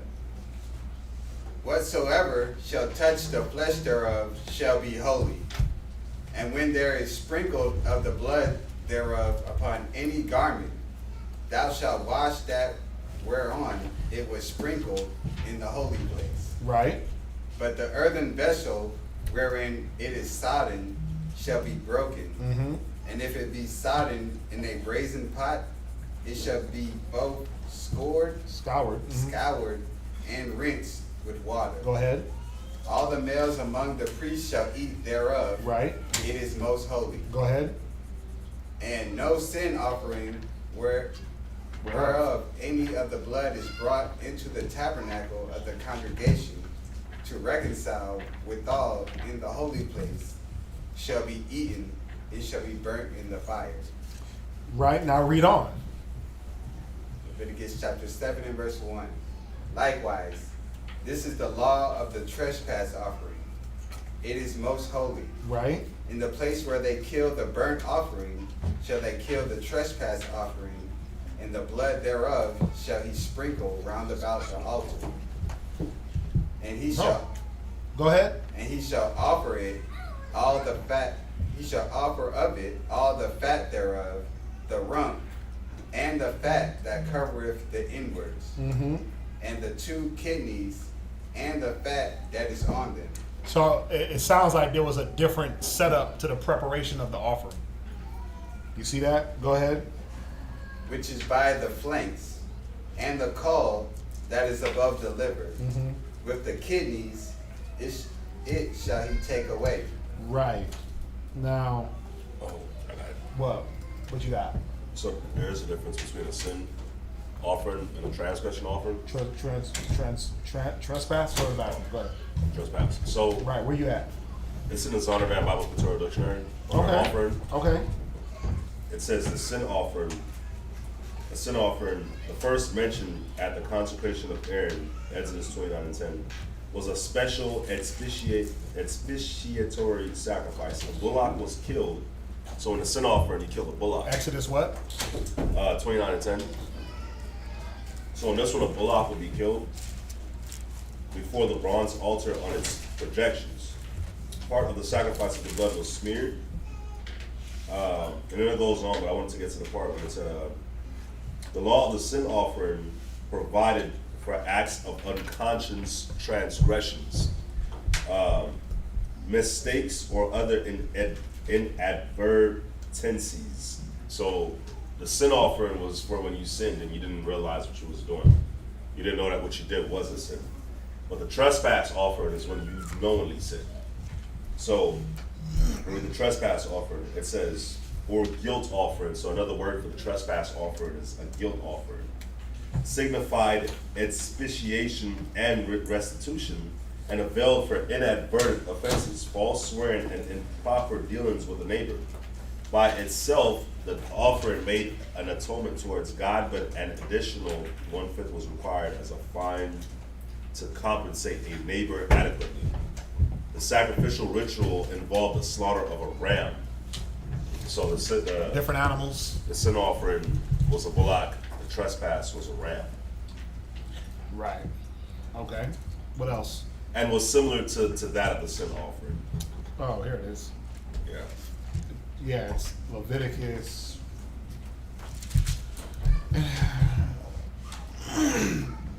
Right, here it is.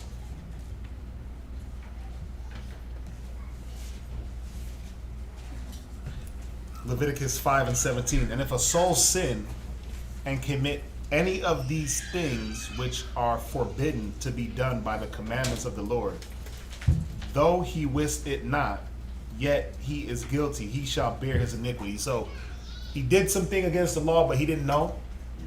He's still guilty.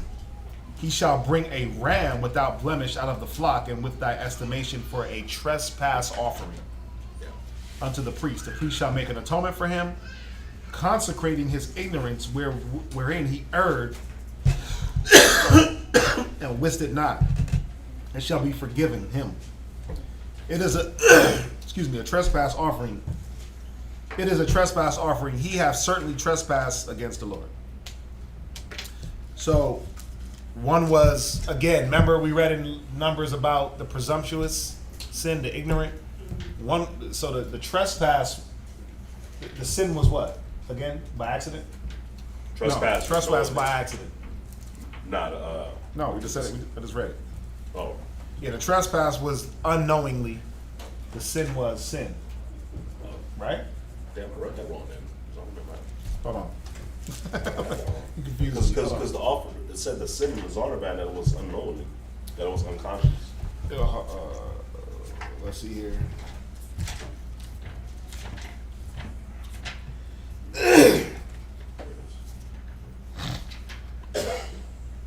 Sin offering, it says, the law of the sin offering provided for acts of unconscious transgression. Okay. Mistakes or other inadvertent tendencies. Right. And what did you bring for that? A bullock. Right. Okay, and then for the other one you brought Well, you know what? ram. On this trespass offering, it does say inadvertent offenses, false swearing, and improper dealings with the neighbor. So it's like the sin offering is, the trespass is like when you trespass against a neighbor. Right, here it you is. You unknowingly Right. sinned against your neighbor. Whereas Right. the sin offering is when you don't sin against somebody. Right. So Leviticus 5:1. If a soul sin and hear the voice of swearing, and is a witness whether he had seen or known of it, if he do not utter it, then he shall bear his iniquity. If a soul touch any unclean thing, whether it be a carcass of an unclean beast, carcass of an unclean cattle, carcass of an unclean creeping things, or if it be hidden from him, he also shall be unclean and guilty. Yeah. If he toucheth the uncleanness of a man, whatsoever uncleanness it be, that a man shall be defiled withal, and be hid from him, when he knoweth of it, then he shall be guilty. Or if a soul swear, pronouncing with his lips to do evil or to do good, whatsoever it be that a man shall pronounce with an oath, and it be hid from him, when he knoweth of it, then shall he be guilty in one of these. Right? 6, and he shall bring his trespass offering unto the Lord for his sin which he hath sinned, a female from the flock of the lamb or the kid of goats for a sin offering, and the priest shall make an atonement. Verse 15, Phil. Right. You see that? So one is ignorance and one is it's like it's telling you here. You unknowingly touch. If a man he got an open cut or something, right? And he rub up against me or something, and I'm like, oh whoa. I was supposed to go, I touched his uncleanness, right? I was supposed to bring, verse 6, and he shall bring his trespass offering unto the Lord for his sin which he hath sinned, a female from the flock of the lamb or a kid of goats for a sin offering.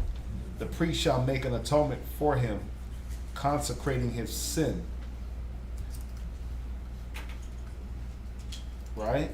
Now, if you jump to the same chapter, 15, if a soul commit a trespass and sin through ignorance in the holy things of the Lord, then he shall bring for his trespass unto the Lord a ram without blemish. So the thing with this is, the thing with the trespass offering is that it's giving you, if you can't bring one thing, then you can bring another, right? Because it's telling us in 6, you brought a lamb or a kid of the goats. If you can't bring a lamb, then you can bring 2 turtle doves, 2 young pigeons, right? Go down, you shall be the same burnt offering. Whatever you got to bring 2 turtle doves.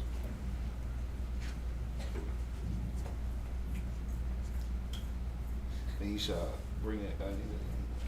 If you couldn't bring a turtle dove, then you could bring frankincense, right? You could bring all these different things depending on depending on what you had. Right? If a soul commit trespass through ignorance,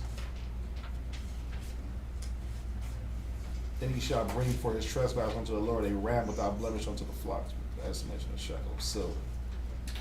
And he shall make amends. Who sins against the Lord, right? If a soul sin and commit a trespass against the Lord, trespass offering. This is the law of the sin offering.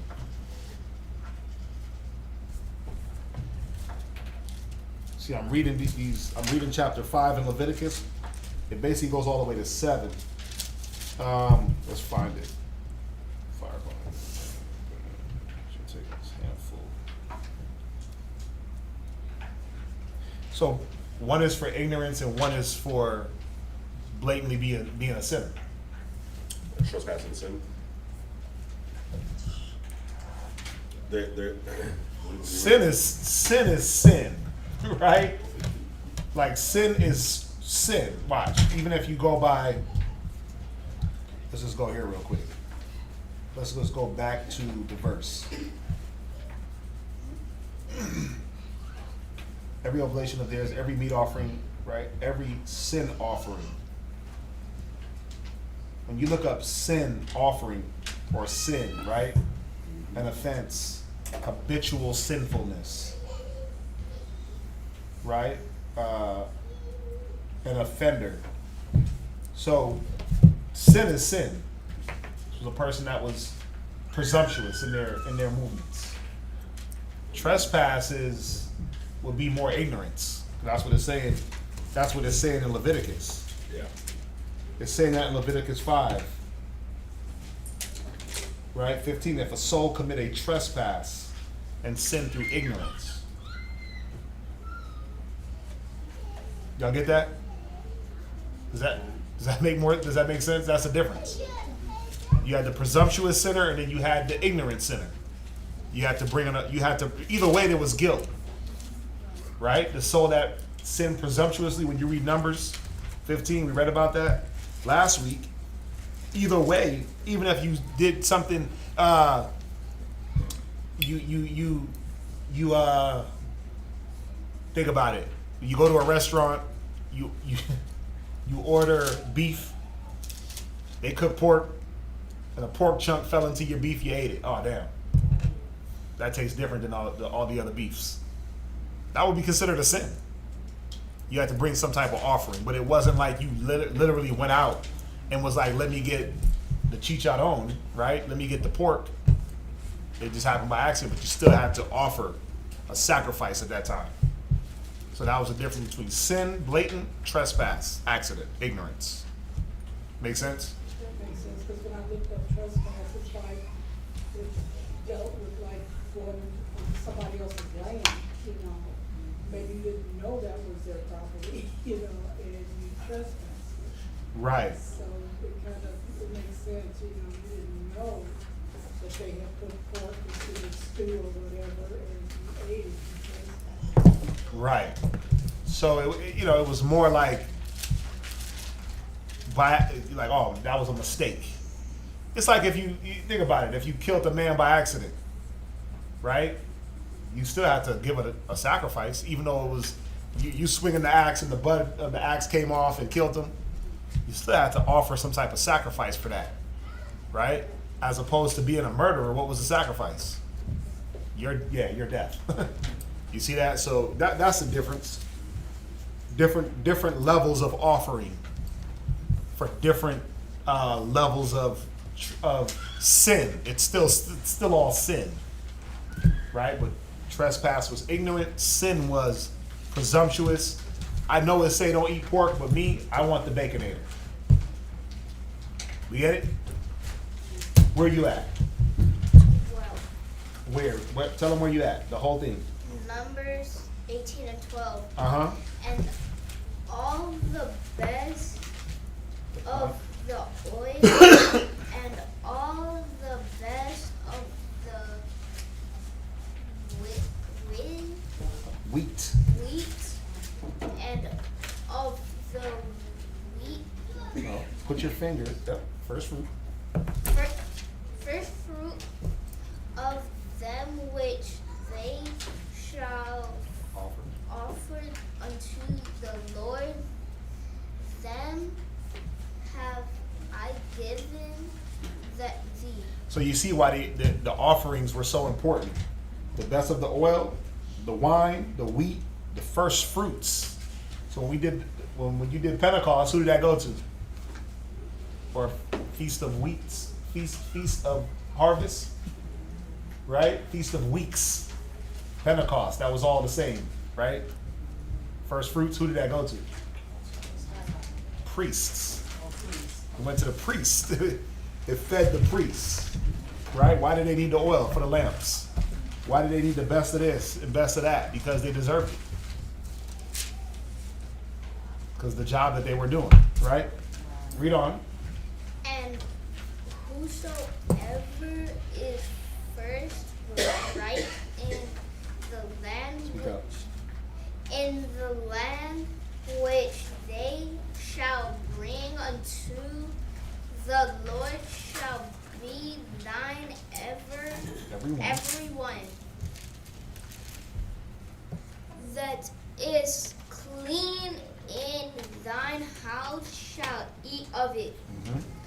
Everything but devoted in Israel shall be thine. Everything that openeth the matrix in all flesh which they bring unto the Lord, whether it be of man or beast, shall be thine. Nevertheless, the firstborn of man shalt thou surely redeem, and the firstling of unclean beast shalt thou redeem, and those that are not to be redeemed from the mother from month old shalt thou redeem according to thine estimation for the money of 5 shekels after the shekel of the sanctuary, which is 20 gerahs. Right. So remember, the Most High put a price. Remember in the earlier chapters, he put an estimation on a male, a female, and their age. Remember that? So this is what he's saying, that you got to pay. You got to pay for these things, right? You got to give according to these things, right? Go ahead. Read 17. But the firstling of a cow, or the firstling of a sheep, or the firstling of a goat, thou shalt not redeem.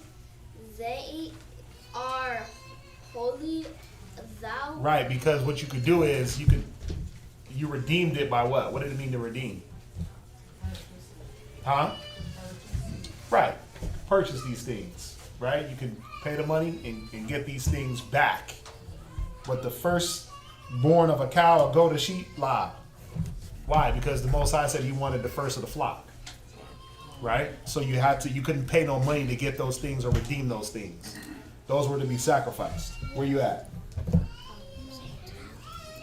Thou shalt not redeem thy are holy. Thou shalt sprinkle their blood upon the altar, and shalt burn their fat for an offering made by fire, for a sweet Savior unto the Lord, and the flesh of them shall be thine as the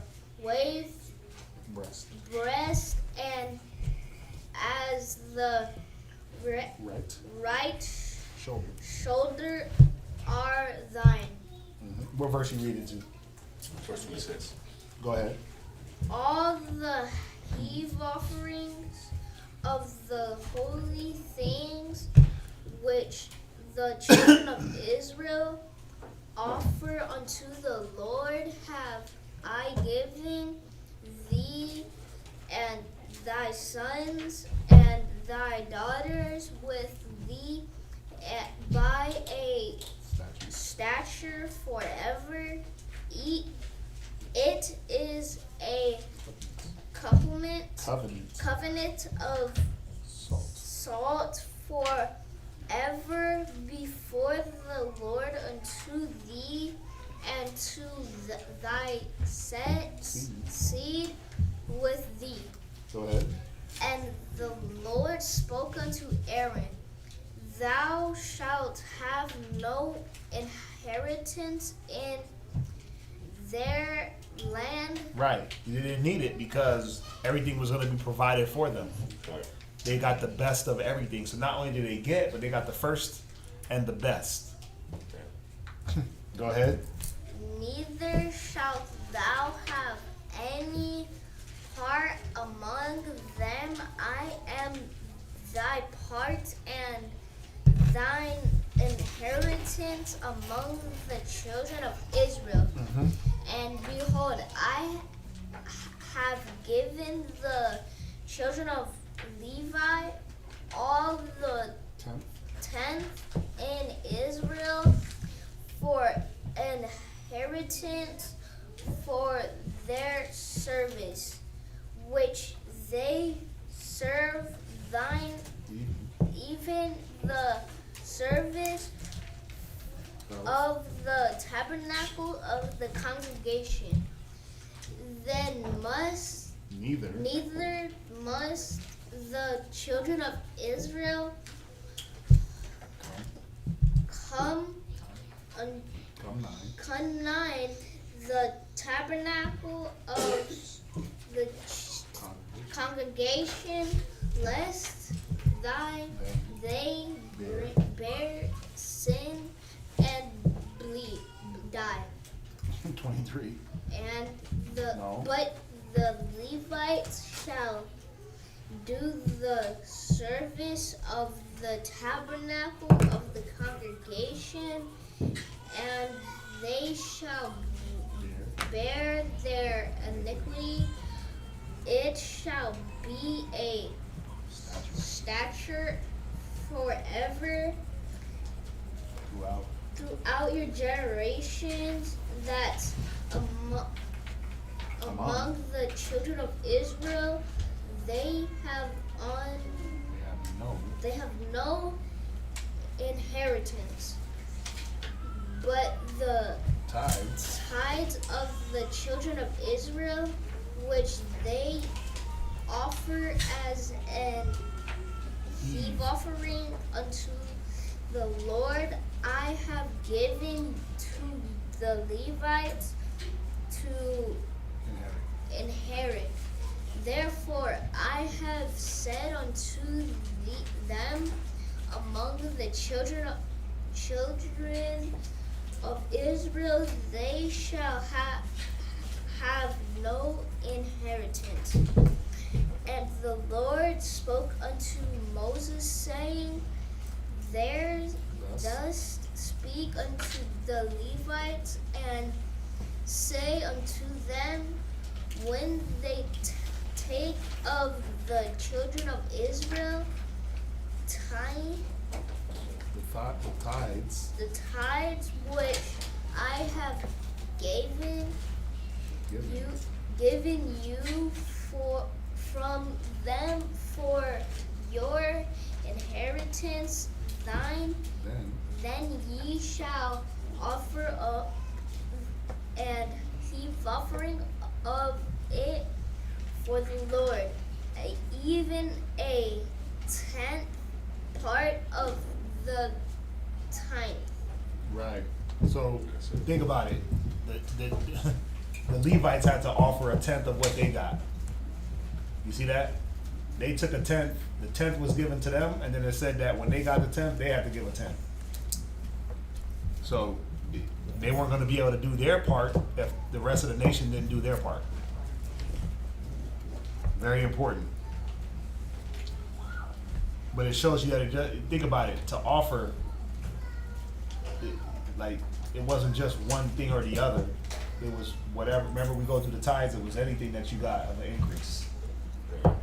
Right? So, where are we at? Any questions on that?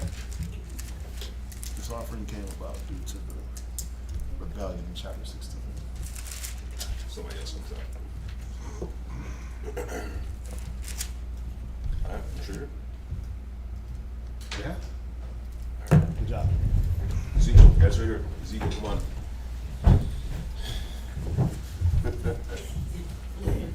Go to Ezekiel. Oh my God, he's ready?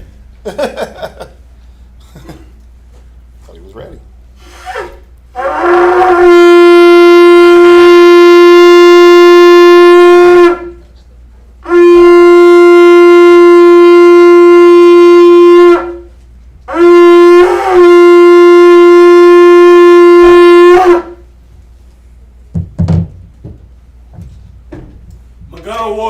Yahweh, Ban Yasharala. We're gonna work Shabbat Tashari.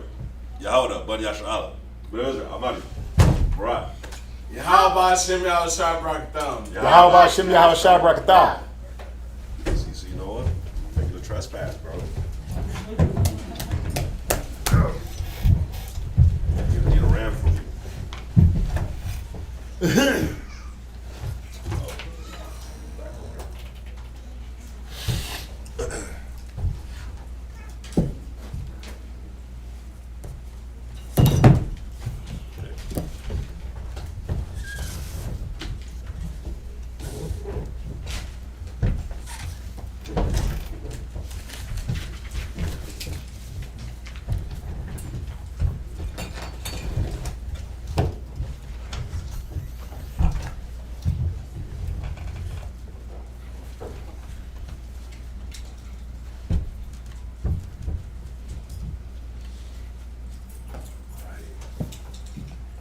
This is Numbers chapter 18, verse 27.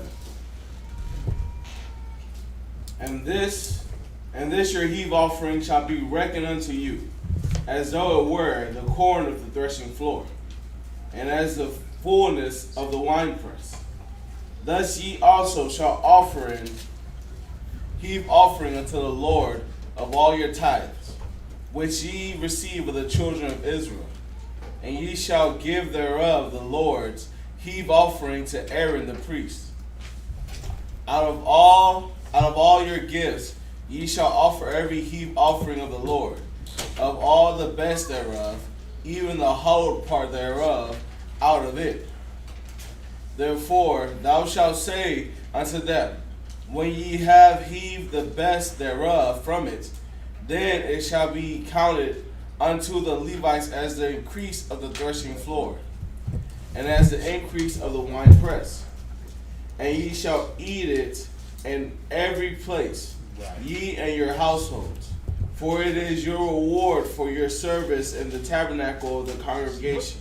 Right. So hold up real quick. Let's make sure that this is clear. Let's make sure that this trespass and sin offering is clear.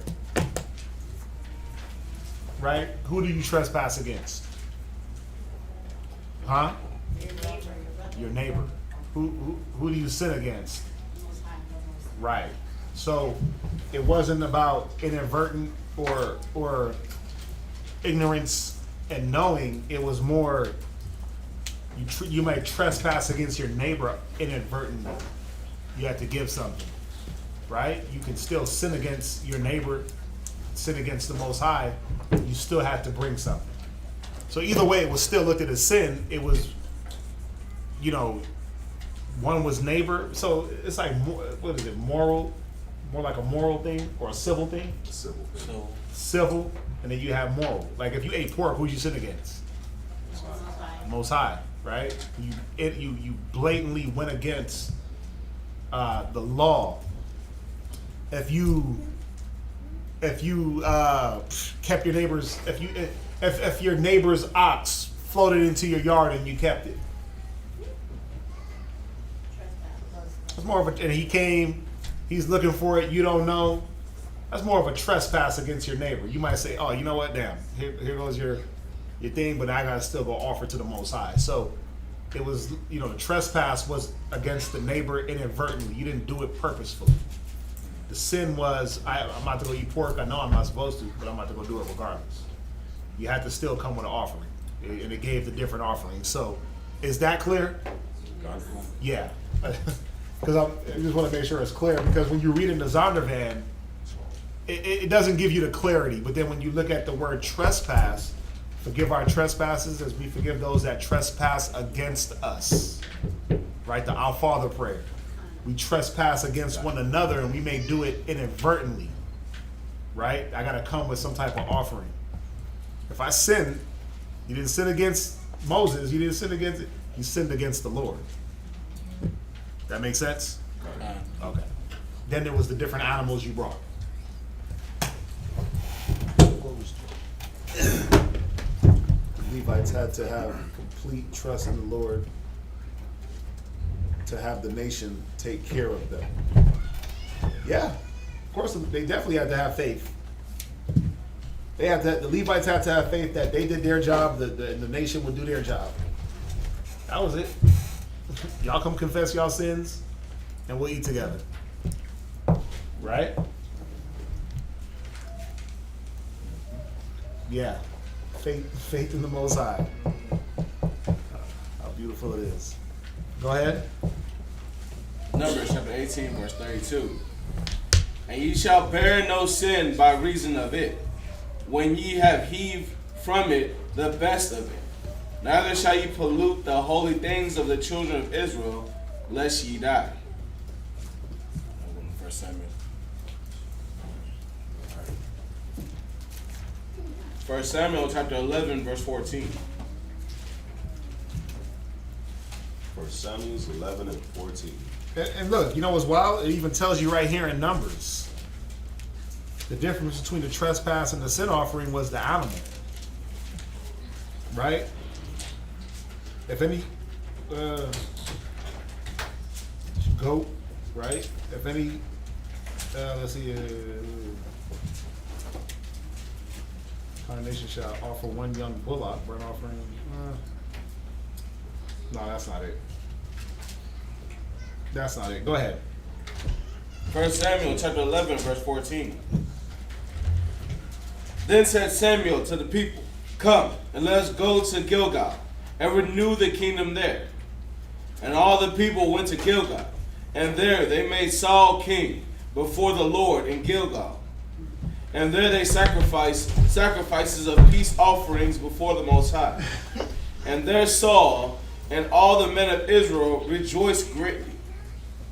Verse 12, chapter 12.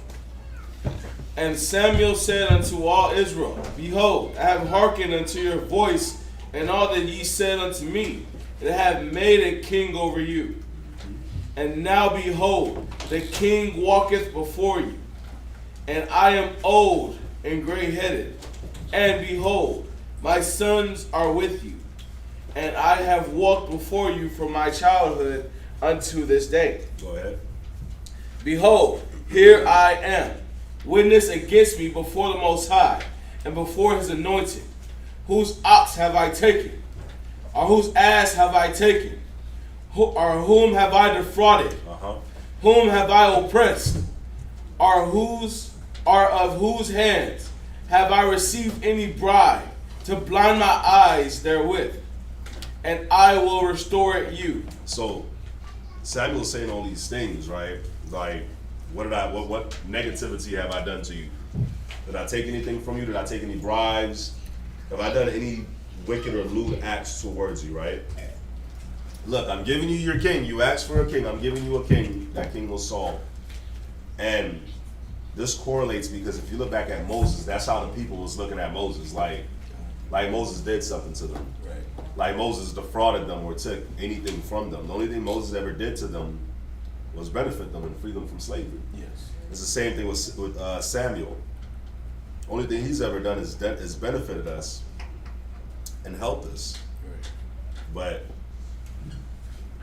we making it seem like this dude just like took our life away. That's how we did it for Moses and Aaron. Like we made Moses and Aaron seem like Moses and Aaron just made our lives hell when they delivered us from hell. Y'all see that? Do y'all remember who the high priests were before Samuel took over? Elijah? Eli and his sons. And what did Eli and his sons do? Say it again. They sinned before the Lord. Eli was the high priest. His sons was the priest as well. But what Eli and his sons did, they were sleeping with the congregation. They were stealing from the pots, the flesh hooks, all that. The raw meat. They were actually defrauding the people. But Samuel took over and did the exact opposite. And Samuel is reminding them here in verse 3 that he's only been good to them. So read verse 4. Verse 4. Mm-hmm. And they said, Thou hast not defrauded us, nor oppressed us, neither hast thou taken aught of any man's hands. Go ahead. And he said unto them, The Most High is witness against you, and his anointed is witness this day, that ye have not found aught in my hand. And they answered, He is witness. Go ahead.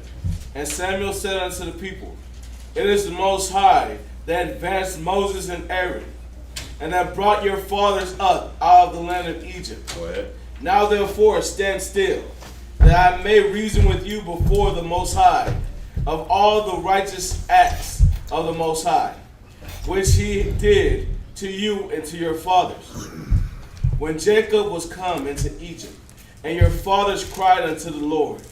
Then the Lord sent Moses and Aaron, which brought forth your fathers out of Egypt, and made them dwell in this place. So what Samuel is doing right now is he's just giving Israel a recap, because Israel loves to do what, y'all? Forget. So we're forgetful here, so he's just reminding them. Remember, he's setting up Saul to be king. He's setting up Saul to be king, and Samuel is about to pass. So before he passes, he's just reminding the people of everything. You see that? Read down. Verse 9. And when they forget the Most High their power, he sold them into the hand of Sisera, captain of the host of Hazor, and into the hand of the Philistines, and into the hand of the king of Moab. And they fought against them. And they cried unto the Most High, and said, we have sinned, because we have forsaken the Most High, and have served Baalim and Ashtaroth. But now deliver us out of the hand of our enemies, and we will serve thee. And this happens so much when you read in the Old Testament where Most High whoops our ass in captivity, and at some point in captivity, we're like, oh crap, we messed up. We started serving other gods. Let's return to our Father, right? Judges. But we always do that throughout the history whenever you read, like, we go into captivity and then the Most High delivers us because we remember what it is. We finally get the epiphany and remember the law, statutes, and commandments. But we do it here to this day too. Yeah. Where it's like, the Most High, he'll have everything set up good for us. And then the Most High starts whooping our tail because we forget, we become doubtful. We start looking back. And as he's whooping our tail, at some point, we're like, damn, this is where I messed up at. And that's when we want to return to the Most High. But I like reading on the Sabbath days because a lot of this stuff that you read, you can correlate it to today because we're the same people. It's the same spirits. Wash, rinse, repeat. It's the same things that's going on. It's just like what Zab said. This is like the 40th matrix. It's just another matrix. Y'all see that? Read down. Verse 11. And Most High sent Jerubbaal and Badan and Jephthah and Samuel and delivered you out of the hand of your enemies on every side. And ye dwelt safe. And when ye saw that Nahash, the king of the children of Ammon, came against you, ye said unto me, Nay, but a king shall reign over us, when the Most High your power was your king. Now therefore, behold the king, whom ye have chosen, and whom ye have desired. And behold, the Lord hath set a king over you.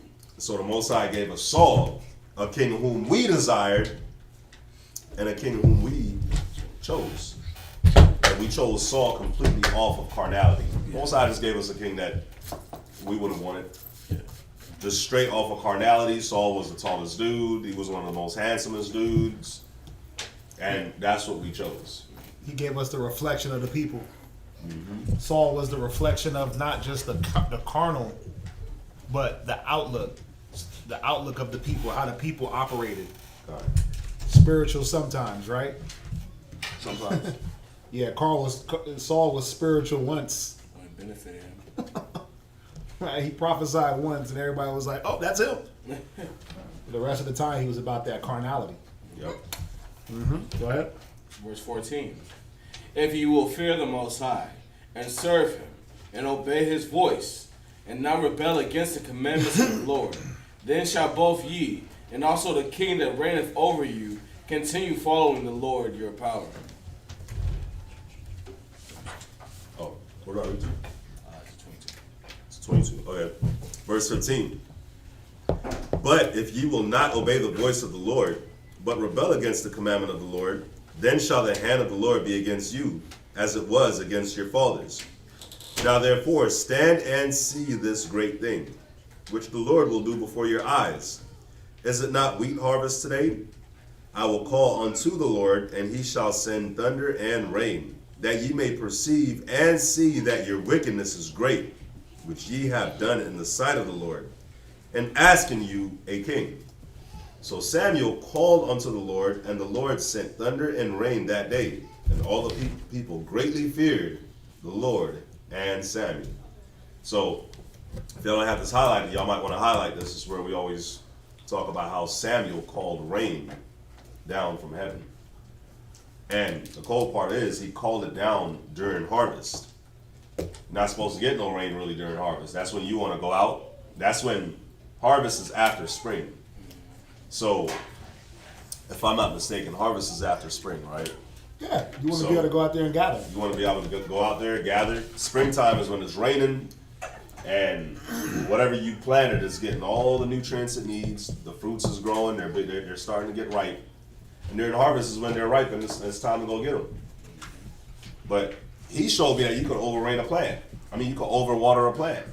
So Samuel calls down rain. You can't go out there to collect your harvest, and your harvest is getting destroyed. Floods, and whatever isn't flooded is probably overwatered and dies. Yep. So it says after that, the people greatly feared Samuel. But isn't it messed up how it takes an action? How it takes something like, oh, I'm gonna flood and destroy your crops, and that's when you're gonna fear? It shouldn't have to come to that. You should just fear. It's just like in the wilderness, it wasn't until Moses swallowed up these people, that's when the people feared a little bit, and then the next day they started rebelling again. So then the whole plague started happening, and then after that it's like, oh, okay, let me get back to fearing the Most High. That's all you saw that happen in the wilderness. But for us now, it shouldn't have to come to that. This is verse 19. And all the people said unto Samuel, pray for thy servants unto the Lord thy power, that we die not. For we have added unto all our sins this evil to ask us a king. And in this verse 19, you see how we ask Samuel to pray for us. Because the Most High is going to answer a righteous man's prayer. Verse 20. And Samuel said unto the people, fear not, ye have done all this wickedness, yet turn not aside from following the Lord. But serve the Lord with all your heart. And turn ye not aside, for then should ye go after vain things, which cannot profit nor deliver, for they are vain. And it's 20 and 21. It's very cold. Why? Because you're going to mess up. You're going to sin. But you got to have that godly sorrow and bounce back. A righteous man falls 7 times and gets back up. So Samuel's telling you, yeah, you done a whole bunch of wickedness. But don't turn aside in your wickedness. Come back to the Most High and serve him with all your heart, and you're going to be good. Verse 22. For the Lord will not forsake his people for his great name's sake, because it had pleased the Lord to make you his people. Moreover, as for me, God forbid that I should sin against the Lord in ceasing to pray for you. But I will teach you the good and the righteous way. So if the Most High will not give up on you, why do you give up on yourself? You see that? Most High is not going to forsake his people. He's not going to forsake you. So don't give up on yourself. Don't condemn yourself. You know how like when you sin and you start condemning yourself, oh, I ain't crap, I ain't nothing, I guess I ain't worthy. That's weakness. And all that is an excuse for you to just continue to do the sins or move in that mentality that you've been moving in. You see that? Verse 24. Only fear the Lord and serve him in truth with all your heart, for consider how great things he hath done for you. But if ye shall still do wickedly, ye shall be consumed, both ye and your king. Damn, did I overread? I overread. It's all good. Let's go to Matthew chapter 26, verse 13. Matthew 26 and 13.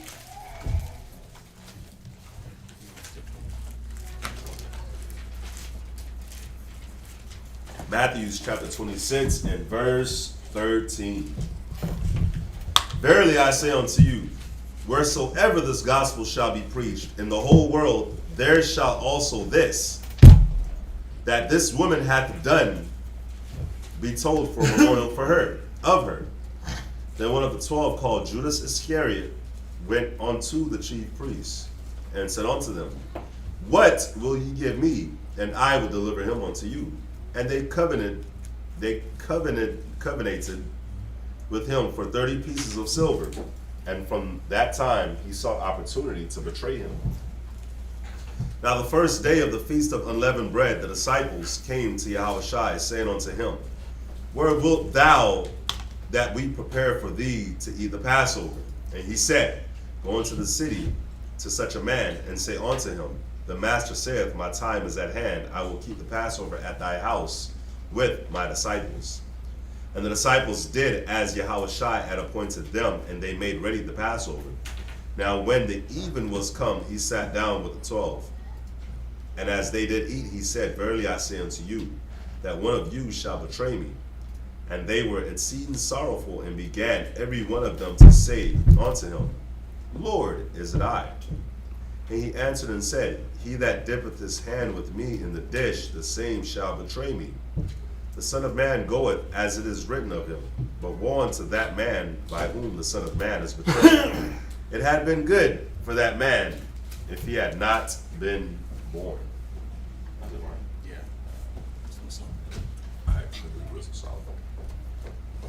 You know what's cold? He gave 30 shekels for Christ, right? How old was Yahushua? 30, about 33, 30, 34? No, 30, 20, 30 and 33, right?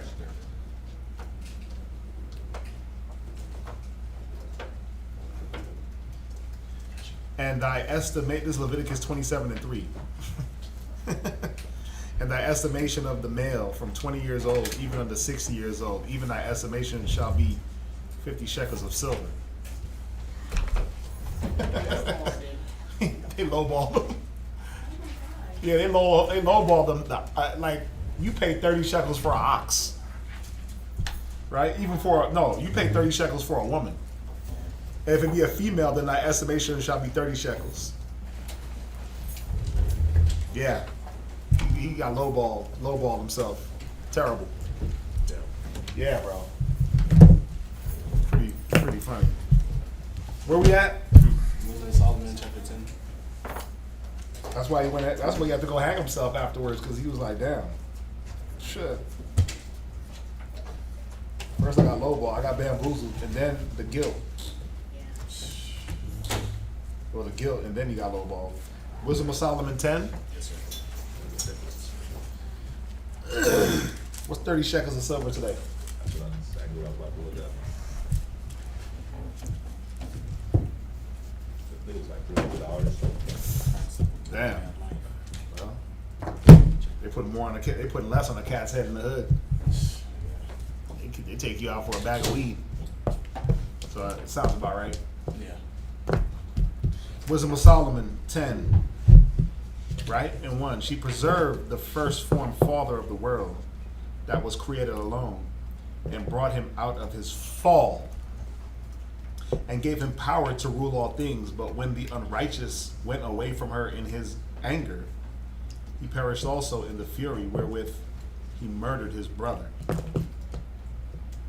You see that? So what is it telling us about wisdom here? It said that she preserved Adam out of his fall, right? Remember it said the ways of them that lived on the earth were reformed. How was Adam reformed? He had to come back to wisdom.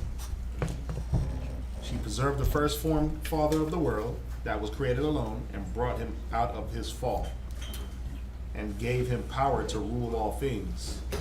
But when the unrighteous went away from her in his anger, Cain, he perished also in the fury wherewith he murdered his brother. For whose cause the earth being drowned with the flood, wisdom again preserved it, and directed the course of the righteous in a piece of wood of small value. Talking about Noah. Moreover, the nations in their wicked conspiracy being confounded, she found out the righteous and preserved him, blameless unto the Most High, and kept him strong against his tender compassion towards his son. When the ungodly perished, she delivered the righteous man who fled from the fire which fell down upon the 5 cities. Job, of whose wickedness even to this day the wasteland that smoketh is a testimony, and plants bearing fruit that never came to ripeness. And a standing pillar of salt is the monument of an unbelieving soul. Remember Lot's wife. I said Job? Yes. I meant Lot. Other three-letter guy. Remember Lot's wife. For regarding not wisdom, they gat not only this hurt, he that despised wisdom and nurture, right? that they knew not the things which were good, but also left behind them to the world a memorial of their foolishness, so that in the things wherein they offended they could not so much as be hid. But wisdom delivered from pain those that attended upon her. When the righteous fled from his brother's wrath, she guided him in the right paths, showed him the kingdom of God, and gave him knowledge of the holy things, made him rich in his travels, and multiplied the fruit of his labors. In the covetousness of such as oppressed him, she stood by him and made him rich. She defended him from his enemies and kept him safe from those that lay wait. And in a sore conflict, he gave him the victory, and he might know the godliness, that he might know that godliness is stronger than all. When the righteous was sold, she forsook him not, but delivered him from sin. And she went down with him into the pit. So Jacob, Esau, Jacob, Joseph, and his brothers, right? Who was sold into a pit? Who was sold into? It was Joseph, right? Before that, it was talking about Jacob.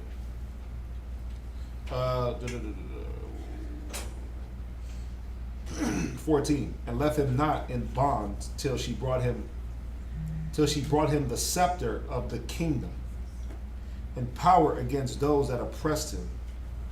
For them that had accused him, she showed them to be liars, and gave him perpetual glory. She delivered the righteous people and blameless seed from the nation that oppressed them. She entered into the soul of the servant of the Lord, and withstood dreadful kings in wonders and signs.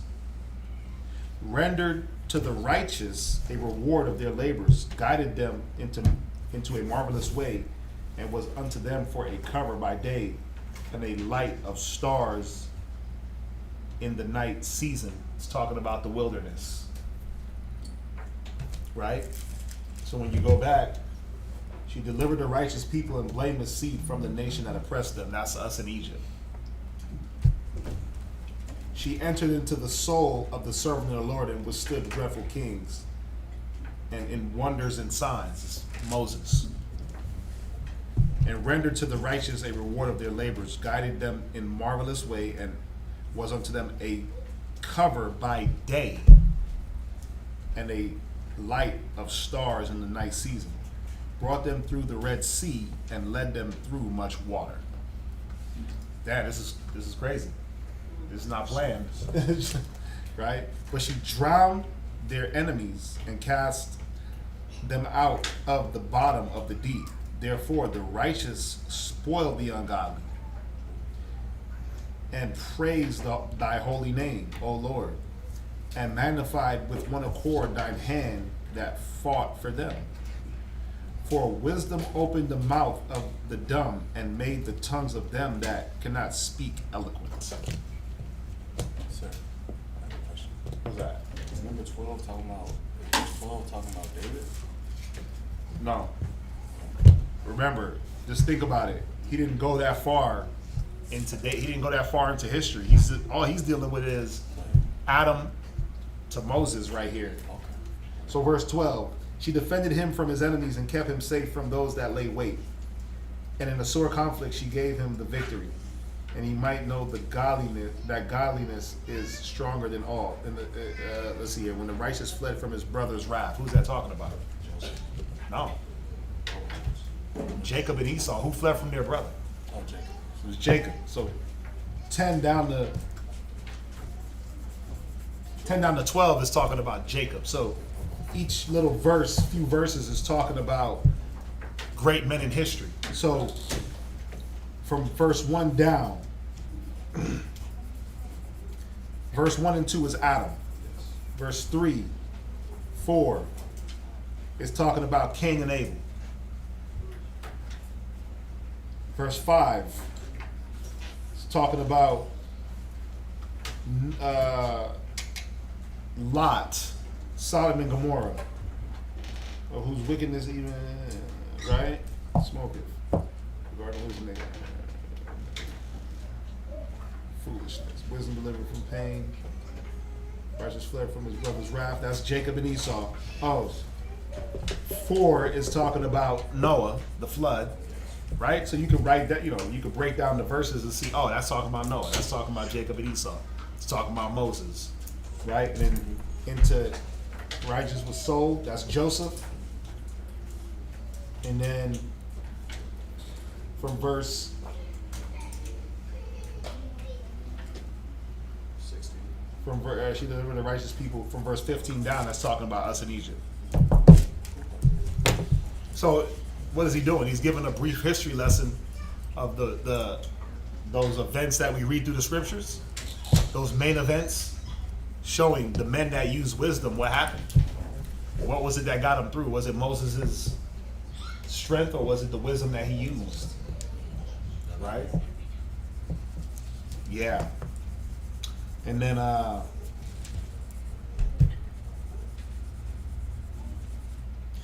when you remember, when you read all of this, it's all one idea. Like chapter 9 and 10 go together.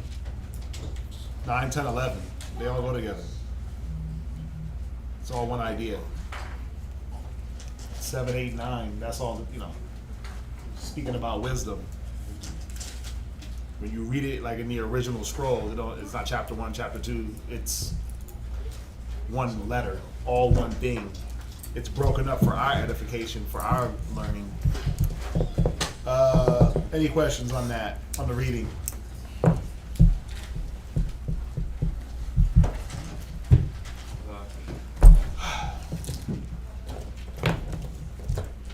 Yeah. It's 3 o'clock, I don't feel like it. Wow. Feels later. No, it was earlier. That was a quick 3 o'clock. That was a quick 5 hours.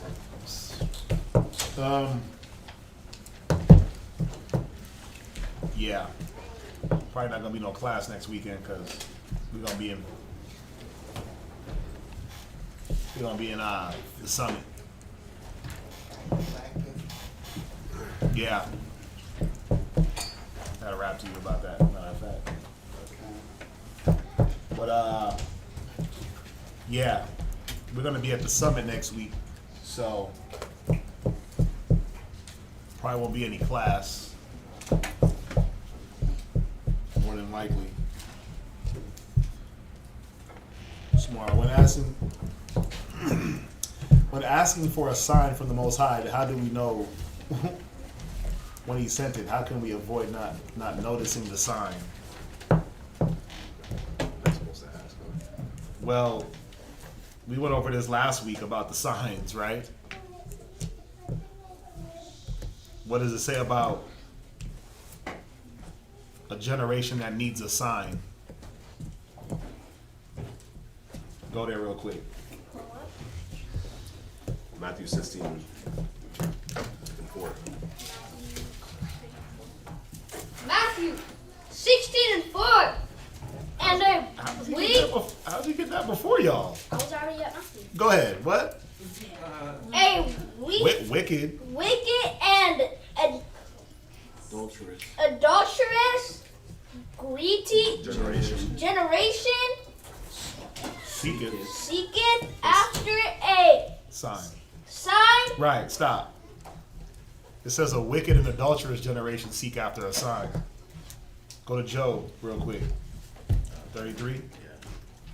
See, you shouldn't have to seek for the signs. You shouldn't have to ask the Most High for a sign. Now let me ask this: a sign of what? What are you asking for?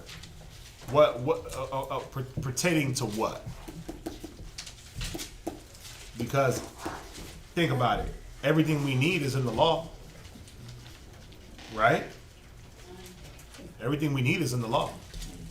You don't need a sign to have to believe the Most High or have to follow or have to have faith. Elijah, you're gonna read it.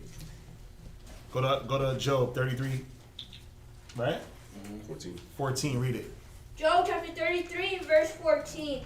For God speaketh once, right? Yea, twice. So the Most High is already speaking to you. So you shouldn't need a sign and a wonder because, whew, you know what a sign is? When you turn the news on and people's getting shot. That's a sign of the times, right? Earthquakes, pestilence, those are signs. He's already giving us the signs of what? That the earth is about to end. Follow me, right? When you turn on the BET Awards and two men are kissing. Oh, damn, that's a sign. That's a sign that this world is given into. Like I watched the BET Awards for the first time in a long time. I did too. They had one segment just based on homosexuality. I was like, whoa. Terror, what's the dude's name? Porter? The black dude that dresses like a woman? What's his name? I don't know his name, but I know what you're talking about. They had him do a whole segment, a whole dance routine with homosexual models, cross-dressers, switch hitters. I was like, what is going on here? There was a lot of it, though. A lot of, like, the backup dancers, like God. Lizzo opened up, and I didn't watch all of it either. she had two gay dudes. Billy Porter. Up there, it was, yeah, bro. Yeah, it's insane, right? So think about it. What signs?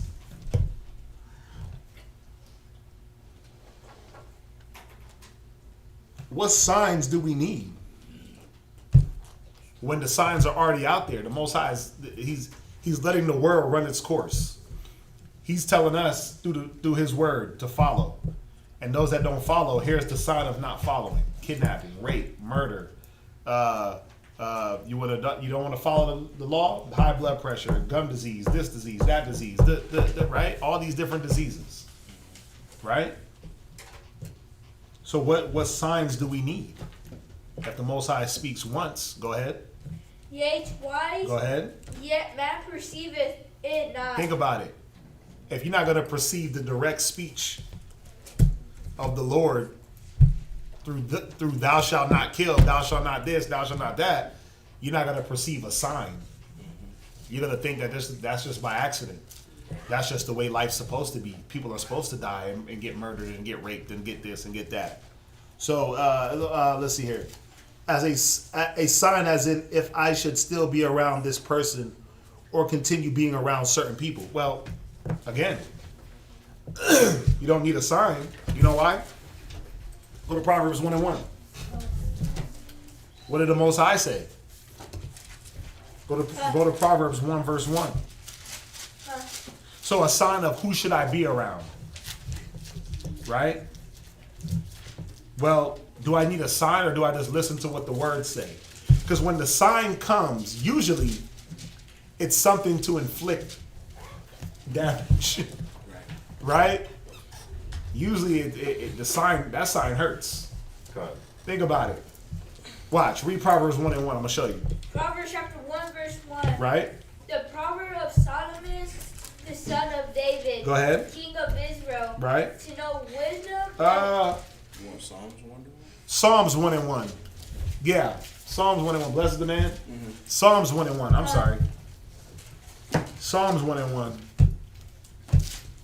Right? Go ahead. Psalm chapter 1 verse 1. Blessed is the man that walketh not in the counsel of the ungodly. Right? Nor standeth in the way of sinners. So think about it. Blessed is the man that walketh not in the way of the ungodly or stand in the way of sinners. Why do I want to wait for the sign? Why would I wait for the sign to show me that that's true? Now, just think about being around ungodly and sinful people. You're going to wait for them to give you put their ungodliness and sins on you? Right? Why would you wait for that? Usually that's some form of contention. That's going to come in the form of contention or argument, fighting, physical altercation, right? You don't have to wait for the sign to know, or you shouldn't have to wait for a sign to know I shouldn't be around this person. All you do is ask them, what are you about? Right. What? Isn't that the sign though? What? Contention. Yeah, fighting, but this is the thing. What happens when that contention is hitting you? I don't want to, like me, I know. Why don't I have my neighbors come sit at my house? Right? They seem like fun-loving, great people. But why don't I have my neighbors come sit at my house and just kick it? Because I'm talking about my Israelite, my Judite neighbors. Why don't I have them come? Well, there's cigarette smoking and pants sagging involved, right? So why do I have them come and why do I not have them come sit at my house? Because what are they about?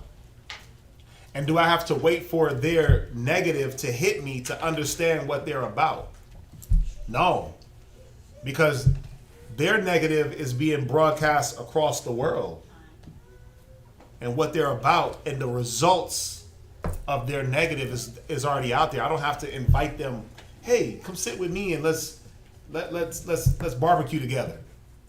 For what? For what? Think about it. Somebody's gonna get drunk, somebody's gonna get upset. Somebody's not gonna use wisdom, somebody's going to. Right? So do I have to sit next to my neighbor that is not in the Bible to understand what can potentially happen if a misunderstanding comes about?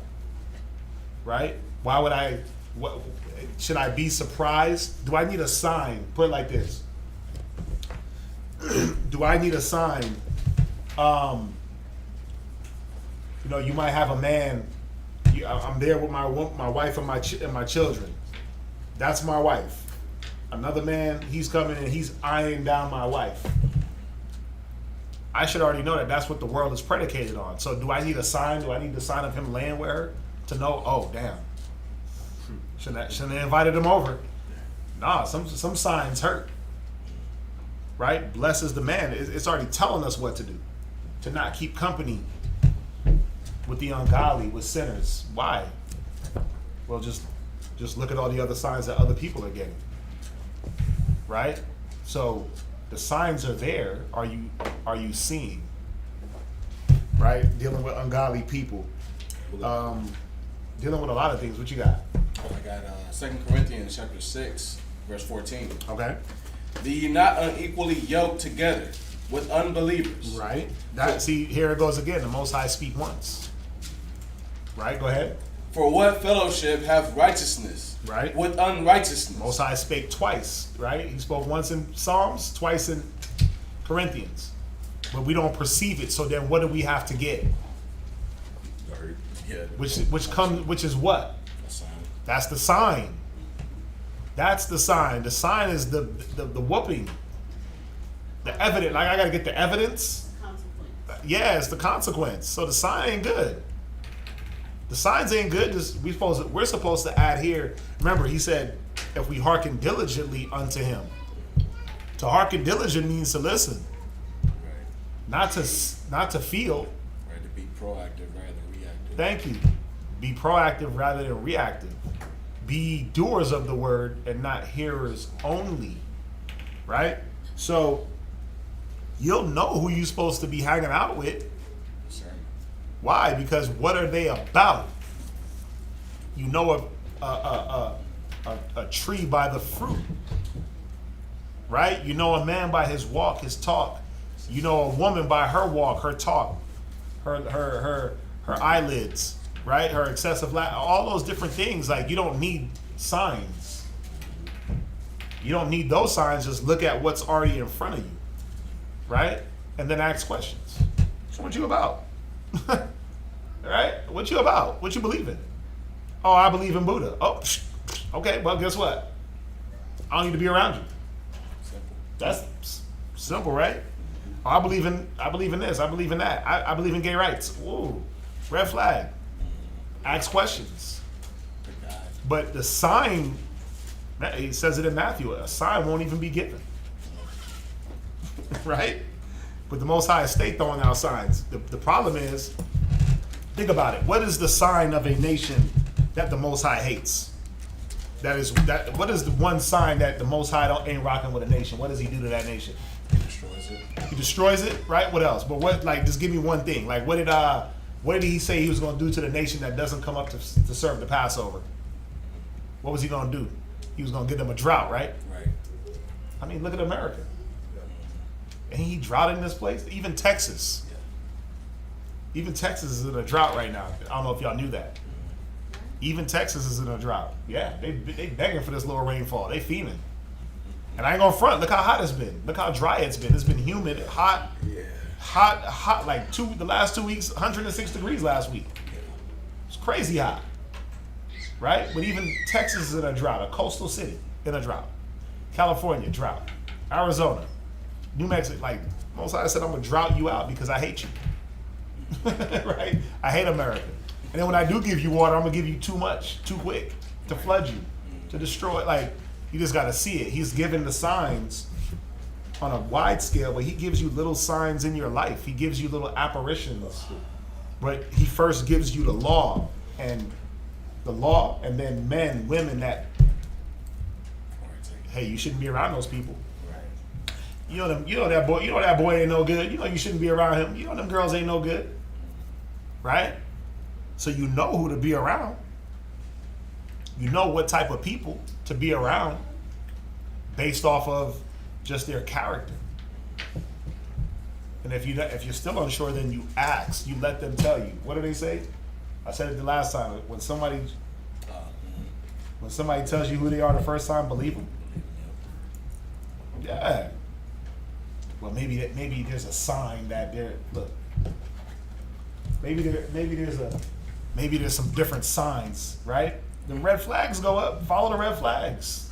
Right. What are we good at? Ignoring red flags. Yeah. And thinking that, oh no, through time they'll change. We don't want to see it. Yeah, you don't want to believe the red flags, and then you get up in arms later down in the relationship when things go bad. It's like, what did you think? You ignored all the signs. You ignored the narcissism. You ignored the selfishness. You ignored the negativity. You ignored all that stuff, right?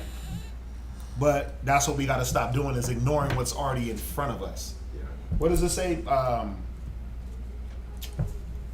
Many things are shown to us. Ecclesiastes 6. Is it 6? Yes, I think it's 6. Let's see here.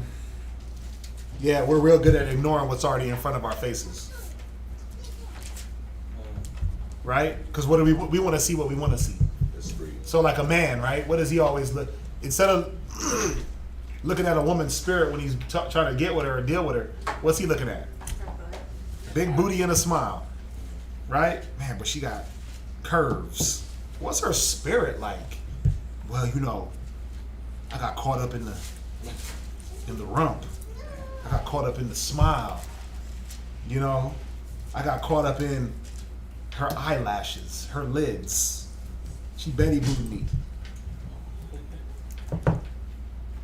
There it is. Many are deceived. It's like, but what is commanded? They go upon. Yeah. What is not needful. 22. Ecclesiastes chapter 3, verse 22. No, there was a one that was. There it is. 23. You can read the whole thing. Just read 23. Get to the point. Ecclesiastes 3:23. Before y'all read, can I get one of y'all to read? These are kids. Y'all are officers. Y'all are about to be officers and soldiers, and they shouldn't be out. They shouldn't be out gunning y'all. Yeah. Y'all tired? What? They shouldn't be. The kids shouldn't be. Noah shouldn't be out pacing nobody. Go ahead. Ecclesiasticus chapter 3, verse 23. Go ahead. Be not curious in unnecessary matters. Go ahead. For more things are shown unto thee, right, than men understand. See that? There's more that's shown. There's more signs given to you than you even understand is given you. A person will reveal more about themselves in the first few moments of meeting you than what you could even fathom. You'll know whether or not to be around a person. Just step back and watch. Become a watcher, right? Look at people. Look at the way they move. Watch them before when they don't think they're being watched, and everything will be revealed. Many things are shown unto you, but we get caught up in the unnecessary things. We get caught up in their look, in their speech. We get caught up in those things where the real person is being shown to you right then and there. But we like to ignore the signs based off of what? Well, I like the way this person looks. I like their vibe, right? Their vibe. That's the new thing. that vibe. That's the word, right? Yeah. Vibe, energy. That energy, the vibe. Like, nigga, you ignoring their straight up speech that they hate you, but because they vibing, we good. Right. But then it ain't gonna work down the line. So stop trying to be caught up in the unnecessary things like vibe and I can read their soul and look at what they're telling you. You know, that just shows the immaturity in a person. Like when they talk about like vibe and energy and stuff like that, because Bruh. anybody can Vibe with you. vibe and have an energy. Yeah. All you gotta do is just turn up a little bit. Yep. Right. So it just shows the immaturity of the person. Yeah. But what it is ask what that person's about. Yeah. If their beliefs don't line up, then what does the next scripture say? Amos 3 verse 3. Yep. Can two walk together, at least they be in agreement.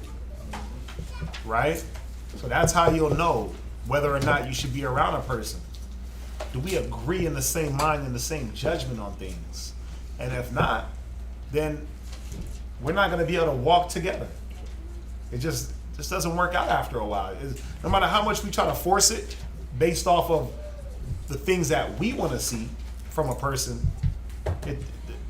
things don't work out. It doesn't matter if it's intimate relationship. It doesn't matter if it's friendship. Or we just grew apart. Well, were you guys always apart? And you tried to make something come together that didn't agree in the beginning? You kids got to wise up. And I think, who's asking this? Samara. Right? That's isn't that I think that's Noel's daughter. Right?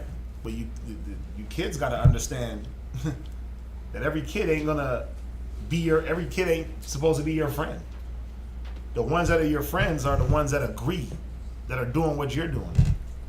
You parents got to be pushing that in your kid's head. Like, my kid, my friend at school, that ain't your friend. You don't even know them. What's their last name? Right. So that's not your friend. That's not. Do they agree with what you believe in? They dress like you, talk like you, or is it just an associate, somebody you go to school with? We got to start drawing those lines and showing our kids what friends are. Did you prove them? Did you put them through the proving process? No, because kids don't know how to prove each other. Right? So we got to start showing our kids what friends are and who they should associate with and why things aren't going to work out if there's no agreement. You just got to watch and make sure that their actions meet up with their words. Well, I'm going to kill you. Do I wait for them to do it? No. You got to make sure that their actions line up with the word, with the Bible. Yeah. You got to make sure that their actions align with your mind state. Remember, we're the light. We're the lights of the world. So I'm not going to sit around and and I'm not going in on nobody. I want to make sure that this is straight. We got to stop being the ones that conform.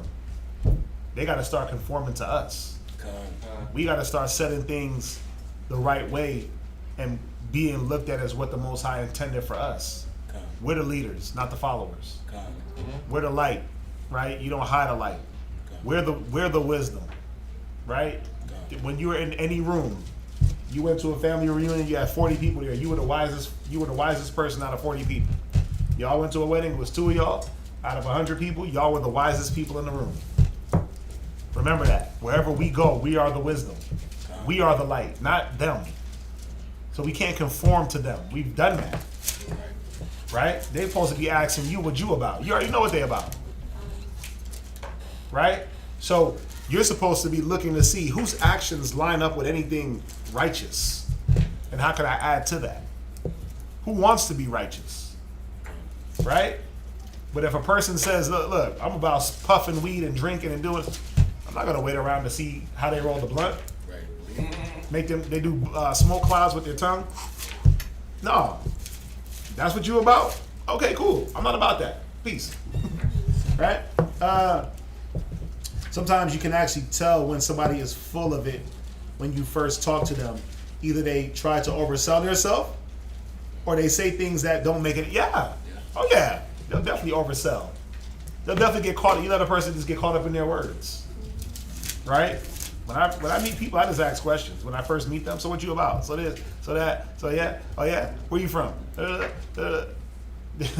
was a cat at street speaking last week. He pulled up and it was just weird, right? I just asked him questions and then he's kind of just was like, oh, okay, y'all ain't on what I'm on, and he left. So I'm like, yeah, wait. He's like, I want to do a movie with you guys, and I'm like, oh, you doing a documentary? He's like, oh no, like some type of what did he say? Yeah, some Black Dynamite. Black Dynamite. I'm like, what the hell is that? I'm like, I don't know if we're gonna be a part of that, right? I don't even know what Black Dynamite is, but you ain't gonna paint us in a negative light, right? Like just show him like that's not what we on. And he's like, all right, guys, I'm gonna go do my thing. Cool, go do your thing, right? It's okay. We ain't gotta agree, but I'm not gonna bend to you. You have to bend to what I want. You got to bend to this word, to this wisdom, right? I have another. So I mean, hopefully y'all get that. Let's see. I have another question. Are we going to speak English in the kingdom, or speak Hebrew? We're gonna go back to the pure language. Zephaniah. Yeah, go there real quick. English is a bastard language. Think about this. Just imagine this for a moment. Everything you learned in America is going to be gone. America is going to burn with its language and with its customs and with its dress code and with Bath and Body Works and Victoria's Secret and hot dogs and stadiums, all that stuff that you learned here. Christmas, it's all going to burn. English is going to burn. It's not going to be a language. Right? Go there. What we got? Zephaniah chapter 3 verse 9. For then will I turn to the people a pure language. Right. That they may all call upon the name of the Lord. Right, because again, can two walk together needs to be in agreement.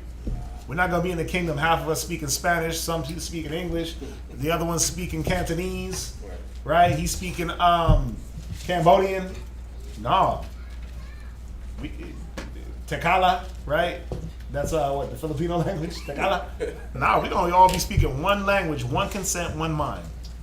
So the old is going to be done away with, right? We learned English through this is a captor's language, Spanish, right? Portuguese, all them languages, man, is all them a million dialects, all that bad Hebrew, right? Shalom, all that bad, that stuff ain't gonna be there. The S-H-O-L-A-M, nah, S-H-A-L-A-M, Shalama, Shalama, all the ahaya and all that bad mistranslations, and that ain't gonna be there. It's gonna be, and I'm not saying that we're perfect, but what's gonna happen is Yahweh Shai is gonna set the language in order. This how you say this. This how it is. This how that. This how that. So yes, in the kingdom, Hebrew. Right. I actually was speaking on how they walk as in the light. Right. Yeah. So yeah, we definitely gonna be speaking that Hebrew. I don't want to speak English. Nah. It's terrible. It's so confusing. A after E except after C. A-E-I-O-U. Vowels, consonants, verbs, nouns, adjectives, adverbs, pronouns, this, that, apostrophe S, right? Abbreviations. Like, what the hell? One word means three different things. One word, yeah, you got one word, three different things. Bear, and bear. There, and there. Two, and two. Yeah. You, and you. It's bad. What's that? That's like when in kindergarten for Max, he learned the alphabet R, and then they're like, okay, we're going to do sight words. Let's do the word R. A-R-E? R going somewhere, and it was so confusing for him. That's the point. Where Hebrew is more, like it tells you, the things uttered in Hebrew have more power than in other languages, right? So when you read that in the prologue of Ecclesiasticus, so we're definitely going to be going back to the original language. That way, what that's gonna do for us? It's gonna give us even more insight into what the scriptures are saying. Right. That we're not gonna be dealing with no translation or transliteration of thousands of years. We're gonna be able to go back to the purity of what the word is saying and how we should be operating. Ain't gonna be no confusion. Ain't gonna be no, that was translated and mistranslated wrong. Think about the word Lord and God. Interchangeable. right? We just dealt with trespass and sin. Interchangeable. That's where the confusion comes in. It's like, wait a minute, sin offering, trespass. Now you got to dig deep into the meaning. Where if you go into the Hebrew words, it's a lot easier. The meaning is more apparent. Right, it's a lot straightforward. It's more straightforward. This word means this. Yeah, no games. Yeah, they know. Damn, which there is it? Right. Which your, and your. Right. Right. So, will we be stripped of the name given to us here when we go into the kingdom? Go to Revelations real quick.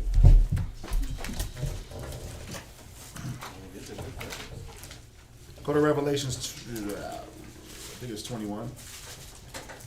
I mean, again, think about it. We named, and it's a good one. We named in our custom, the Hebrew custom, we named our children according to things that were happening at the time. It was a spiritual naming, right? So, I mean, what does Bartholomew mean?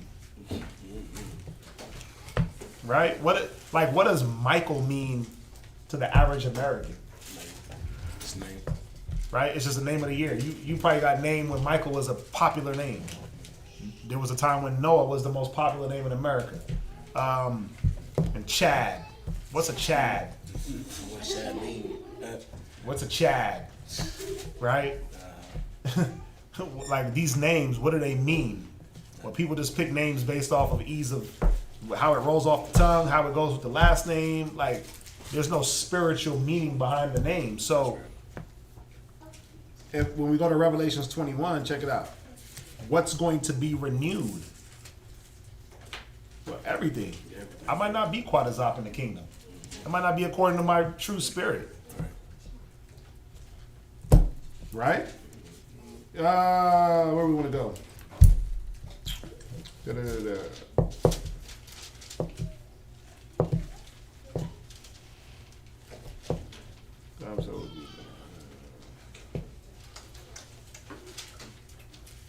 Revelation 21:4.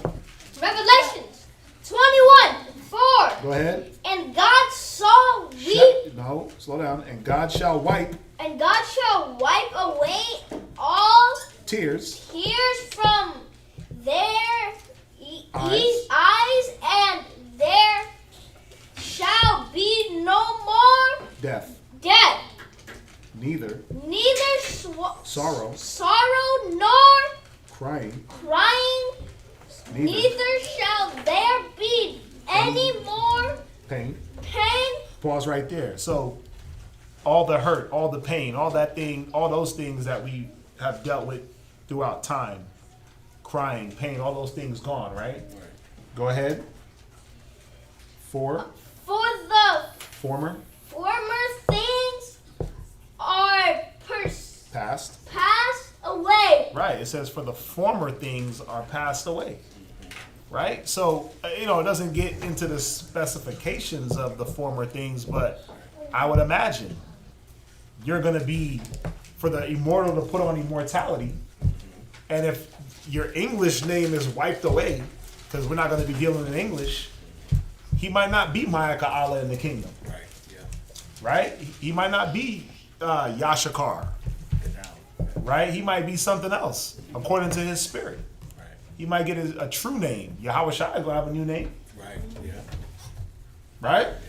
Yeah. You might get a new name too. So, again, I'm not, no scripture is saying like, oh, your name's going to be changed.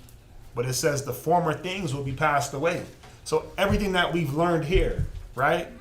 All the European names that we got, all the Spanish names, Pablo and Escobar and all that crap, we ain't going to be dealing with that.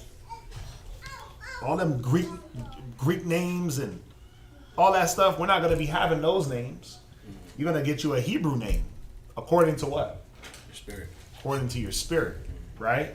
So, I mean, think about it. Your whole mind state is going to be stripped. Yeah. Your whole mind state, you should be stripping that off of you now, though. Right? And be ready to you do it now. When Christ comes, he just gives the final touches. Boom. Right. But there should be a stripping of everything. You shouldn't want to be the old slave name that was given. Right? You should be seeing that, wait a minute. Nah, I don't want that. That was put on me, even if it sounds cute. Right? Even if it's biblical. Right. I remember, man, my UPS guy the other day, pretty whack. But I was rapping to him, right? He's like, "Oh, you a Hebrew?" Da, da, da, da. I'm like, "Yeah." And he saw my slave name on the package, and he was like, "Is that your Hebrew name or your government name?" Because my name is a biblical, it's in the Bible, right? And he was like, "I'm gonna call you that," and I'm like, "Nah, don't call me that. That's not what I want to be." Right. And I didn't argue with him. I was like, "Okay, it's all good." But I got respect to the Hebrew name, right? Even though my name is a biblical name, so what? When was it? What was it given to me in? And am I that person? No. Right? But who knows? Yahweh Shai comes, he might say, "You know what? You ain't quite a Zah. You Shathak." Right. Right. You're Shathak. You're really Shathak. You know what? You're Shaquat. Yeah. Shaquat means quiet. Yeah. You know damn well I ain't getting no Shaquat. Right? We're gonna go ahead and keep your quads out. Right. You might just say, "Yeah, you're quite a Zah." Yeah. Right? But you just never know. Right. Right? So that's a good question. I always think about that, and I'm like, just think about it. A lot of the things that we learned, everything that we've learned from this place, it's supposed to be stripped from us, Right. including those slave names, including the language, the heritage, all of it. Right. There's nothing in this kingdom that you want to carry into the kingdom. There's nothing in this kingdom that you can carry to the kingdom. Right. Yeah. Even if you wanted to, you can't. Right. Think about it. You can't carry it in. Nothing unclean shall enter into the kingdom. So how you gonna bring in? What you think? You gonna bring in Johnson some money? Oh, Now I got these Benjamins. Nigga, nah, that's gonna burn. kind. That's gonna burn up, and it's gonna be unnecessary to bring that because we ain't gonna be running off America's currency. We're gonna be running off kingdom currency, Definitely. right? Well, I want to bottle a little sand and bring it for what? I want to take this with me. I want to take for what? Leave that. What you gonna do? Bring the Babylonian garment? Oof. I don't even want these garments in the kingdom. I don't want this. Yeah. This suffices for the time, but when we get there, bruh, Yeah. I'm trying to. Aaron's garments had gold weaved through it. Yeah. Cunning works. Right? When you read about Shamsha, one of them was going through a class and they were talking about Herod's garment. They said it was all silver. The whole garment was made out of silver. So why can't I have a gold garment? Why not? Platinum garment, platinum threads in the kingdom. That's just one garment. Thank you. Why can't I rock pearls and all different weird, different little things? I don't want these garments. You know what I mean? So I just stick with what it says, man, that all the former things are going to be passed away. So could you get a new name? Possibly. Maybe not. But think about this. We're going to get new bodies. We're going to get all that. We're going to come back to our full stature as men and as women. Think about it. You're not going to be like, "Oh, man, I'm not producing enough milk. The baby's starving. I don't got enough." You're going to be looking in the freezer like, "Damn, there's not enough milk." Hell nah. That baby's going to be fat, Right. chunky, Big old baby. 10-pound babies, man. Giants. Yep. Right? Why? Because you're going to be able to nurse. Think about the women that can't even breastfeed their babies. It's crazy. Think about men that lose their hair. The most natural thing in this earth is to grow hair. You can't do it? I can't do it? You think we're going to be in the kingdom like, "Damn, I'm going bald"? That's gonna be not even a worry. Right. Because we're going to be at full strength in the flesh, but because that spirit is going to be strong. So everything's going to be determined off the spirit. So there could be a possibility that your true spirit, as far as your name, hasn't been given yet. Right? All things cannot be in man. We don't need to take anything from this life into our new lives. No, I don't want to. No, don't want to. Nothing here can suffice. right? When you talk about golden streets that you can see through and 12 gates and just things that you can't imagine, I'm good, dude. I can imagine everything here on earth. Think about it. And if you can't imagine it, just Google it. Right? You can imagine something as long as you can say it or pronounce it or even halfway spell it. You can Google it and see if. But bro, the Most High said there's things in the kingdom that you can't even imagine. I have not seen, ear have not heard the things that are promised. So, what the hell can anything here on earth that man has created do in the kingdom? Nothing. Names are going to be the least of our worries. Yeah. What else?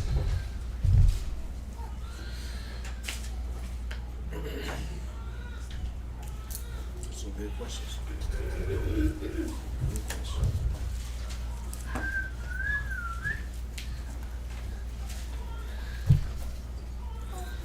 So things like eyesight will be restored in the kingdom. Oh yeah, eyesight. Think about this. Moses, it said he died, and what happened? What happened when Moses died? He didn't lose his strength, his sight. Yeah, Moses didn't lose his strength. He didn't lose his sight. Caleb too. Yeah, these dudes died. Come on, when the Most High told Aaron to go on the mountain and die, did it say that he went up because of old age? The eyesight was withering? Bro, Aaron was strong as hell and had full faculties. Eyesight, that's going to be the least of your worries. Hearing, watch. Go to 1 Corinthians. Is it first or second? Let's see. 15. The immortal must put on immortality. Go to, it's 1 Corinthians 15. 1 Corinthians. No. Let him get it. Go ahead. 1 Corinthians 15. 40. Is it? God is mortal? No.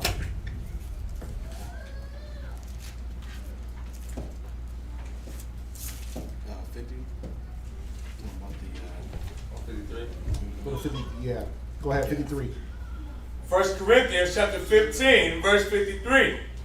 For this corruptible must put on. 51. Verse 51. Behold, I show you a mystery. Right. We shall not all sleep. Go ahead. But we shall all be in change. We shall all be what? Change. We should all be changed from what to what? What's going to change? Go ahead.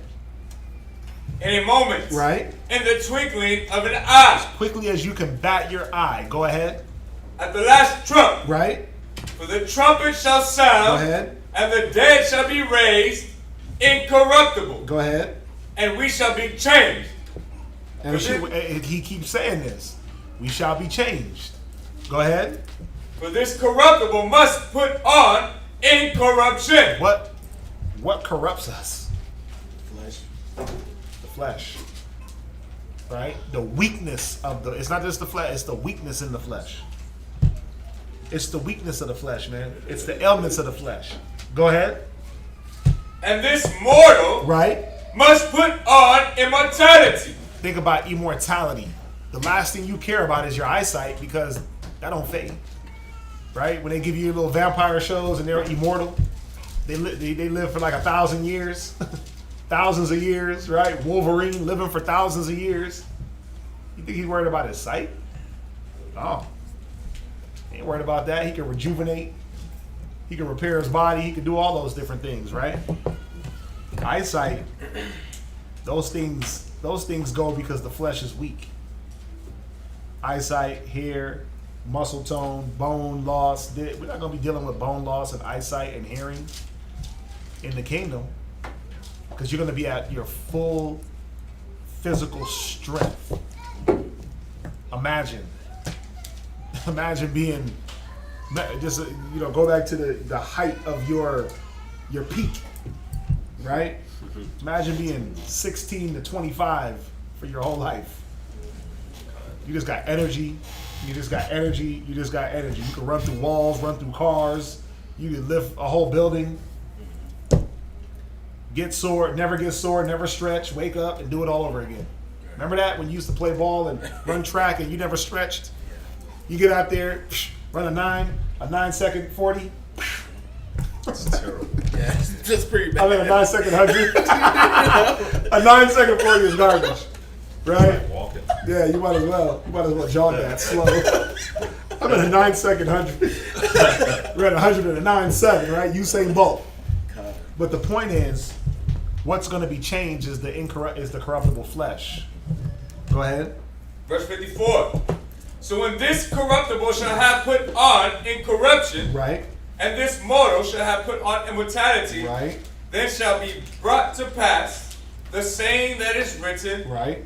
death is swallowed up in victory. Yeah, because again, what brings us to death? That corruptible flesh. It says what? That corruptible flesh that weigheth down the soul. Am I quoting that right in Wisdom of Solomon? Did it say corruptible? No. Am I adding words? It says, I got it. Wisdom of Solomon, chapter 9, verse 15. yeah, what does it say? What does it say? For the corruptible body. Right, the corruptible body. Why is it corruptible? Because it breaks down. Eyesight, hearing, teeth, gums, right? Hair, muscle, right? We break down as we age. But imagine never breaking down. Imagine doing the Moses and Aaron. He said Moses died, he didn't lose his strength, his natural strength didn't leave him. His eyesight, is it his eyes? Watch. Let's get it, it's in Deuteronomy. It said his eyes never dimmed.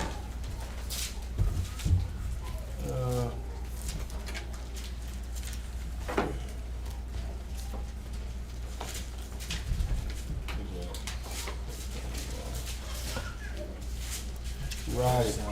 Deuteronomy 34. 34, yeah. Yep. 5. Deuteronomy 34 and 7. Deuteronomy chapter 34, verse 7. Right. And Moses was 120 years old when he died. Go ahead. His eye was not dim, Right. nor his natural force abated. Right. You see that? His natural strength never diminished, and his eyes, he could see. He needed to see that promised land anyway. Right? But think about it.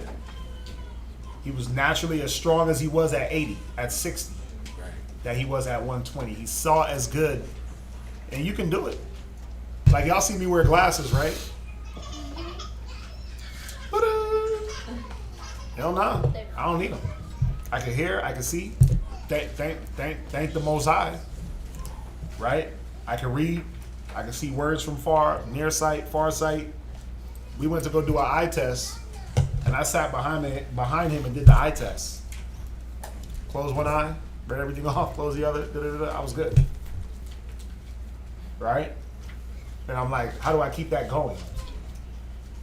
Wisdom restores you to health. It tells you what to eat, what not to eat, what diminishes eyes, how to move, how to not to move, what to do, right? And you apply that, you can prolong eyesight and things like that. Some things are genetics, which I partly believe that, partly don't. I believe that if you apply the right wisdom, you can pass the ailments that our forefathers dealt with. Right? It's like saying, "Oh, I'm predisposed to AIDS." Well, we all are. If you sleep around, right? If you don't do it with wisdom, you're gonna definitely be predisposed to AIDS and things like that, right? But I don't mean you gotta get it. But that's like I read this book about tooth decay, and it's called How to Cure Tooth Decay. And like people will be like, "Oh, your teeth are hereditary. You know, the lining of your jaw." Like, no, it's not. And it's only, they think it's hereditary because you keep the same diet that your parents did, your grandparents did, and so you guys are all inheriting the same traits because you're eating the same. You don't change anything. yeah, in my family, there's a bone deficiency, and it hits the teeth. So I be scared. I be scared. It hit my grandpa, it hit my pop. My pops ain't got no teeth in his mouth. My uncle, he took every tooth out of his mouth. Right? Yeah, I'm nervous, but then I'm like, for what? I do all the things that they didn't do. I don't eat like she said. I don't eat like they do. I fast from here, here and there a little bit to try to help. I do these different things that wisdom says to do to prolong. You know what I mean? I don't brush too hard. I don't brush too long. Right? I use the different, the peroxide, the charcoal, the different foods. You eat harder foods to help your teeth, not soft foods that stick in between. It's things like that. All the sugar that we have been taught to eat and everything, right? You cut back. You got to do something different. It's like diabetics. What do they say? Well, you pre-diabetes. No such thing. You're just eating the same diet that your people pre-you. Pre means before, right? So you're eating the same thing that they ate. So of course you're going to be a diabetic. You just adopted their same diet. But if you change it, then what? You won't catch that. Break the pattern. You'll break the pattern. Wisdom. Right? So, it's just, remember, it said it wasn't herb or mollifying plaster that restored them to health, but thy word. Applying the word. Yeah. You done with that? Yep. Anything else? Damn, 4 o'clock. Ooh, you setting records. You trying to do an 8-hour Sabbath? That it? My costume glasses. I might give him my costume eyesight.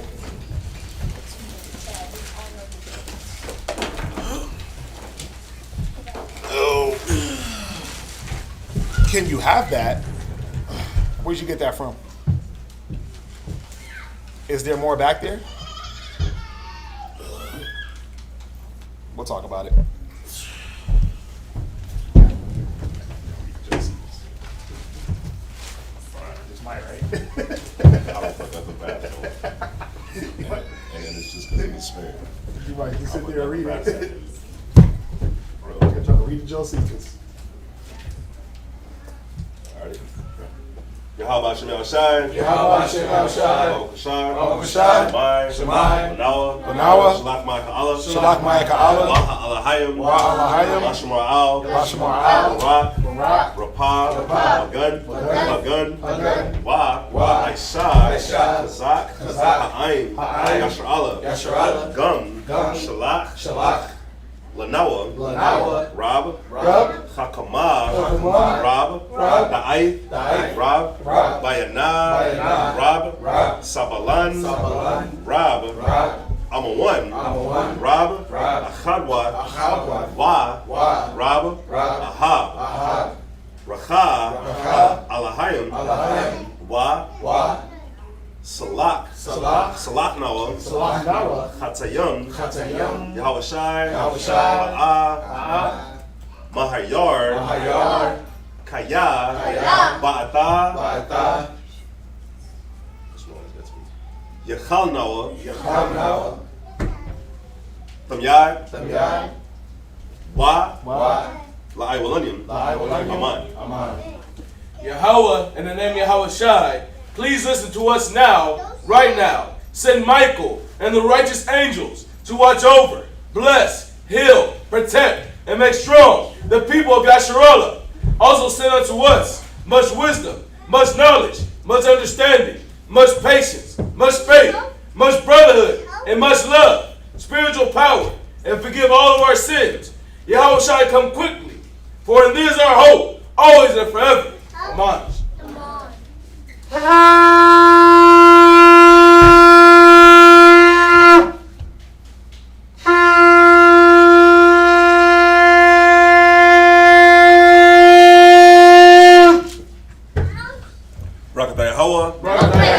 Hashem Yahushai.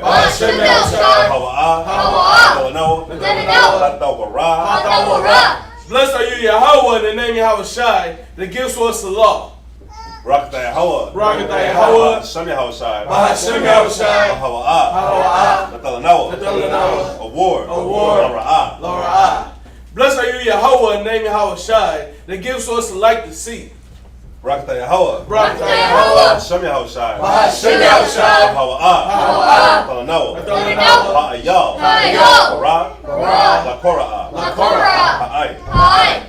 Blessed are you, Yahweh, in the name of Yahweh Shai, that gives to us a ram's horn to call the people. Barakatah Yahweh. Barakatah Yahweh. Hashem Yahweh Shai. Hashem Yahweh Shai. Hawa. Talanawa. Shaman. Zayat. Lamashat. Yashar Allah. Blessed are you, Yahweh, in the name of Yahweh Shai, that gives us the olive oil to anoint Israel. And of course, we'll anoint at the end. This is Psalms chapter 92.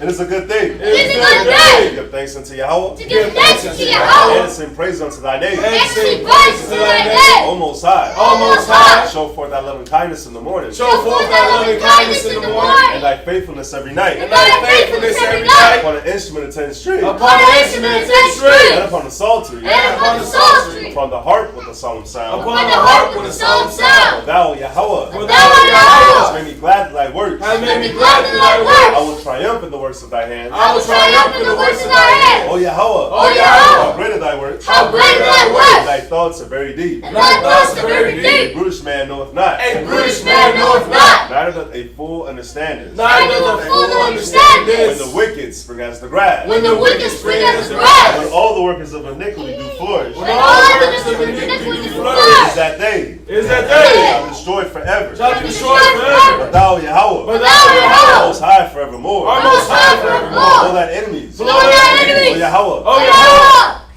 Below thine enemies. Below thine enemies. Shall perish. Shall perish. All the workers of iniquity. All the workers of iniquity. Shall be scattered. Shall be scattered. But my horn. But my horn. Shalt thou exalt. Shalt thou Like exalt. the horn of a unicorn. Like the horn of a unicorn. Shall be anointed with fresh oil. I shall be anointed with fresh oil. And I also shall see my desire of my enemies. My eye also shall see my desire of my enemies. And my ears shall hear my desire of the wicked. And my ears shall hear my desire of the wicked. That rise up against me. That rise up against The me. righteous shall flourish like the palm tree. The righteous shall flourish like the palm tree. He shall grow like a cedar in Lebanon. He shall grow like a cedar in Lebanon. Those that be planted in the house of Yahweh Shai. Those that be planted in the house of Yahweh Shai. Shall flourish in the courts of Yahweh. Shall flourish in the courts of They Yahweh. shall still bring forth food in old age. They He shall still bring forth food in old They age. shall be fat and flourish. They shall be shall fat and flourish. To show that Yahweh is upright. To show Show that Yahweh is He upright. is my rock. He is my rock. There is no unrighteousness in him. There is no unrighteousness in him. By Hashem Yahweh Shai. Hashem Yahweh Shai. Psalm chapter 133.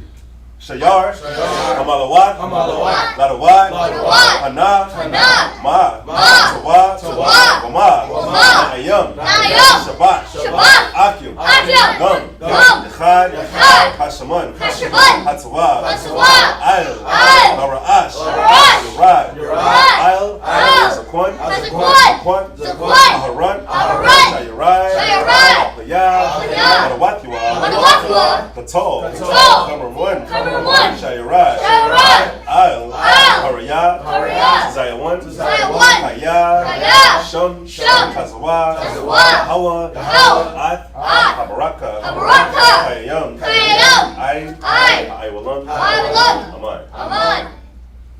This is Psalm chapter 133. Behold, how good and how pleasant it is for brethren to dwell together in unity.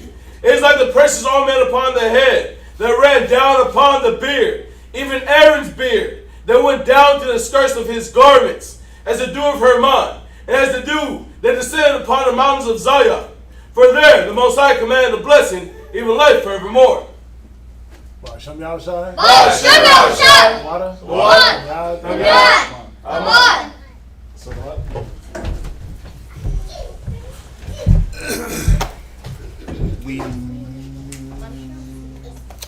We may or may not have class Wednesday, depending on when I leave for the summit. We'll let you know. I'll let you know. Call it. Men of Israel, Amadi, Barak, Yahweh Hashem Yahweh Shai Rakatah. Kum Yisrael. Kum Yisrael. Kum Yisrael. Kum Yisrael. Kum Yisrael. Kum Yisrael. Give him a top. Let's turn the face to sister. That's hilarious. Call it. salute not the daughters of Zion, men of Israel, Amadi, Barak, Yahweh Shemata Yahweh Hashem Yahweh Shai. Yahweh Shemata Yahweh Hashem Yahweh Shai. Tell them a tie. Dismiss. Let's say shalom, everybody online. Shalom. Shalom. We'll see y'all back here possibly Wednesday. What's going on over there?